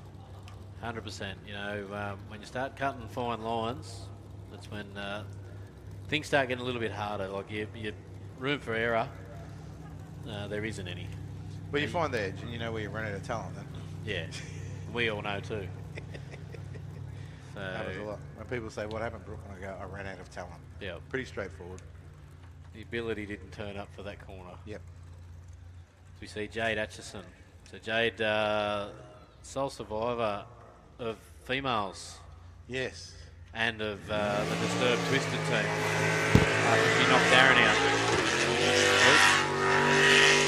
Then you might have heard that little bit of a pop there, so that hit the limiter, so she probably went a little bit hard through there and got a little bit of cavitation. A little bit of a knife.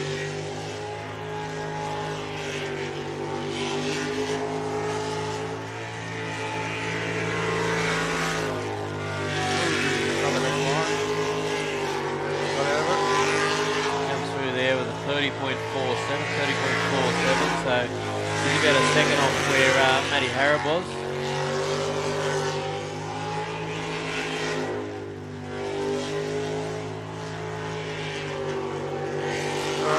And a navigation error, and she knew that. She's gone.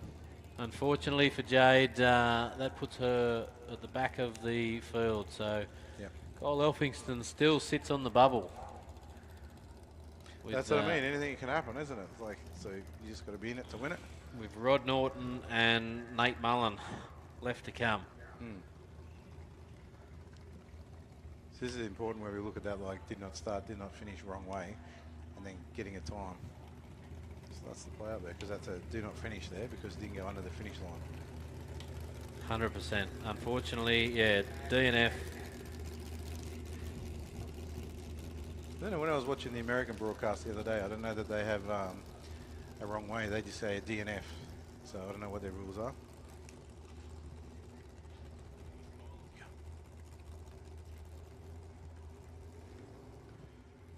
So he's got Rodney Norton now, the organic garlic farmer, coming up to the line. Yeah, Rod Norton. So hopefully he goes the right hot shot. What's happened with these other two boats? He actually has a chance to come through now. He had a really good run last time. Picked up a couple of seconds on his previous one.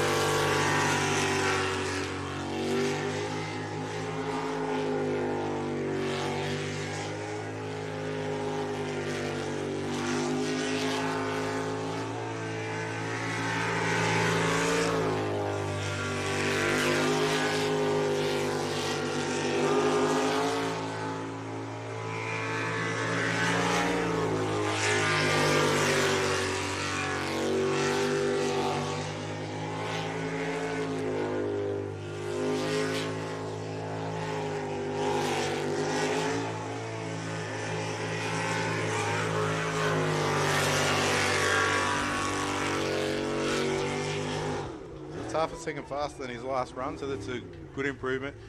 Much smoother run. You can see that there, not as jerky on the wheel. Run around, so that was a great effort. We'll see if that's good enough. I think he's happy. Looks like he's happy that he got around that track and then got that time. So.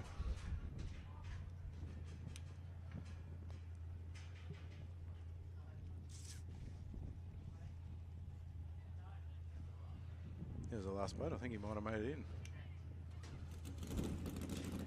Oh, we've got one more. So we should have Nate Mullins coming out now in the rib shift boat. They'll be down there getting ready. They'll take their time as well. They've got a few minutes before they have to actually be out. So they would have to get out, change over drivers, fuel it up, check everything, make sure everything's okay and safe, and then he'll be back into it. So.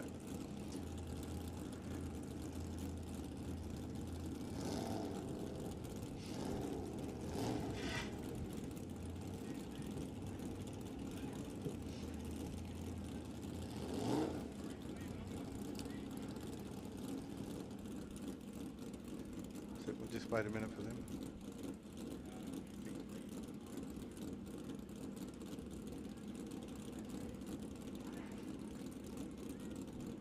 So what we're just waiting to thank again, once again, our sponsors to make this possible for us this weekend. The Alcott Hire guys, SJT Mechanical and Custom, Waterworks, Kennedy Transport, Big Rock Graphics, KMC Performance, All Seasons Electrical, Gold Coast Carpentry, Roofing Solutions, Scaff Connect Australia, Bath Building, Parklands Plumbing and Gas Fitting, Project BA, BB Group Electrical and Building Services, Only Weight Mobile Scales, Raceline, DTG Race Products, Green Planet Nutrition, Osmetal Roofing Proprietary Limited, Ambrose Building, YSB Roofing, CBD Plumbing, Frymate, Extreme Canopies for our start, thank you very much, Elgas and Milma. I think there's another couple as well. We've got the Poo Man. Is he the one that... Eh? Oh, Mr. Poo Tanky, I'm getting told. He's the guy that comes around and pumps our toilets out. We really appreciate him because otherwise we'd be in the proverbial. And all the other volunteers, I said it before, that come out and support the club so that we can put this race meeting on. And especially the crowd. And happy Father's Day to all the fathers that are out here. Hope you're enjoying your time with your family or whatever's going on for you. So like I said, they'll be on the clock, these guys. We'll find out how long. The ladies might tell me how long they got left. 2 meters and a world away.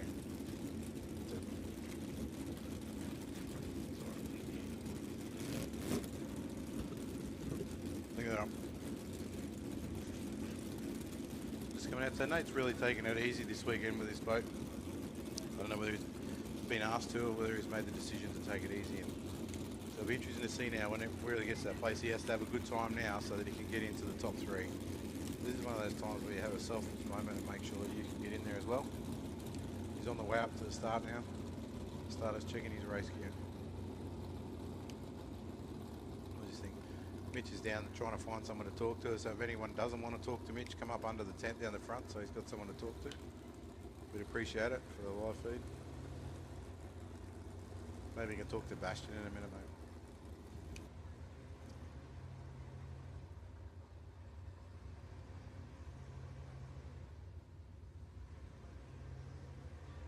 Here we go, and we'll just watch the difference in these two and the way they drive.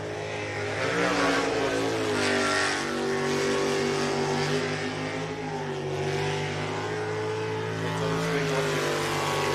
How Bastion does the track, they'll be studying each other's data and seeing where it can go differently as well, I'm sure. Share that sort of information, so it's great for you to see out here.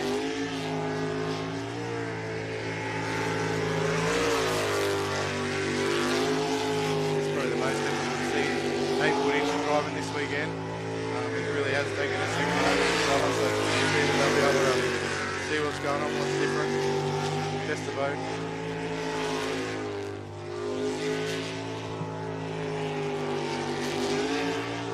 Taking it 1 turn to go, and he's home. Pretty quick time. Oh, sub 50, so 49.89. What a great effort from young Nathan.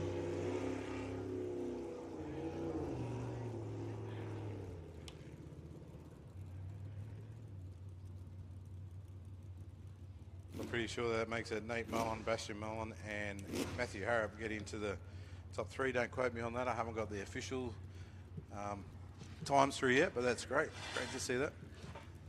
Maybe come down over here and speak to this crew in the front of us. Hey,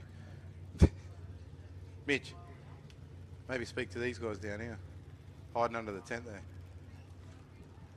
Steady Eddie.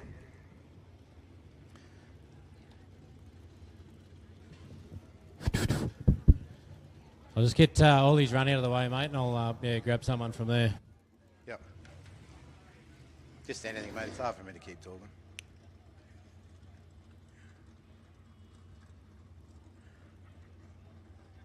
All right, so we've got Ollie up here once again. This is like make or break it. He has to get this time right. We saw what happened in the last one. Kyle's been second fastest all day and then just had a mistake and missed out. So Ollie will be making sure he gets the time out. See Macy, the little navigator, waving her hand round. Making sure he goes the right way.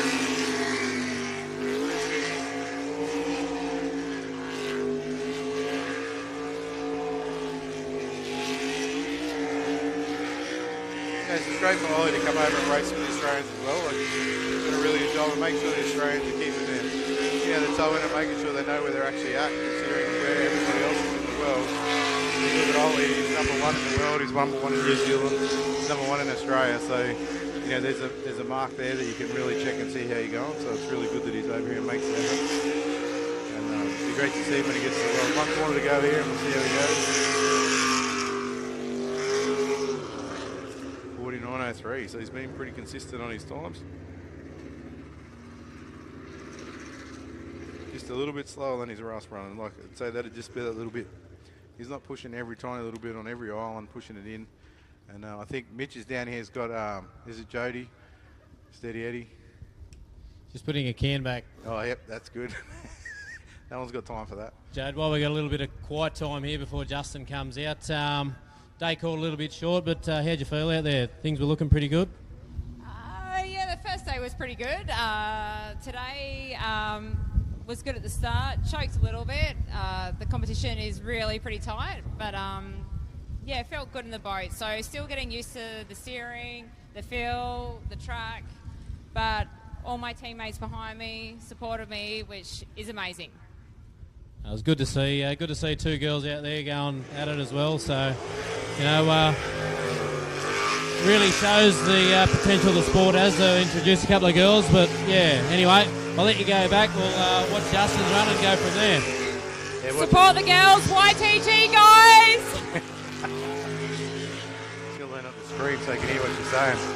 So Justin's having a great run in. Like I say, hasn't had the best weekend. Didn't get here till yesterday afternoon, had an engagement on Friday night, wasn't able to get here, but since then he's really put a lot of effort. He's got a great team around him. When you've got all the problems that Justin's had, with jet problems and everything else, so it's great to see him out there. He's really attacking this course. So if he gets it home here, brings one navigator home, he's making know what it's like to go fast.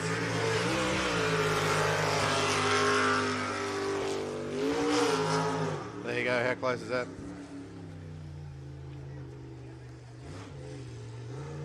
Going to be on. So less than 2/10 of a second in between those two. That's, there's not a lot in that. It's a little bit in a couple of corners and that'll come back. So really good to see that. I'm sure Justin's got a little bit left in that.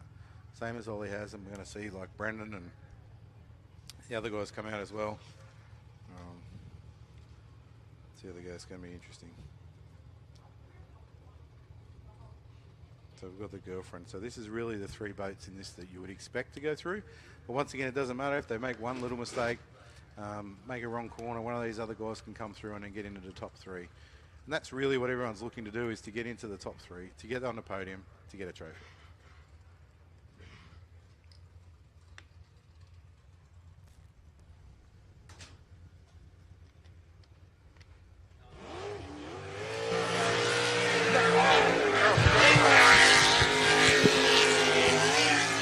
Come back up in here to the top with you, mate. No one's real talkative down there. You can take that personally, but I know it's not just you. No. It's the microphone. They're all getting scared. I don't know why. I was trying to get Ollie or one of the guys, but they're not really jumping out. They're getting back to get boats ready. So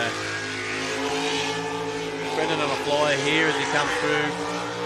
28.10, 28.10. So he's see that little bit where he comes down that straight, where he's quite confident about what the boat's going to do. Instead of just letting it run, he's grabbed the wheel halfway down the straight and pulled it in. They're the kind of little bits and pieces that's going to slow you down.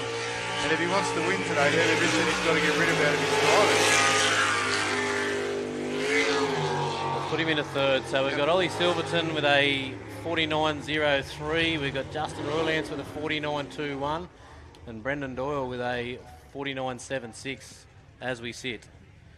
So yeah, so those are the three guys. Like I say, well, now we know these other guys haven't gone anywhere near there today. They're like 10 seconds slower than this. So we know now that's going to be the top three, unless I'd be very surprised if these other two guys came through. But it's great for them to get in the top six, have another run. Time in the boat is super important. Like we said, we don't get to practice anywhere really. This is the practice, so you know, if you can't win it, it's great to have another run. And then we get more time in our boat because it gets pretty expensive per lap, eh? 100%, especially when Justin's running C10 this weekend. So they were saying, like we were saying yesterday, so about 8 litres or 10 litres at $20 a litre, roughly. You can work that out. It's $200 a run. 5 runs for the weekend. It's $1,000 just in fuel. You see Daniel Warburton out there.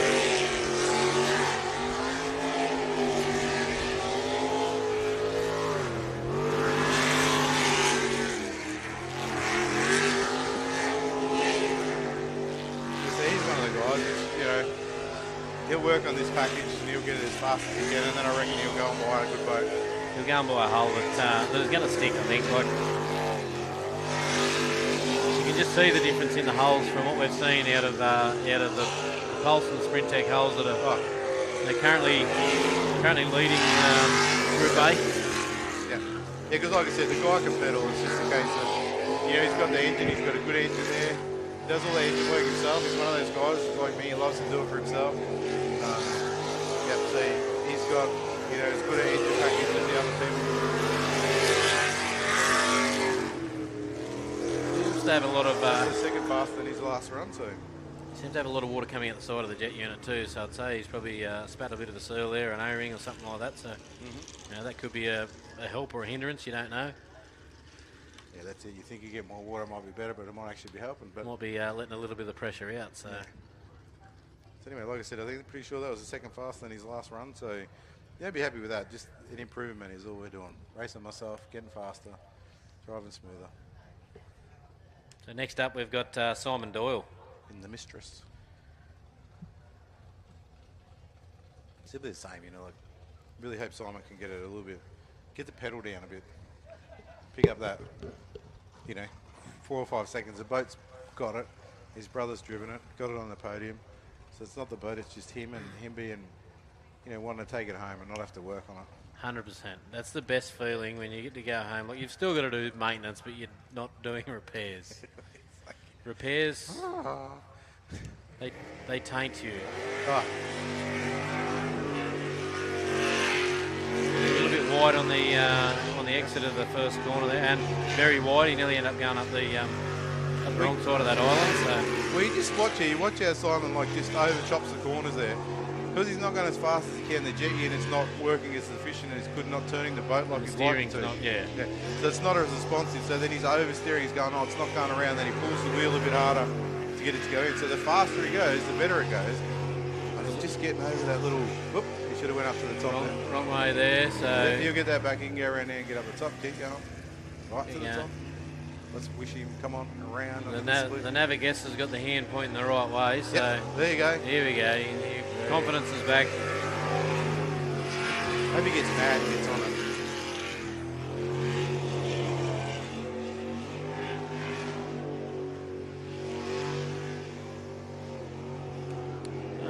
Apart from his navigation issue, like you said, he's taking it. Yep. Taking it cautious. He's just having fun. Brings it through with a 67.78. So. I think that's the last one to go through. Yep. Am I right? We're into the Superboats now. Into the Superboats.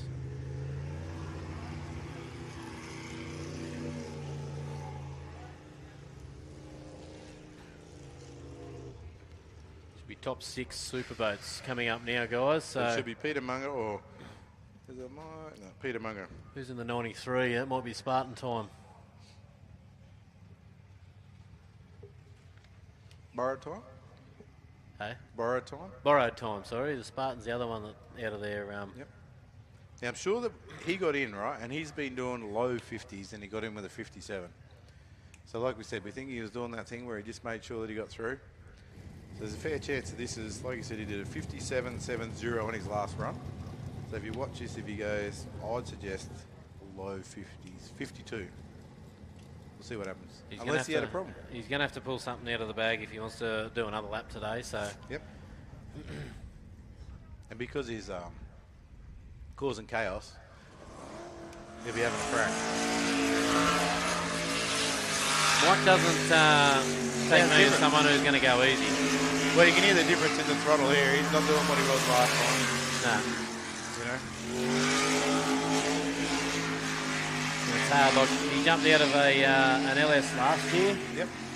You know, learning how to drive a boat like this where you've got to judge your corners, where you can lift, where you got to get back on it. You know, the LS boat, you nearly flat stick the whole lap. So. Well, that's the difference in this, isn't it? Like, this is the same boat, same engine. You just put a couple of hand drives on it. Yep. Right? Put it up another 500 or 600 horsepower, and he's only going at the moment like a second faster than he was when he was in. Keep it going. That's all we like. A bit of excitement. Bit of causing a bit of chaos. There he was. There you go. 52. 52. So with a big jump. Could have been a 50, a 51 if he wasn't trying to cause chaos in the middle. He was trying to get a shout out for definitely down to the 51s there. Yeah. So that's it. So he definitely was on the last run, just making sure that he got through. Being a smart racer, like I say, Luke Walters, have a look at that. That's what you got to do. Be smart, get through, not bin it. You know. But anyway. Got to get to the end. Got to get to the finish line. Yeah. I don't think Luke cares. He just wants to have fun. He loves to cause the chaos. So he's probably the one that they should have those T-shirts on. 100%. Yeah. Well, that's cool. That's good, and hopefully we'll see Luke sometime. If not, I know he'll be at the Worlds. I'm pretty sure they've got a boat over there, or two boats. I think they've got two boats. They're getting something sorted over there, yeah. They did have, I'm pretty sure they bought Broken Arrow off Chris Edmonds, and then they've got their other... So that was came out of the Donald camp, didn't it? Yeah, originally had a Ford in it, did it? Not sure. He's Pete Munger, so as we said earlier... Local legend, Pete. Been in Cabba most of his life, I think. He's basically the man. Yep. So, so Pete wanted to get the 48. That was his goal for the weekend. Yep. Like a bit of an idea how he's sitting when he comes through there. So he's come through there with a 28.97. So, he is on track. He's on track to. That's just taking his 48 away. You see that experience there, but like a lot of people would do that, run the bank and get their foot off the throttle. If you don't have your foot on the throttle, you're going to crash. You're going to end up the bank. Yeah, and so it's about having that peace of mind of like you haven't got it right. 51.17. So unfortunately for Pete, he didn't get that 48 this weekend, but thankfully for Maria, he's finished the meeting safe and sound, and the boat's in one piece. So, huge effort for Pete. Had some dramas with this thing, persisted with it, and starting to get some results. So I'd say that was like a pre-COVID people that started on that boat. Like it's been his dream for a long time, and it's just the money that goes into it, and the setbacks, and the money and the setbacks, and it's great to see him out there. Like I say, even last few race meetings, he's had troubles just starting the boat. Yep. Right, and so when you're on that pressure and you're down on the line and you're ready to start, and it takes 4 or 5 goes. Just takes your mind off the ability to just go out, be calm, and drive a nice lap. So it's good to see Pete out there. And he's, he might not have got a 48, but he's got to be happy that boat fits back on the trailer and the cover's going to go on it, and he doesn't have to do anything between now and next 100%. Will he make it to tomorrow though? Let's not talk about his Willie. Willie. He'll be out tomorrow for sure. I think so. I think now that he's got the confidence. Now that he's got the confidence back in the boat, I think we'll see him make that trek. Well, let's hope that we don't have to see TJ's helmet off again. I'm pretty sure people saw his beautiful noggin before, and it might be better if he makes it right back without having to take his helmet off. We're going to see TJ should really lean on this thing and have a go. A little bit of a cab there. He's not going to be happy with that, but he's going to chase this thing all the way now. So he knows he's got the opportunity or got the potential to get on that podium. Yeah, it's also about, once again, like he wants to make sure that everything goes all right and he gets to take it home. 28-0, 28-0. It was bogged down in that corner there a bit. That was interesting. Yeah, this is where it was starting to break down last time or pop off. So it sounds all right. Could be sitting on the projection of a 49 and something's gone off. Something's not right there, so he's just going to take it home. Just open his visor up.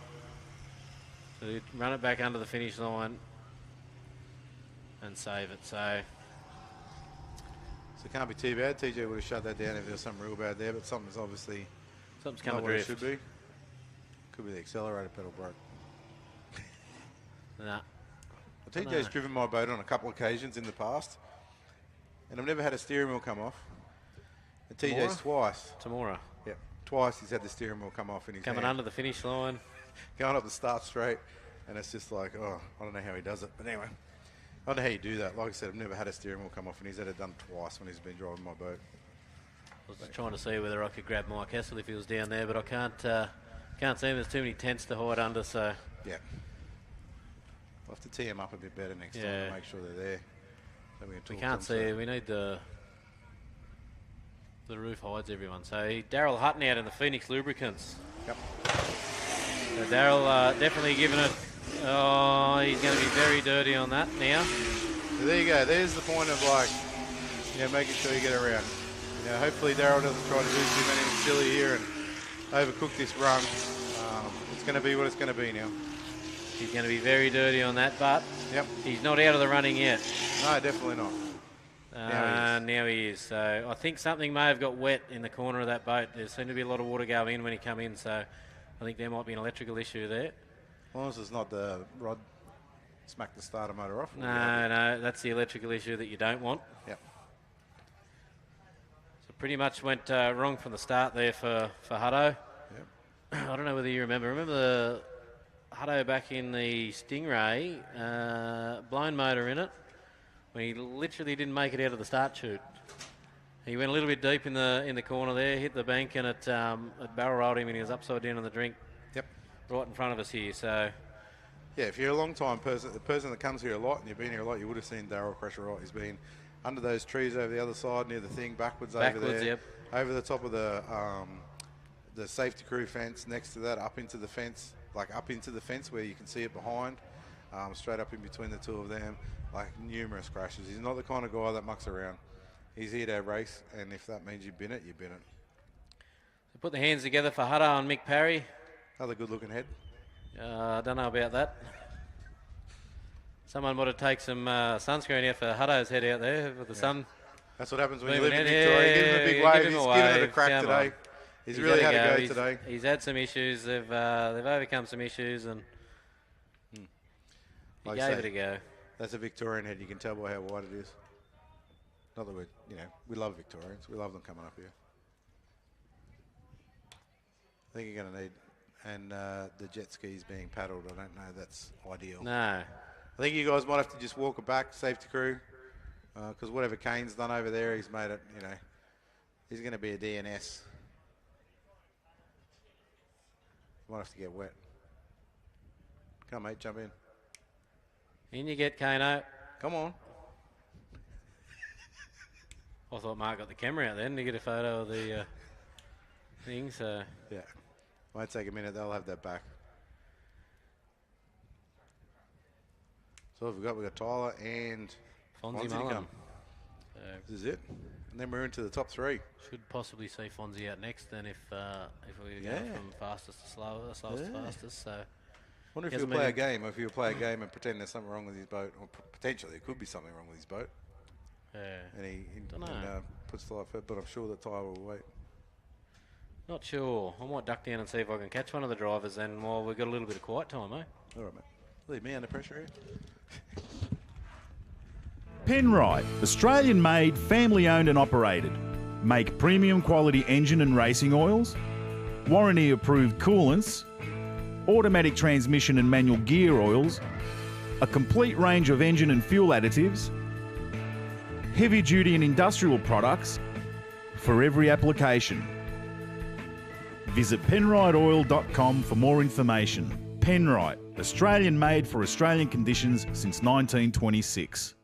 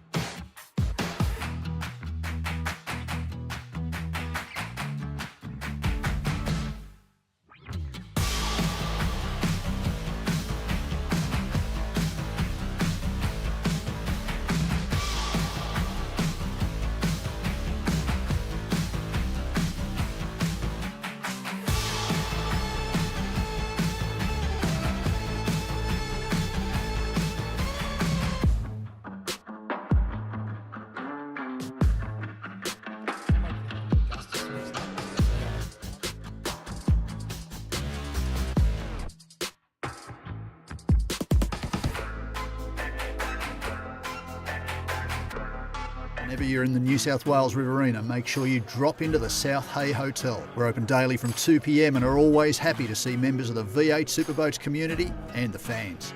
Great food, great company and some of the best beer on tap. Catch us on Facebook or drop us an email. We're the Murrumbidgee's best kept secret.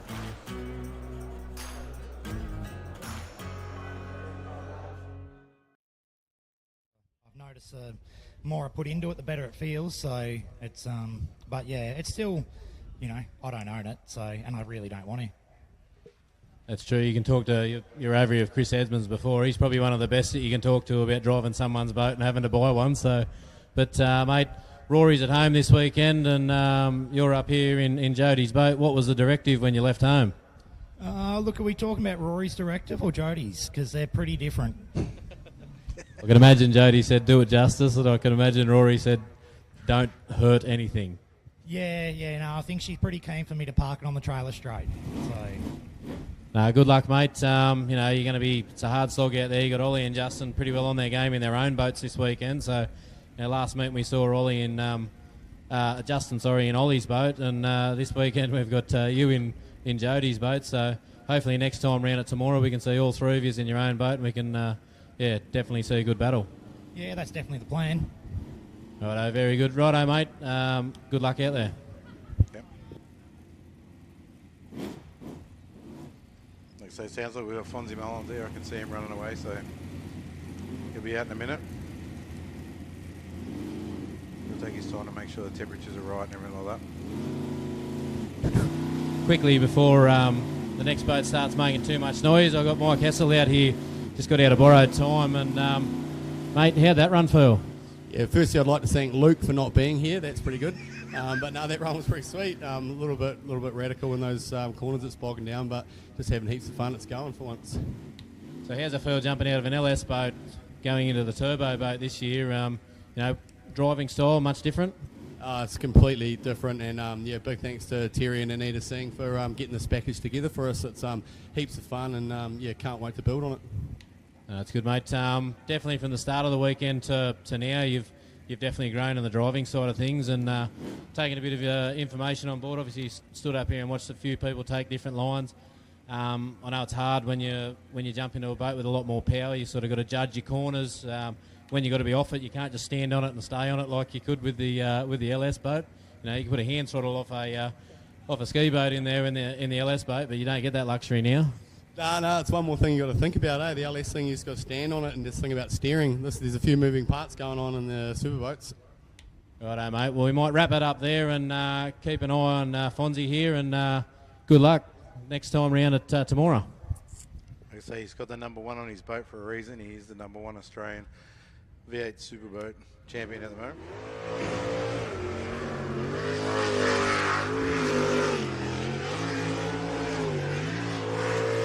And I'm sure Fonzie's I'm sure he's loving the getting pushed now and having to really knuckle down and make sure he's doing his best run every time. And you know, he's always pushed hard, but now he's being pushed hard rather than it's not just him pushing now. It's there's a few 2 boats now pushing one behind him, so let's see how he goes.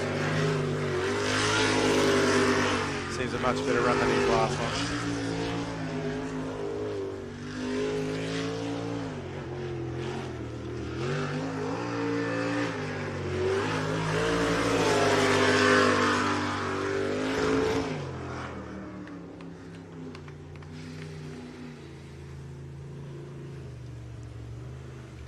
.46.17. That's a second and a half faster than his last run.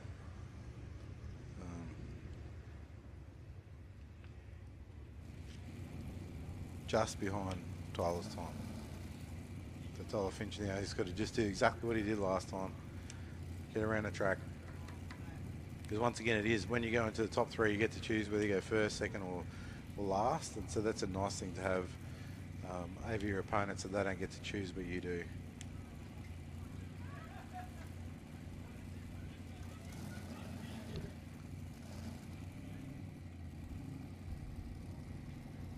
Comes Tyler. Like I say, I'm sure he'll put on that. He'll be putting this 100%. He'll be going as hard as he can to make sure he gets through and has that better time.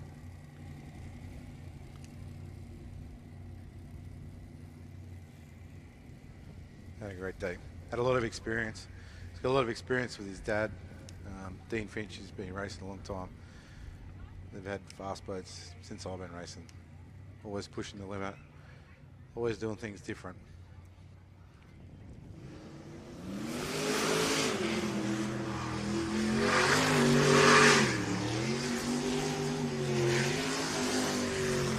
And then he's getting that. You can see the acceleration down the straight. He's really getting into it. He's going around the back there.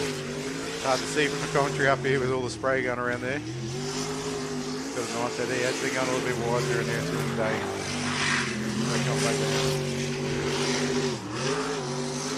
Under split 25.92, that's a good split. Faster than Fonzie's time before. Faster than his own time by nearly a second.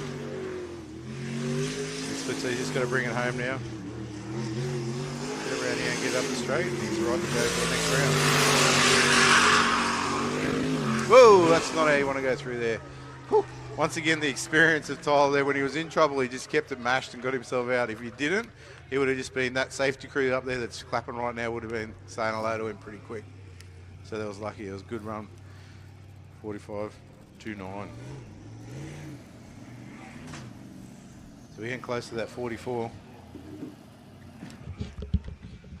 And I just tried to pinch Ollie Silverton for a chat, but he shied out as soon as he realised I had the microphone in my hand. So they have an allergic reaction to the microphone. No. You know? They don't mind getting out there and going around, and then they get a microphone. It's like, oh my God, I might die. So I don't want to go near it. It's interesting. So, yeah. So that's the end of that. So now we're into the top 3. So this is where they're going to chase the podium. This is where you end up on the podium, whether you get first, second, or third. So like I say, it's amazing what people will do for a $20 trophy and the bragging rights. Remember years ago we had on a Saturday afternoon, we used to have like a dolly time we were talking about having after this, and there was $1,000 prize money. We had to stop having it on the Saturday because so many boats got wrecked on the Saturday afternoon trying to get $1,000. It's amazing. Yeah, well, it's better than what we do get. Yeah, we get nothing now. We get bragging rights. Yeah. Well, and going after that run there, Tyler's got the bragging rights going into the top 3, so yep, that's going to be a good thing. Yep, that's nearly a second. I mean, we can see Fonzie's going to pick up something here, whether he's going to pick up that full second, and then also what's Tyler going to bring. Like, that was a pretty on it run. It was like I said, where's that place where the boat and you can't go much faster? And I think he must be getting there. We've got to be getting close to that point, haven't we? Yep. Even now, Tyler might go home from this weekend and change a few things and settle the boat down a bit more and do some bits and pieces. But, this weekend I think we're pretty close to what is humanly possible. Mate, I was standing down there just in front of the canteen here where all the crowd's standing, and when he was making that dash for the finish line, just the boost, like you could just hear the air pressure. I think the hectopascals changed in front of us there. There was that much boost going through that thing. So, it's a credit to the engineering involved in getting these things happen and getting these things doing what they're doing. So, this is definitely going to be a top 3 that everyone's going to want to be on the edge of their seat. I remember saying many years ago to Tyler, who was down the front here with me, and Dean Finchie was driving Loose Cannon, which is Maniac. And I said to Tyler, so you see how much the side of that boat grows when your dad stands on it? He goes, what do you mean? And I said, have a look at the side of the boat, how much it grows. And I put that much torque through the boat that it twisted the boat up, and the side of the boat grew about an inch. And so he sort of went, oh yeah, and then he didn't believe it, so they put a video camera in the boat. And then the next race meeting, there was a whole lot of bracing in the boat to hold it, so that when the motor lifted up, it didn't twist it. So here we go with Nate on sail. This will be battered. Nate's down the front here, so there's usually that little bit of banter between them on who goes out first. Sebastian being the points leader and current Australian champion, he's pretty keen to get out there and get his run out of the way. Yep. Well, I mean, that's the way too, and there's been some unfortunate incidents in the top three between the two, where the boat's been... Early on in Nate's career, he did have a few moments, but Nate's, he's really grown on them and come a long way with his driving, and, should be very proud of where he's ended up now, because he can steer that thing. He can get around that track pretty well. So you look at outside, that's how much he trusts that boat. When you watch him go around that corner, 47.90, 47.90. Great effort. Yep. He just lays the nose of that boat on that corner, knowing exactly where it's going to be, and that's where you really start to get the time like that. Well, you know your boat. You know how your boat reacts, where your boat reacts, and that's where, what we were saying before, you've got to be up in that rev range. You need that jet unit doing what it's doing. You need the boat out of the water, so you know that, because another 200 RPM and that boat's going to react totally different to what it's reacting like there now. So. Yep. Yeah, no, that's it. It's really that that trust in the boat that's going to go exactly where you put it, and then you can start to really, move your lines, change your lines, shorten and lengthen the track. That seems a bit weird to say, but sometimes, like when you come under that finish line for that split, you'll see some guys run right around the outside. You're not digging the boat in and washing off speed, so you're holding the speed up. You're carrying extra speed. Yeah. But one thing we haven't spoken about too, Brookie, is a little bit of crosswash, how much that unsettles a boat. You can be, and when you're going through the same section of track here 2 or 3 times, each time you go through that section of track, the crosswash hits different. So, you might have to take that corner slightly different every time to counteract the crosswash. I think that's Matty Harrop's nearly missed taken that a corner bit of a look, and he cut that island very tight. Well, I think this track rotation has been really good in the way that, like the crosswash, you'll see them come through now, but they're going in a straight line, so it doesn't really affect them. Yep. And so where a lot of other track directions are coming on it sideways, even here, you're going to go through here, there's nothing there. Griffith's renowned for his crosswash being... Chop City. Yep. So Matty's come through there with a 28.95. So it's exactly 2 seconds off Bastian's time. Yep. To the split. It's going to be up to Nate now, whether he comes second or third. Or maybe he might pit Bastian on the post too. So yep, it's 51 flat. We know 51.02. So hands together for Nate there, for Matty Harrop there, sorry. In the moist 3 airs. seconds, that's a lot of difference. It is. In a class that's regulated, in a class that's, mostly the same. Yep. That's a big difference. It's a testament to the young fellas driving. So, Matty Harrop, like we said, he's on the 7 o'clock flight out of here tonight, and he's going to back over to Auckland tonight, and then he's going to be on a plane early in the morning back home to wherever in New Zealand, and he'll be back at work at 7:30, he reckons, ready to start the boys in the morning. So, that is a massive effort. And then home for a sleep. I'd say once the ball gets rolling, he might be looking for a couch, yeah. In the ute, having a sleep or something. But anyway, huge effort for the guys. Hands together for all the Kiwis that come over here, really. It's good to see a lot of them coming over. They really want to, years ago, New Zealand was the pinnacle of the sport, but and we'd have races over here that would want to go over there and try and grow their racing. But in the last couple of years, I think maybe over here seems to have stepped up and really stepped up its game since the Worlds, I reckon. Probably the Worlds was a real eye-turner for a lot of people, and we saw Ollie go out there in the Worlds. Fonzie took the Worlds out here in Australia, so he's sort of been up there against Peter Coeys and Glenn Head and a few of them guys.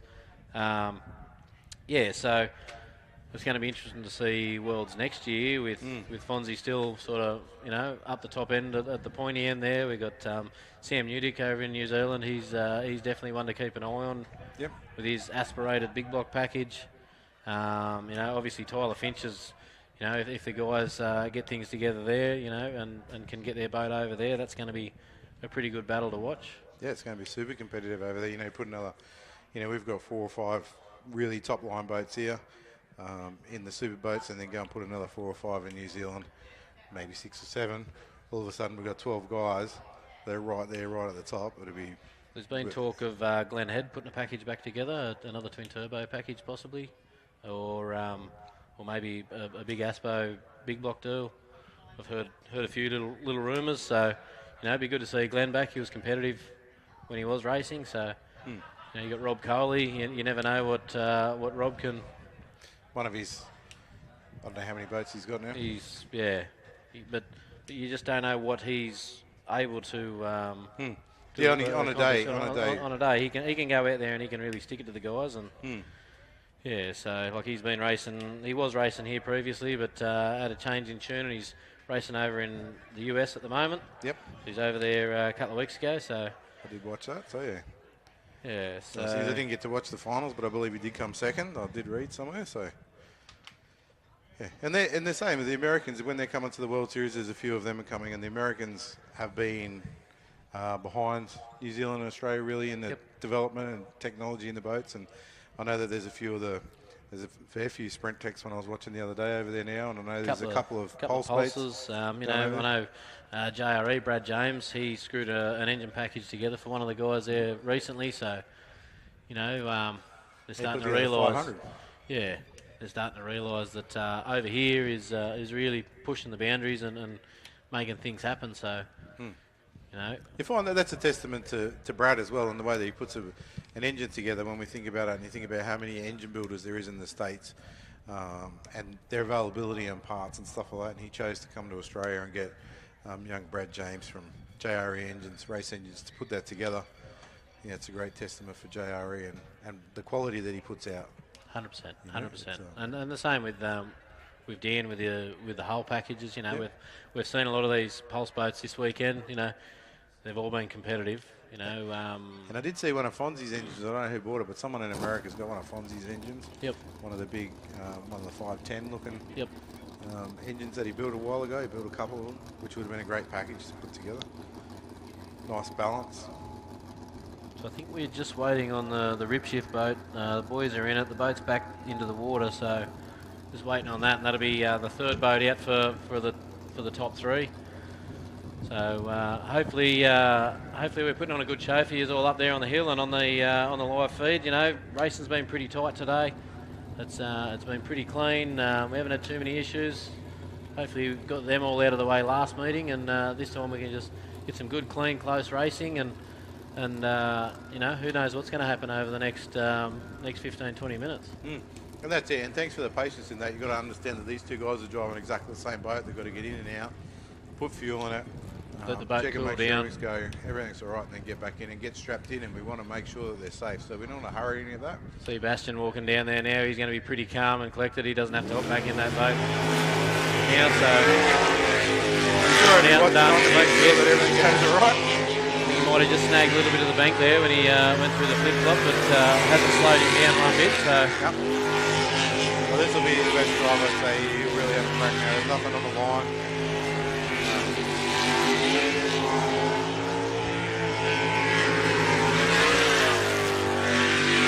Boat's looking good in the water. The steering inputs are looking pretty neat. He's not oversteering. He's not chopping at the wheel. He took that real clean through there.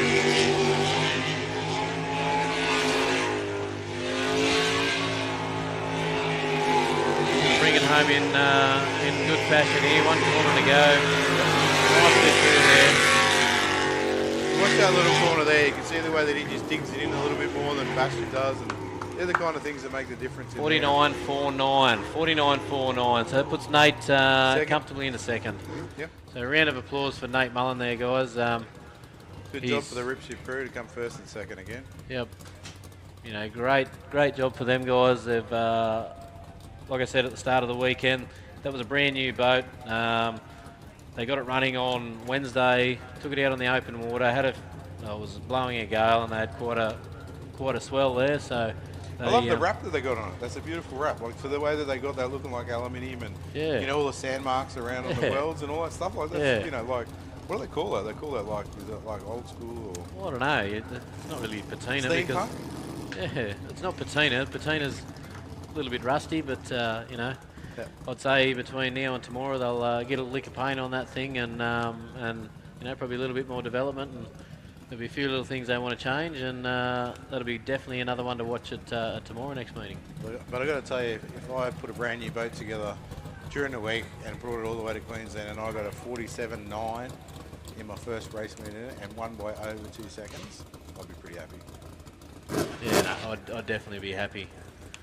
Rightio, so that's it for the LS class. Sorry, that's it for the LS class.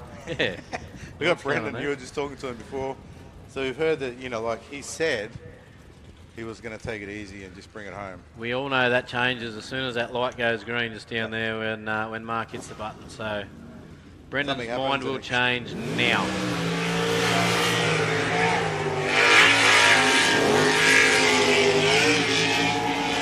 Brendan's still trying to get comfortable in this boat. The boat's it's a very similar boat to what he's used to running.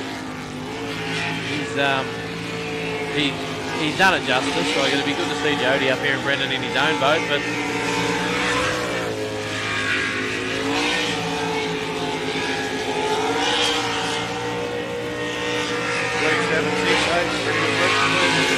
this thing has performed tirelessly all weekend. It's just sitting nice and smooth too. He's driving a good job. He's really got on top of it on this run. Jody's done well setting this package up, but once again another one of these pulse boats straight out of the box, clean quick. Good run there, 49.18. It's a big shout out to Jody for letting him run that, and Rory. It's on the trailer and it's straight. It's got a cover on it. It's not yet. He's still got to make it back to the trailer. And wherever PK is, will it be orange in October? Yes, that'll be the question. Is the boat going back to Victoria? Yeah. That is, if anybody sees that boat heading back to Victoria, please get a photo and put it on the Facebook page. Start tagging. We just want to know if we don't see it go back. There is talk that it is staying here with a local Queensland, Brisbane-based driver. Yep. Could be just a rumour, or it could be a trumour. Could be a trumour. No, anyway, we'll find out in the future. So we got Justin, your brother. So we have these are the Group A, International Group A. Nice entry and exit through that there. Both sounding very strong. Yep.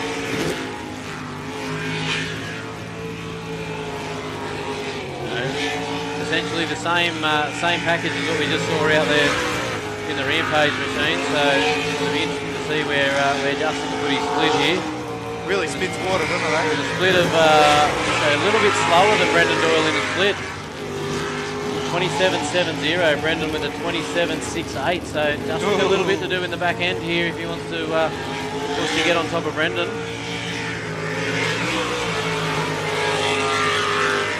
He comes through under the bead there with a win with a 48.758. 48.758. So Justin's put himself up to P1 there with one driver yet to come. So Brendan actually had Justin in the first half of the track, but Brendan's second half of the track from the split through to the finish, he ran a 21.49. Justin went a 21.05, so that was the difference. That's what it took. So, you know, you've got to stay on the pace all the way through that lap. Now we look at the first split often, but that second split is just as important to bring it home strong. So, you know, great work there from Just. So I think Ollie's best time today has been a 48.807. So Justin's got him by a couple of hundredths of a second at the moment. He's got one more go to get this and be faster. He's in the spin-out pool. You know, Justin's daughter sitting in the navigator seat. So who's going to be the fastest Roy Lance this weekend? It all rides on this. Yeah. And I know my Navy's in the other boat, in Justin's boat. Yeah, so no, I I don't think want he's to get been in used to there, getting so. first place trophies. Nah. Yeah, I don't know that I'll get there when I go back Superboat racing. But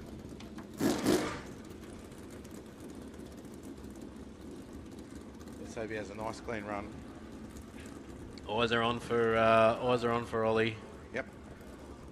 He's going to go out here and he's going to hopefully show us why he's Oz, New Zealand and world #1. I love how animated Mate is here in the with the arm. Navigate too, but it's like full on. Might have to buy like a bright yellow blob or something.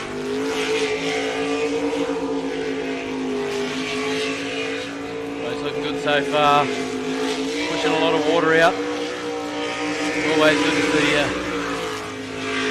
So as we come down towards the split here, we're going to get a rough idea on where we're sitting. Well, so he's 3 tenths up on the split on Justin Roylance, 2 tenths up on Brendan Doyle, but as we said, Justin came home fairly strong in the back half of the lap, so eyes on the prize here for Ollie Silverton. Bring it home here. P1. Congratulations, Ollie Silverton. P1 with a 48.58. 48.58. Got him by in the end. So Justin's back half of that lap was still quicker again than what we just saw from Ollie. So, you know, great effort. Testament to them all. Great job. As we've heard over the weekend, that's a clean run. Well, it's a clean run. That's it. We didn't. Yeah. That's our Americans. We didn't get to get Tugboat Timmy. We might have to get Tugboat Timmy out, eh? Well, it broke down. Yeah. So theirs.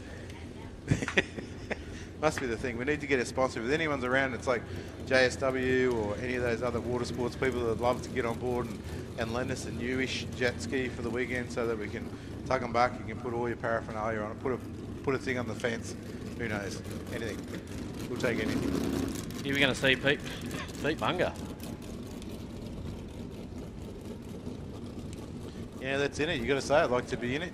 You got to be there at the end. So it's a great thing to Pete. So, you know, keeping this thing. This is his opportunity to get the 48. Keeping this thing consistent. Yep. You know, we saw issues with TJ, we saw issues with Hutto, and here's Pete.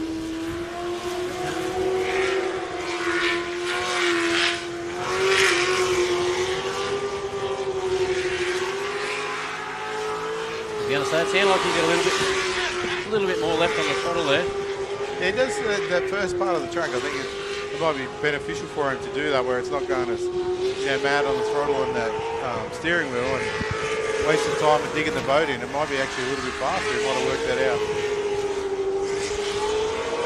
He's come through there with a 29.03. 29.03. That would get him in the 50 flat sort of time, I'd reckon. Yep. What's there? 49. He might bring the back end of the lap. That was out over the island. You know, I said that before with all the watches there. 50.6. Pardon me, this cough's getting worse. Been a big day for you, mate. 50.60. 50.60. So, you know, Pete'd be pretty happy with that. Got to get all these laps in and ended up in the top 3. So, you know, hands together for Pete, the local. It's a great effort, and it's time in the wheel, time in the seat, behind the steering wheel, having a great time, and that's all experience. And like I say, Pete's been around a long time, but this is faster than anything he's ever driven before. It's completely different. So wheel time is super important, You know, it's not over yet either. We've still got 2 more boats to come yet. And anything could happen. Anything could happen. You know, you've only got to have a bit of a failure or a bit of an issue, and we got second last time I raced against him because I crashed out. Yeah. That was the last race meeting last year. Yep. So yeah, so you got to be in it right to the end, and anything can happen. So I think that's the great thing here. So we got these guys are just going to make sure the water's flat. So the breeze might slow down a little bit. Could get a little flatter. So we're going to see Fonzie Mullen out first, as I would say. Tyler will save his run to the last run. Yep. You want to go out there and he won't leave nothing on the table. Neither of these guys are going to leave anything on the table. There's a lot of pride in these next 2 boats. Well, definitely Tyler's boat's running. and Fonzie's is not at the moment. So Tyler, talking to the guys before, Tyler's got a system in place where that boat's got to get to temp before it allows the water. So it's got a little electric actuator there that allows the water to shoot out. So once it gets to temp, it will open that, and that's when he knows it's running. So they are taking a little bit longer to get the boat to temp before they leave the start line, or leave the trailer, should I say. So Fonzie's has just got some fire in the belly there now, so yeah, really getting to that place in the afternoon as well where it gets hard, gets to be a bit of sunstrike on the track when you come around the corner and you can't really see when you run back towards the sun this afternoon. So it's getting to that place I don't want to be running for too much longer this afternoon, really. Yeah, the sun's probably not in too bad of a position yet. We should be right for another 10 or 15. Yep, it's great for us. Right, it's perfect. Going to see Fonzie come off the trailer here very shortly. Still on the trailer. Well, he's running now, so he'll be getting a little bit of temp build up, a bit of temp in the cylinder heads, and you know, the Motec data logger will give him the green light when it's time to back off that trailer.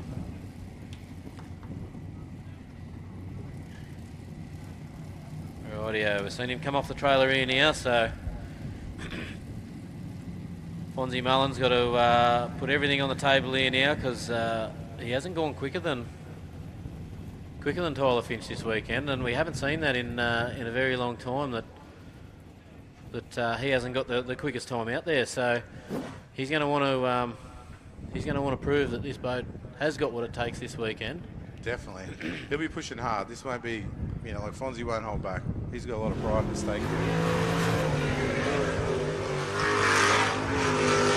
Just the way that boat reacts, accelerates, you know, he's definitely putting everything out there this time around. You know, whether he was holding back a bit the last couple of runs just to make it look like he had an issue, or he keeps it a lot tighter in there around the back of 7 there than everyone else does. I think it's got to do with that water, and he knows not to go too wide there. He goes through there with a 25.58, 25.58, so that's a good time. Trying to go back through the times here where we saw Loose Cannon. It was a 25.83, so Fonzie's looking for that low 45 here now. We see him go through with a 45.19. 45.19. Hands together, people. That's a superb run there. 45.19. That's a whole second faster than his last run. So that goes to show that, like, he just, you know, whatever he's done, there was a 46 on his last one, and he's just done a 45. So previous best for Fonzie was a 45.52. That's when we saw Tyler Finch go to 45.4. So this is where it's going to be left here for Tyler to throw it all out there. Tyler's last run was a 45.29 in the top 6. So, you know, that's 1/100th difference.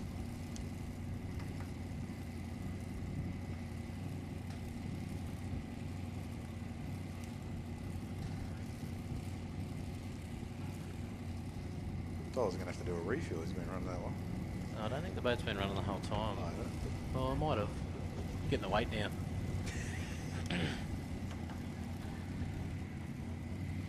But this is the one to stand up and get on the edge of your seats for, people. It's this is what we're all here for. This is the final run of the day. This is the pinnacle of our sport. Yep. The top 3 or the top 2. So the time for him to beat is a 45.19. Will we see him go 44? I think the boat's definitely got the potential to do it. Whether he can put the run together, we've seen it out there. Like it's been, it's you know, it's really holding together. So It's just a case of, like, you know, steadying yourself, staying calm. Well, sorry, Tyler's best run so far is a 45.29, which was his previous run. So, you know, has he got much more left to offer? Well, he's got 1/10 faster. A little bit untidy through the top of the track there, so he's going to want to really lean on this thing. This is what we spoke about. Oh, wrong way. Navigation error. Oh, And he's I'll give you a parked tip, it that up was a get right out in of front of jail. everyone. That was a get out of jail free. Like, that was just, everything went right for that not to be a massive wreck. That could have been a lot worse. We've seen Darren Kesper at the Worlds, I think, yeah. went in there. And anyway, hands together for Tyler Finch, guys. He's battled it out all day, but unfortunately couldn't get the lap together this time round. That means Peter Munger once again gets a second place. So Fonzie Mullen wins. Unfortunately there for Tyler. You know, I think he had the package, he had the opportunity to do it, but a little bit of a navigational error there has put him down the wrong side. But as we said before, mate, when you're really starting to lean on these things, everything's happened a lot faster than you think. But you can just see the first part of that, like just to go that little bit faster, he was untidy and he was chasing the boat right from the start, because we haven't really seen him do that as much as what he did in that run. And then he got down there, and because he was thinking about how everything's going and what's going on in the boat, he just missed the corner by, by a fraction. Microseconds, really. Yep. In the scheme of things, so. 100%, mate. Unfortunately, we didn't see that battle down to the tooth and nail that we thought that we were going to see. Yeah, just let everybody know that the driver and the navigator are both okay in that. Like I said, that's one of those accidents where we see that could have been so much worse. Just the way that it skipped up and did everything there. Hopefully that boat's nice and straight underneath and everything's okay on it. He done well to park it up on the top shelf too. Like that's not a bottom shelf park, that's a top shelf. That's good. And the right way up. Better than I'd do.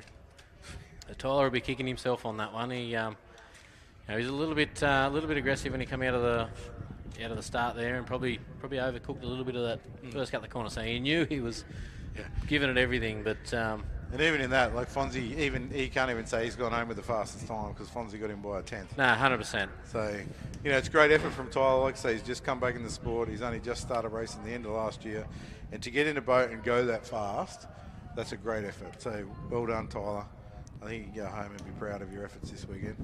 And also well done to Fonzie for he went into that lap knowing that he had to really put something on the table, and he went a 10th quicker than Tyler's previous lap. And a full second faster than his best time. So I mean that's a big effort. But that's what was required to put that pressure onto Tyler and really show. Like I think if Fonzie went a 49, Tyler was still going out to do that. Like he was going to put everything on the line there. So congratulations to Fonzie for taking the win. Yep. Commiserations to Tyler for ended up there on the top shelf, and congratulations to Pete Munger. Yeah, like I said, to get second again, he's making a bit of a habit of that, but that's great to see. Congratulations to the guys in the 400s, Ollie, and then Justin, and then Brendan. So good effort there, guys. Great effort. And then for the LS class,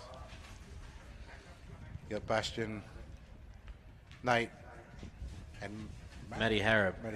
So big effort from Matty. Great drive from Bastian there, going into that 47. Nate there dipping into the 49s, mid 49s. So he's going to be definitely happy with that. And then that battle in that battle in Group A. We saw Ollie. Just sort of him and Brendan having a bit of a battle early on. It's great to see really close racing in the three classes. It's like, that's what racing's about. It's not about someone winning by a mile. It gets boring. It was a bit like, I don't think anyone's upset that Max Verstappen's not winning everything in F1 at the moment. When you watch that sort of thing, it's not fun. So it's great to see that there's great competition and everyone's getting really close. And there's a few boats that aren't here that could be here as well. So looking forward to the next few race meetings. Next race meeting tomorrow, we should see Brendan will be back in his boat. Jody may make an appearance in the Rampage machine. PK may make an appearance in the Rampage machine if PK is the one that's going to buy that machine. I don't know if he's got enough nice flash orange paint for it though. We do call him Hollywood because he's very blingy. But we don't know what's going to happen with that boat. Hopefully it does stay up here and all that. Jody does have his jet speed there ready to go still if need be. He's got a spare engine and everything right to rock and roll. So anyone that can't make it to tomorrow or would like to watch it, We do have it on, it's on YouTube, but on our Facebook page, you'll see the links there. There is no cost to it, so make sure you don't. If anyone puts a link up, it says it costs money. It does not cost money. It's free of charge. And we'd like to thank all the volunteers here. The crowd, what a great crowd to come out and spend the Father's Day with us here today. It's been amazing. Like I said, the volunteers from the Round Mountain Raceway, the ambulance people, the people in the safety crews, the people on the gates, anyone that helped out, really appreciate it. We can't do it without you, so thanks heaps. Think of anyone to come down, presentations will be in about 20 minutes. Not sure, is it going to start on the live stream? We're going to have Prezzo on the live stream, Gordo, or? Don't know, not listening? No, 2 metres and a world away. He got that silly look on his face. No, it's just his face. Anyway, so it's been great. Everyone on the live feed, thanks for hanging out. Hope it's been an enjoyable day, and Mitch and I have kept you entertained. We should be seeing the couple of winners going out to do their victory lap here shortly for anyone who wants to hang around and watch that and come down to the presentation. Watch them lose a flag, take out a time and beam. It's been known to happen. Once again, I'd like to make mention and thank Penrite Oils for coming on board for the Australian Series. We can't race without the backing of guys like them, and they're just not someone who comes on board for anyone. They like to pick and choose who they support, and they like to choose some pretty reputable sports. So we're pretty lucky to have them on board. So if you choose an oil for your car or anything you do, your race car, your boat, your lawnmower, look for Penrite. It's an Australian company, Australian owned, family owned business still for 100 years now, so almost. Talk to your mechanic and say, I want Penrite oil in my car, please, because you won't be disappointed. A lot of the boats out here run Penrite in their boats, so the racers they know what's best. So engine builders are very picky on what they pick and choose. So yep. Also I'd like to thank the track sponsors. Once again, Hardy's Haulage, they own the land here. Without them guys, we're not racing here. We've got Alcott Hire up there at Burleigh. If you need to hire anything, generators, toilet blocks, they got abundance. They got lighting towers, excavators. Street signs, the ones out on the street are all from Alcott. VMS boards, yep. So, thanks to Alcott Hire. Hearn Security, you might have seen a security guard walking around. So I think he's walking around, going to keep and make sure everyone has a bit of a emu bob and picks up their rubbish and takes with them if possible too, please. I really appreciate that, because someone from the club forgot to order enough wheelie bins. I won't talk about Gem too much, but so if you can put your rubbish back in the bin and make it a lot easier for other people when they've got to clean up, and that'd be great. We'd really appreciate it if you could keep your little area clean. Take a minute and do that. A little bit of extra backing that we get too from SJT Custom and Mechanical. We've got Waterworks, Kennedy's Transport, Big Rock Graphics, KMC Performance, All Seasons Electrical, Gold Coast Carpentry, Roofing Solutions, Scaff Connect Australia, Bath Building.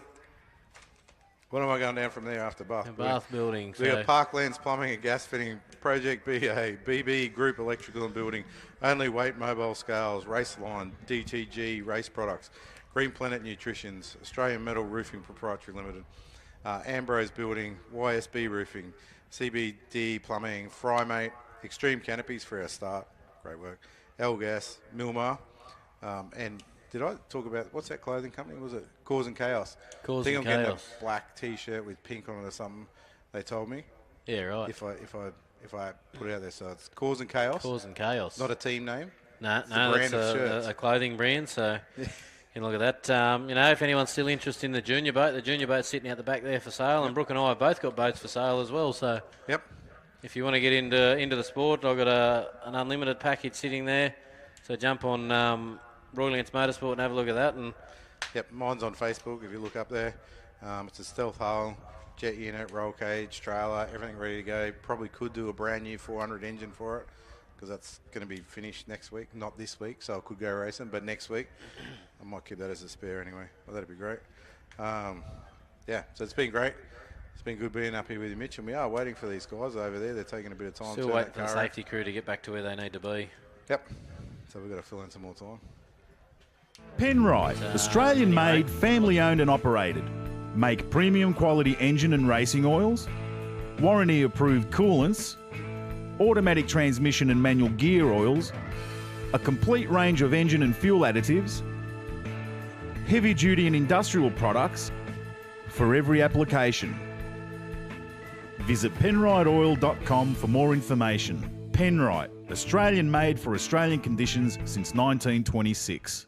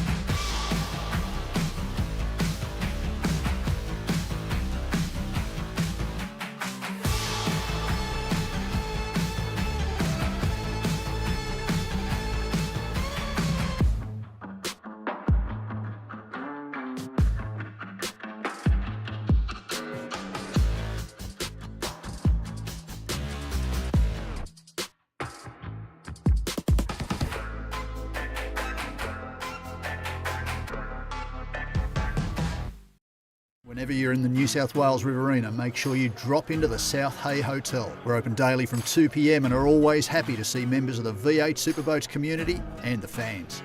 Great food, great company and some of the best beer on tap. Catch us on Facebook or drop us an email. We're the Murrumbidgee's best kept secret.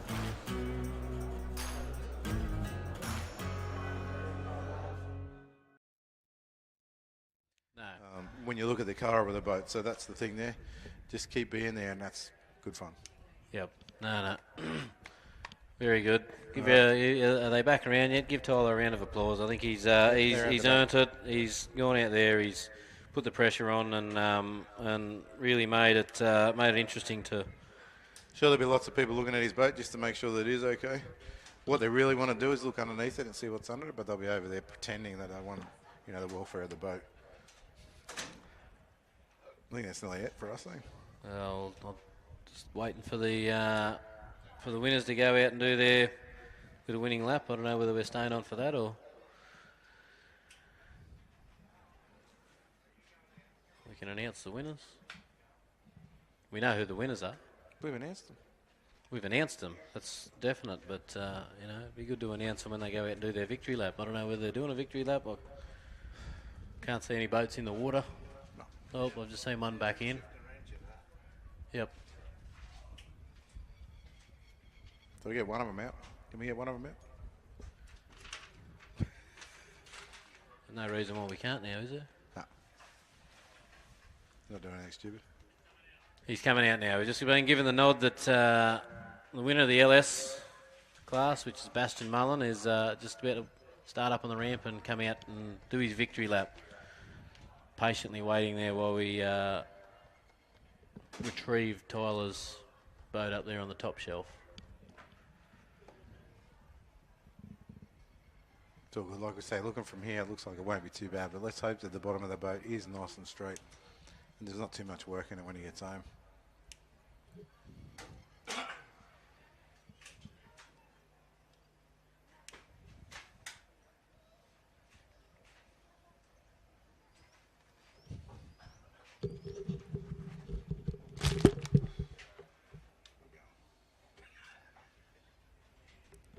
Had enough, mate. Thanks, Brookie. Thanks for your help up here today, mate. It's been a pleasure having you here for the weekend. So hopefully you're back at Temora Racing next round, and I'll be up in the commentary tower by myself. I'll drag somebody up there. I hope you say nice things about me then when you're up there. Oh, I can't promise anything, mate. So thanks, mate.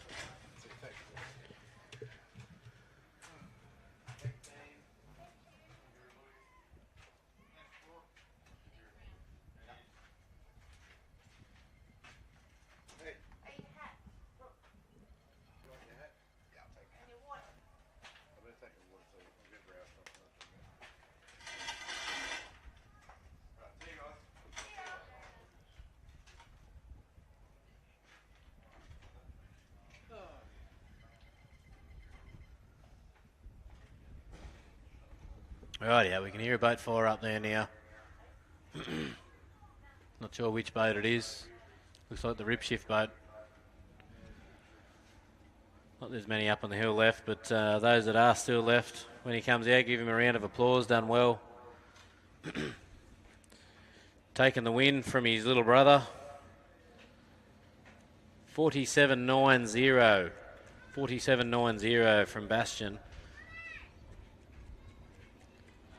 And Nate went through with a 49.49, 49.49, and Matty Harrop. Big effort from those guys, as we've said a couple of times, you know. New Zealand based over here to make it all happen with 51.0. So those guys might go back to the drawing board and just see if they can get a few more little gains out of there for next meeting.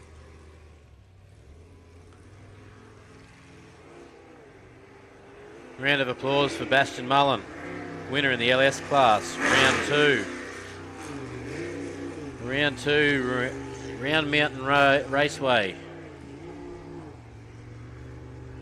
Penrite, V8 Superboat. We go there and do a couple of laps around the island up there. Throw a bit of water around. That's the way. Enjoy it, boys. Or boy and girl, sorry.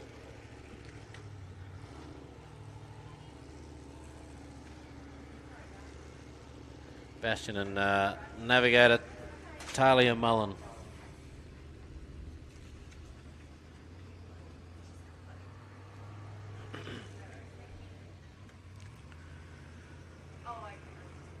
Great drive all weekend.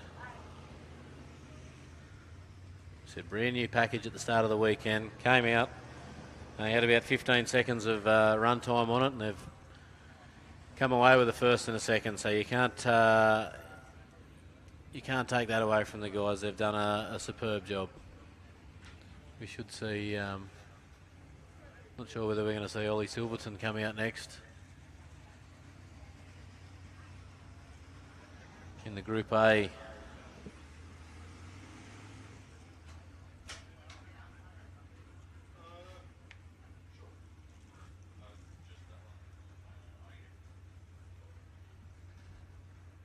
Ollie Silverton's just warming up on getting the boat onto the ramp there now. Just grabbed the flag, so we'll see the current Australian, world, and New Zealand champion come out with his second win. Last meeting was a win. They've done a bit of a count back just because we called the meeting short, but Ollie's taken the win this time round, fair and square. Went tooth and nail with Justin and with Brendan.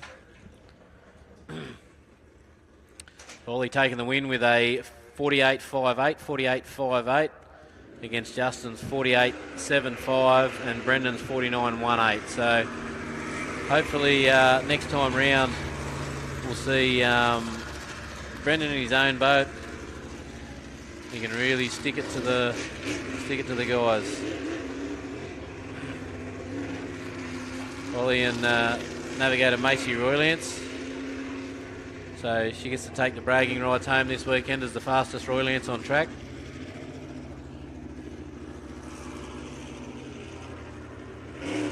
Ollie and his team reside in New Zealand, and they come over here for the trek every meeting. Big ask for these New Zealand guys. Looks like he's on the Spirit of Tasmania out there with all the chop that he's just caused. I think he was towing a biscuit trying to get the kids off. So hands together for Ollie and Macy. Just taking the win over Justin Roylance and Brendan Doyle.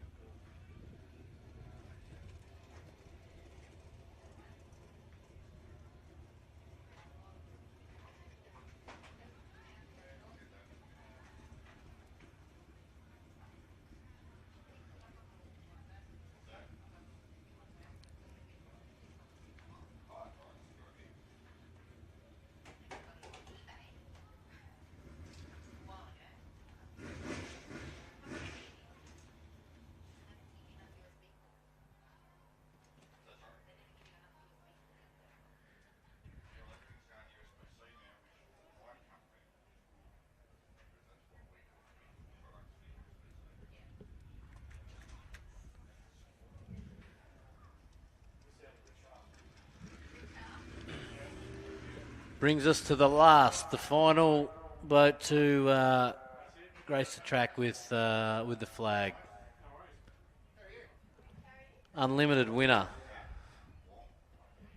Just fired up, but it's gone quiet again.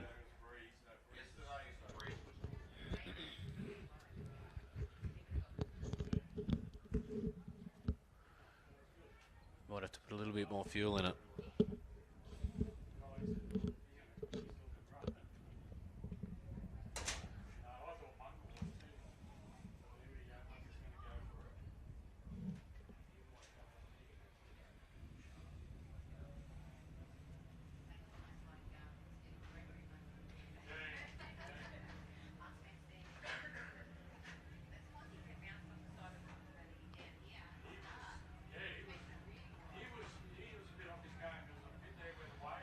Great to see Fonzie Mullen back off the boat trailer here now and flag in hand. Lee Stewart in the Navi seat. The Navigator this weekend. He's actually got flag in hand.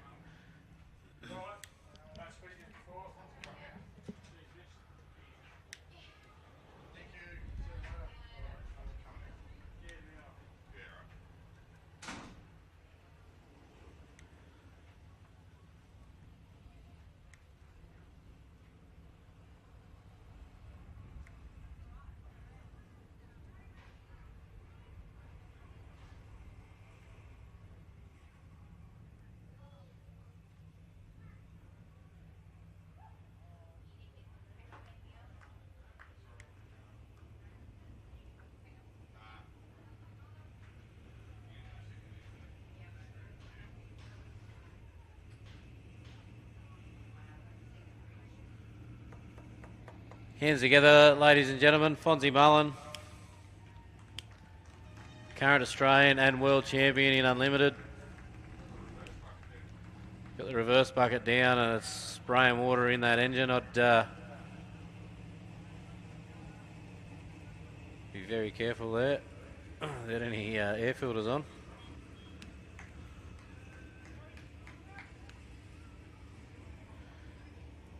Congratulations to the team. Got 2 boats on the podium 3 times.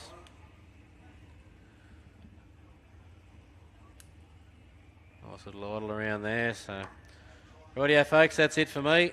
I'll wrap it up here, and thanks everyone for tuning in. Thanks everyone for watching, and thanks to the association for putting the event on. Thanks to the Round Mountain Raceway for also making the event happen. Thanks to the safety crew. Thanks to the VRAs down here and St John's. Thanks to the timing crew. Thanks to the crowd. Thanks to everyone who watched. And also thanks to the racers for putting a show on for us.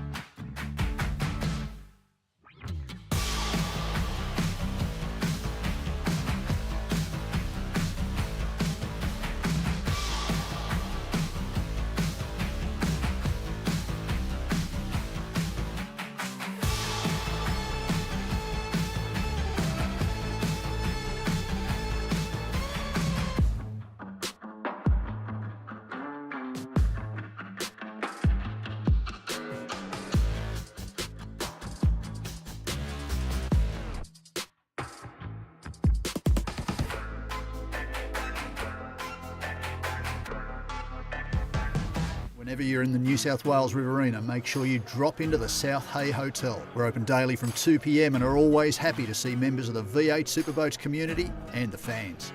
Great food, great company and some of the best beer on tap. Catch us on Facebook or drop us an email. We're the Murrumbidgee's best kept secret.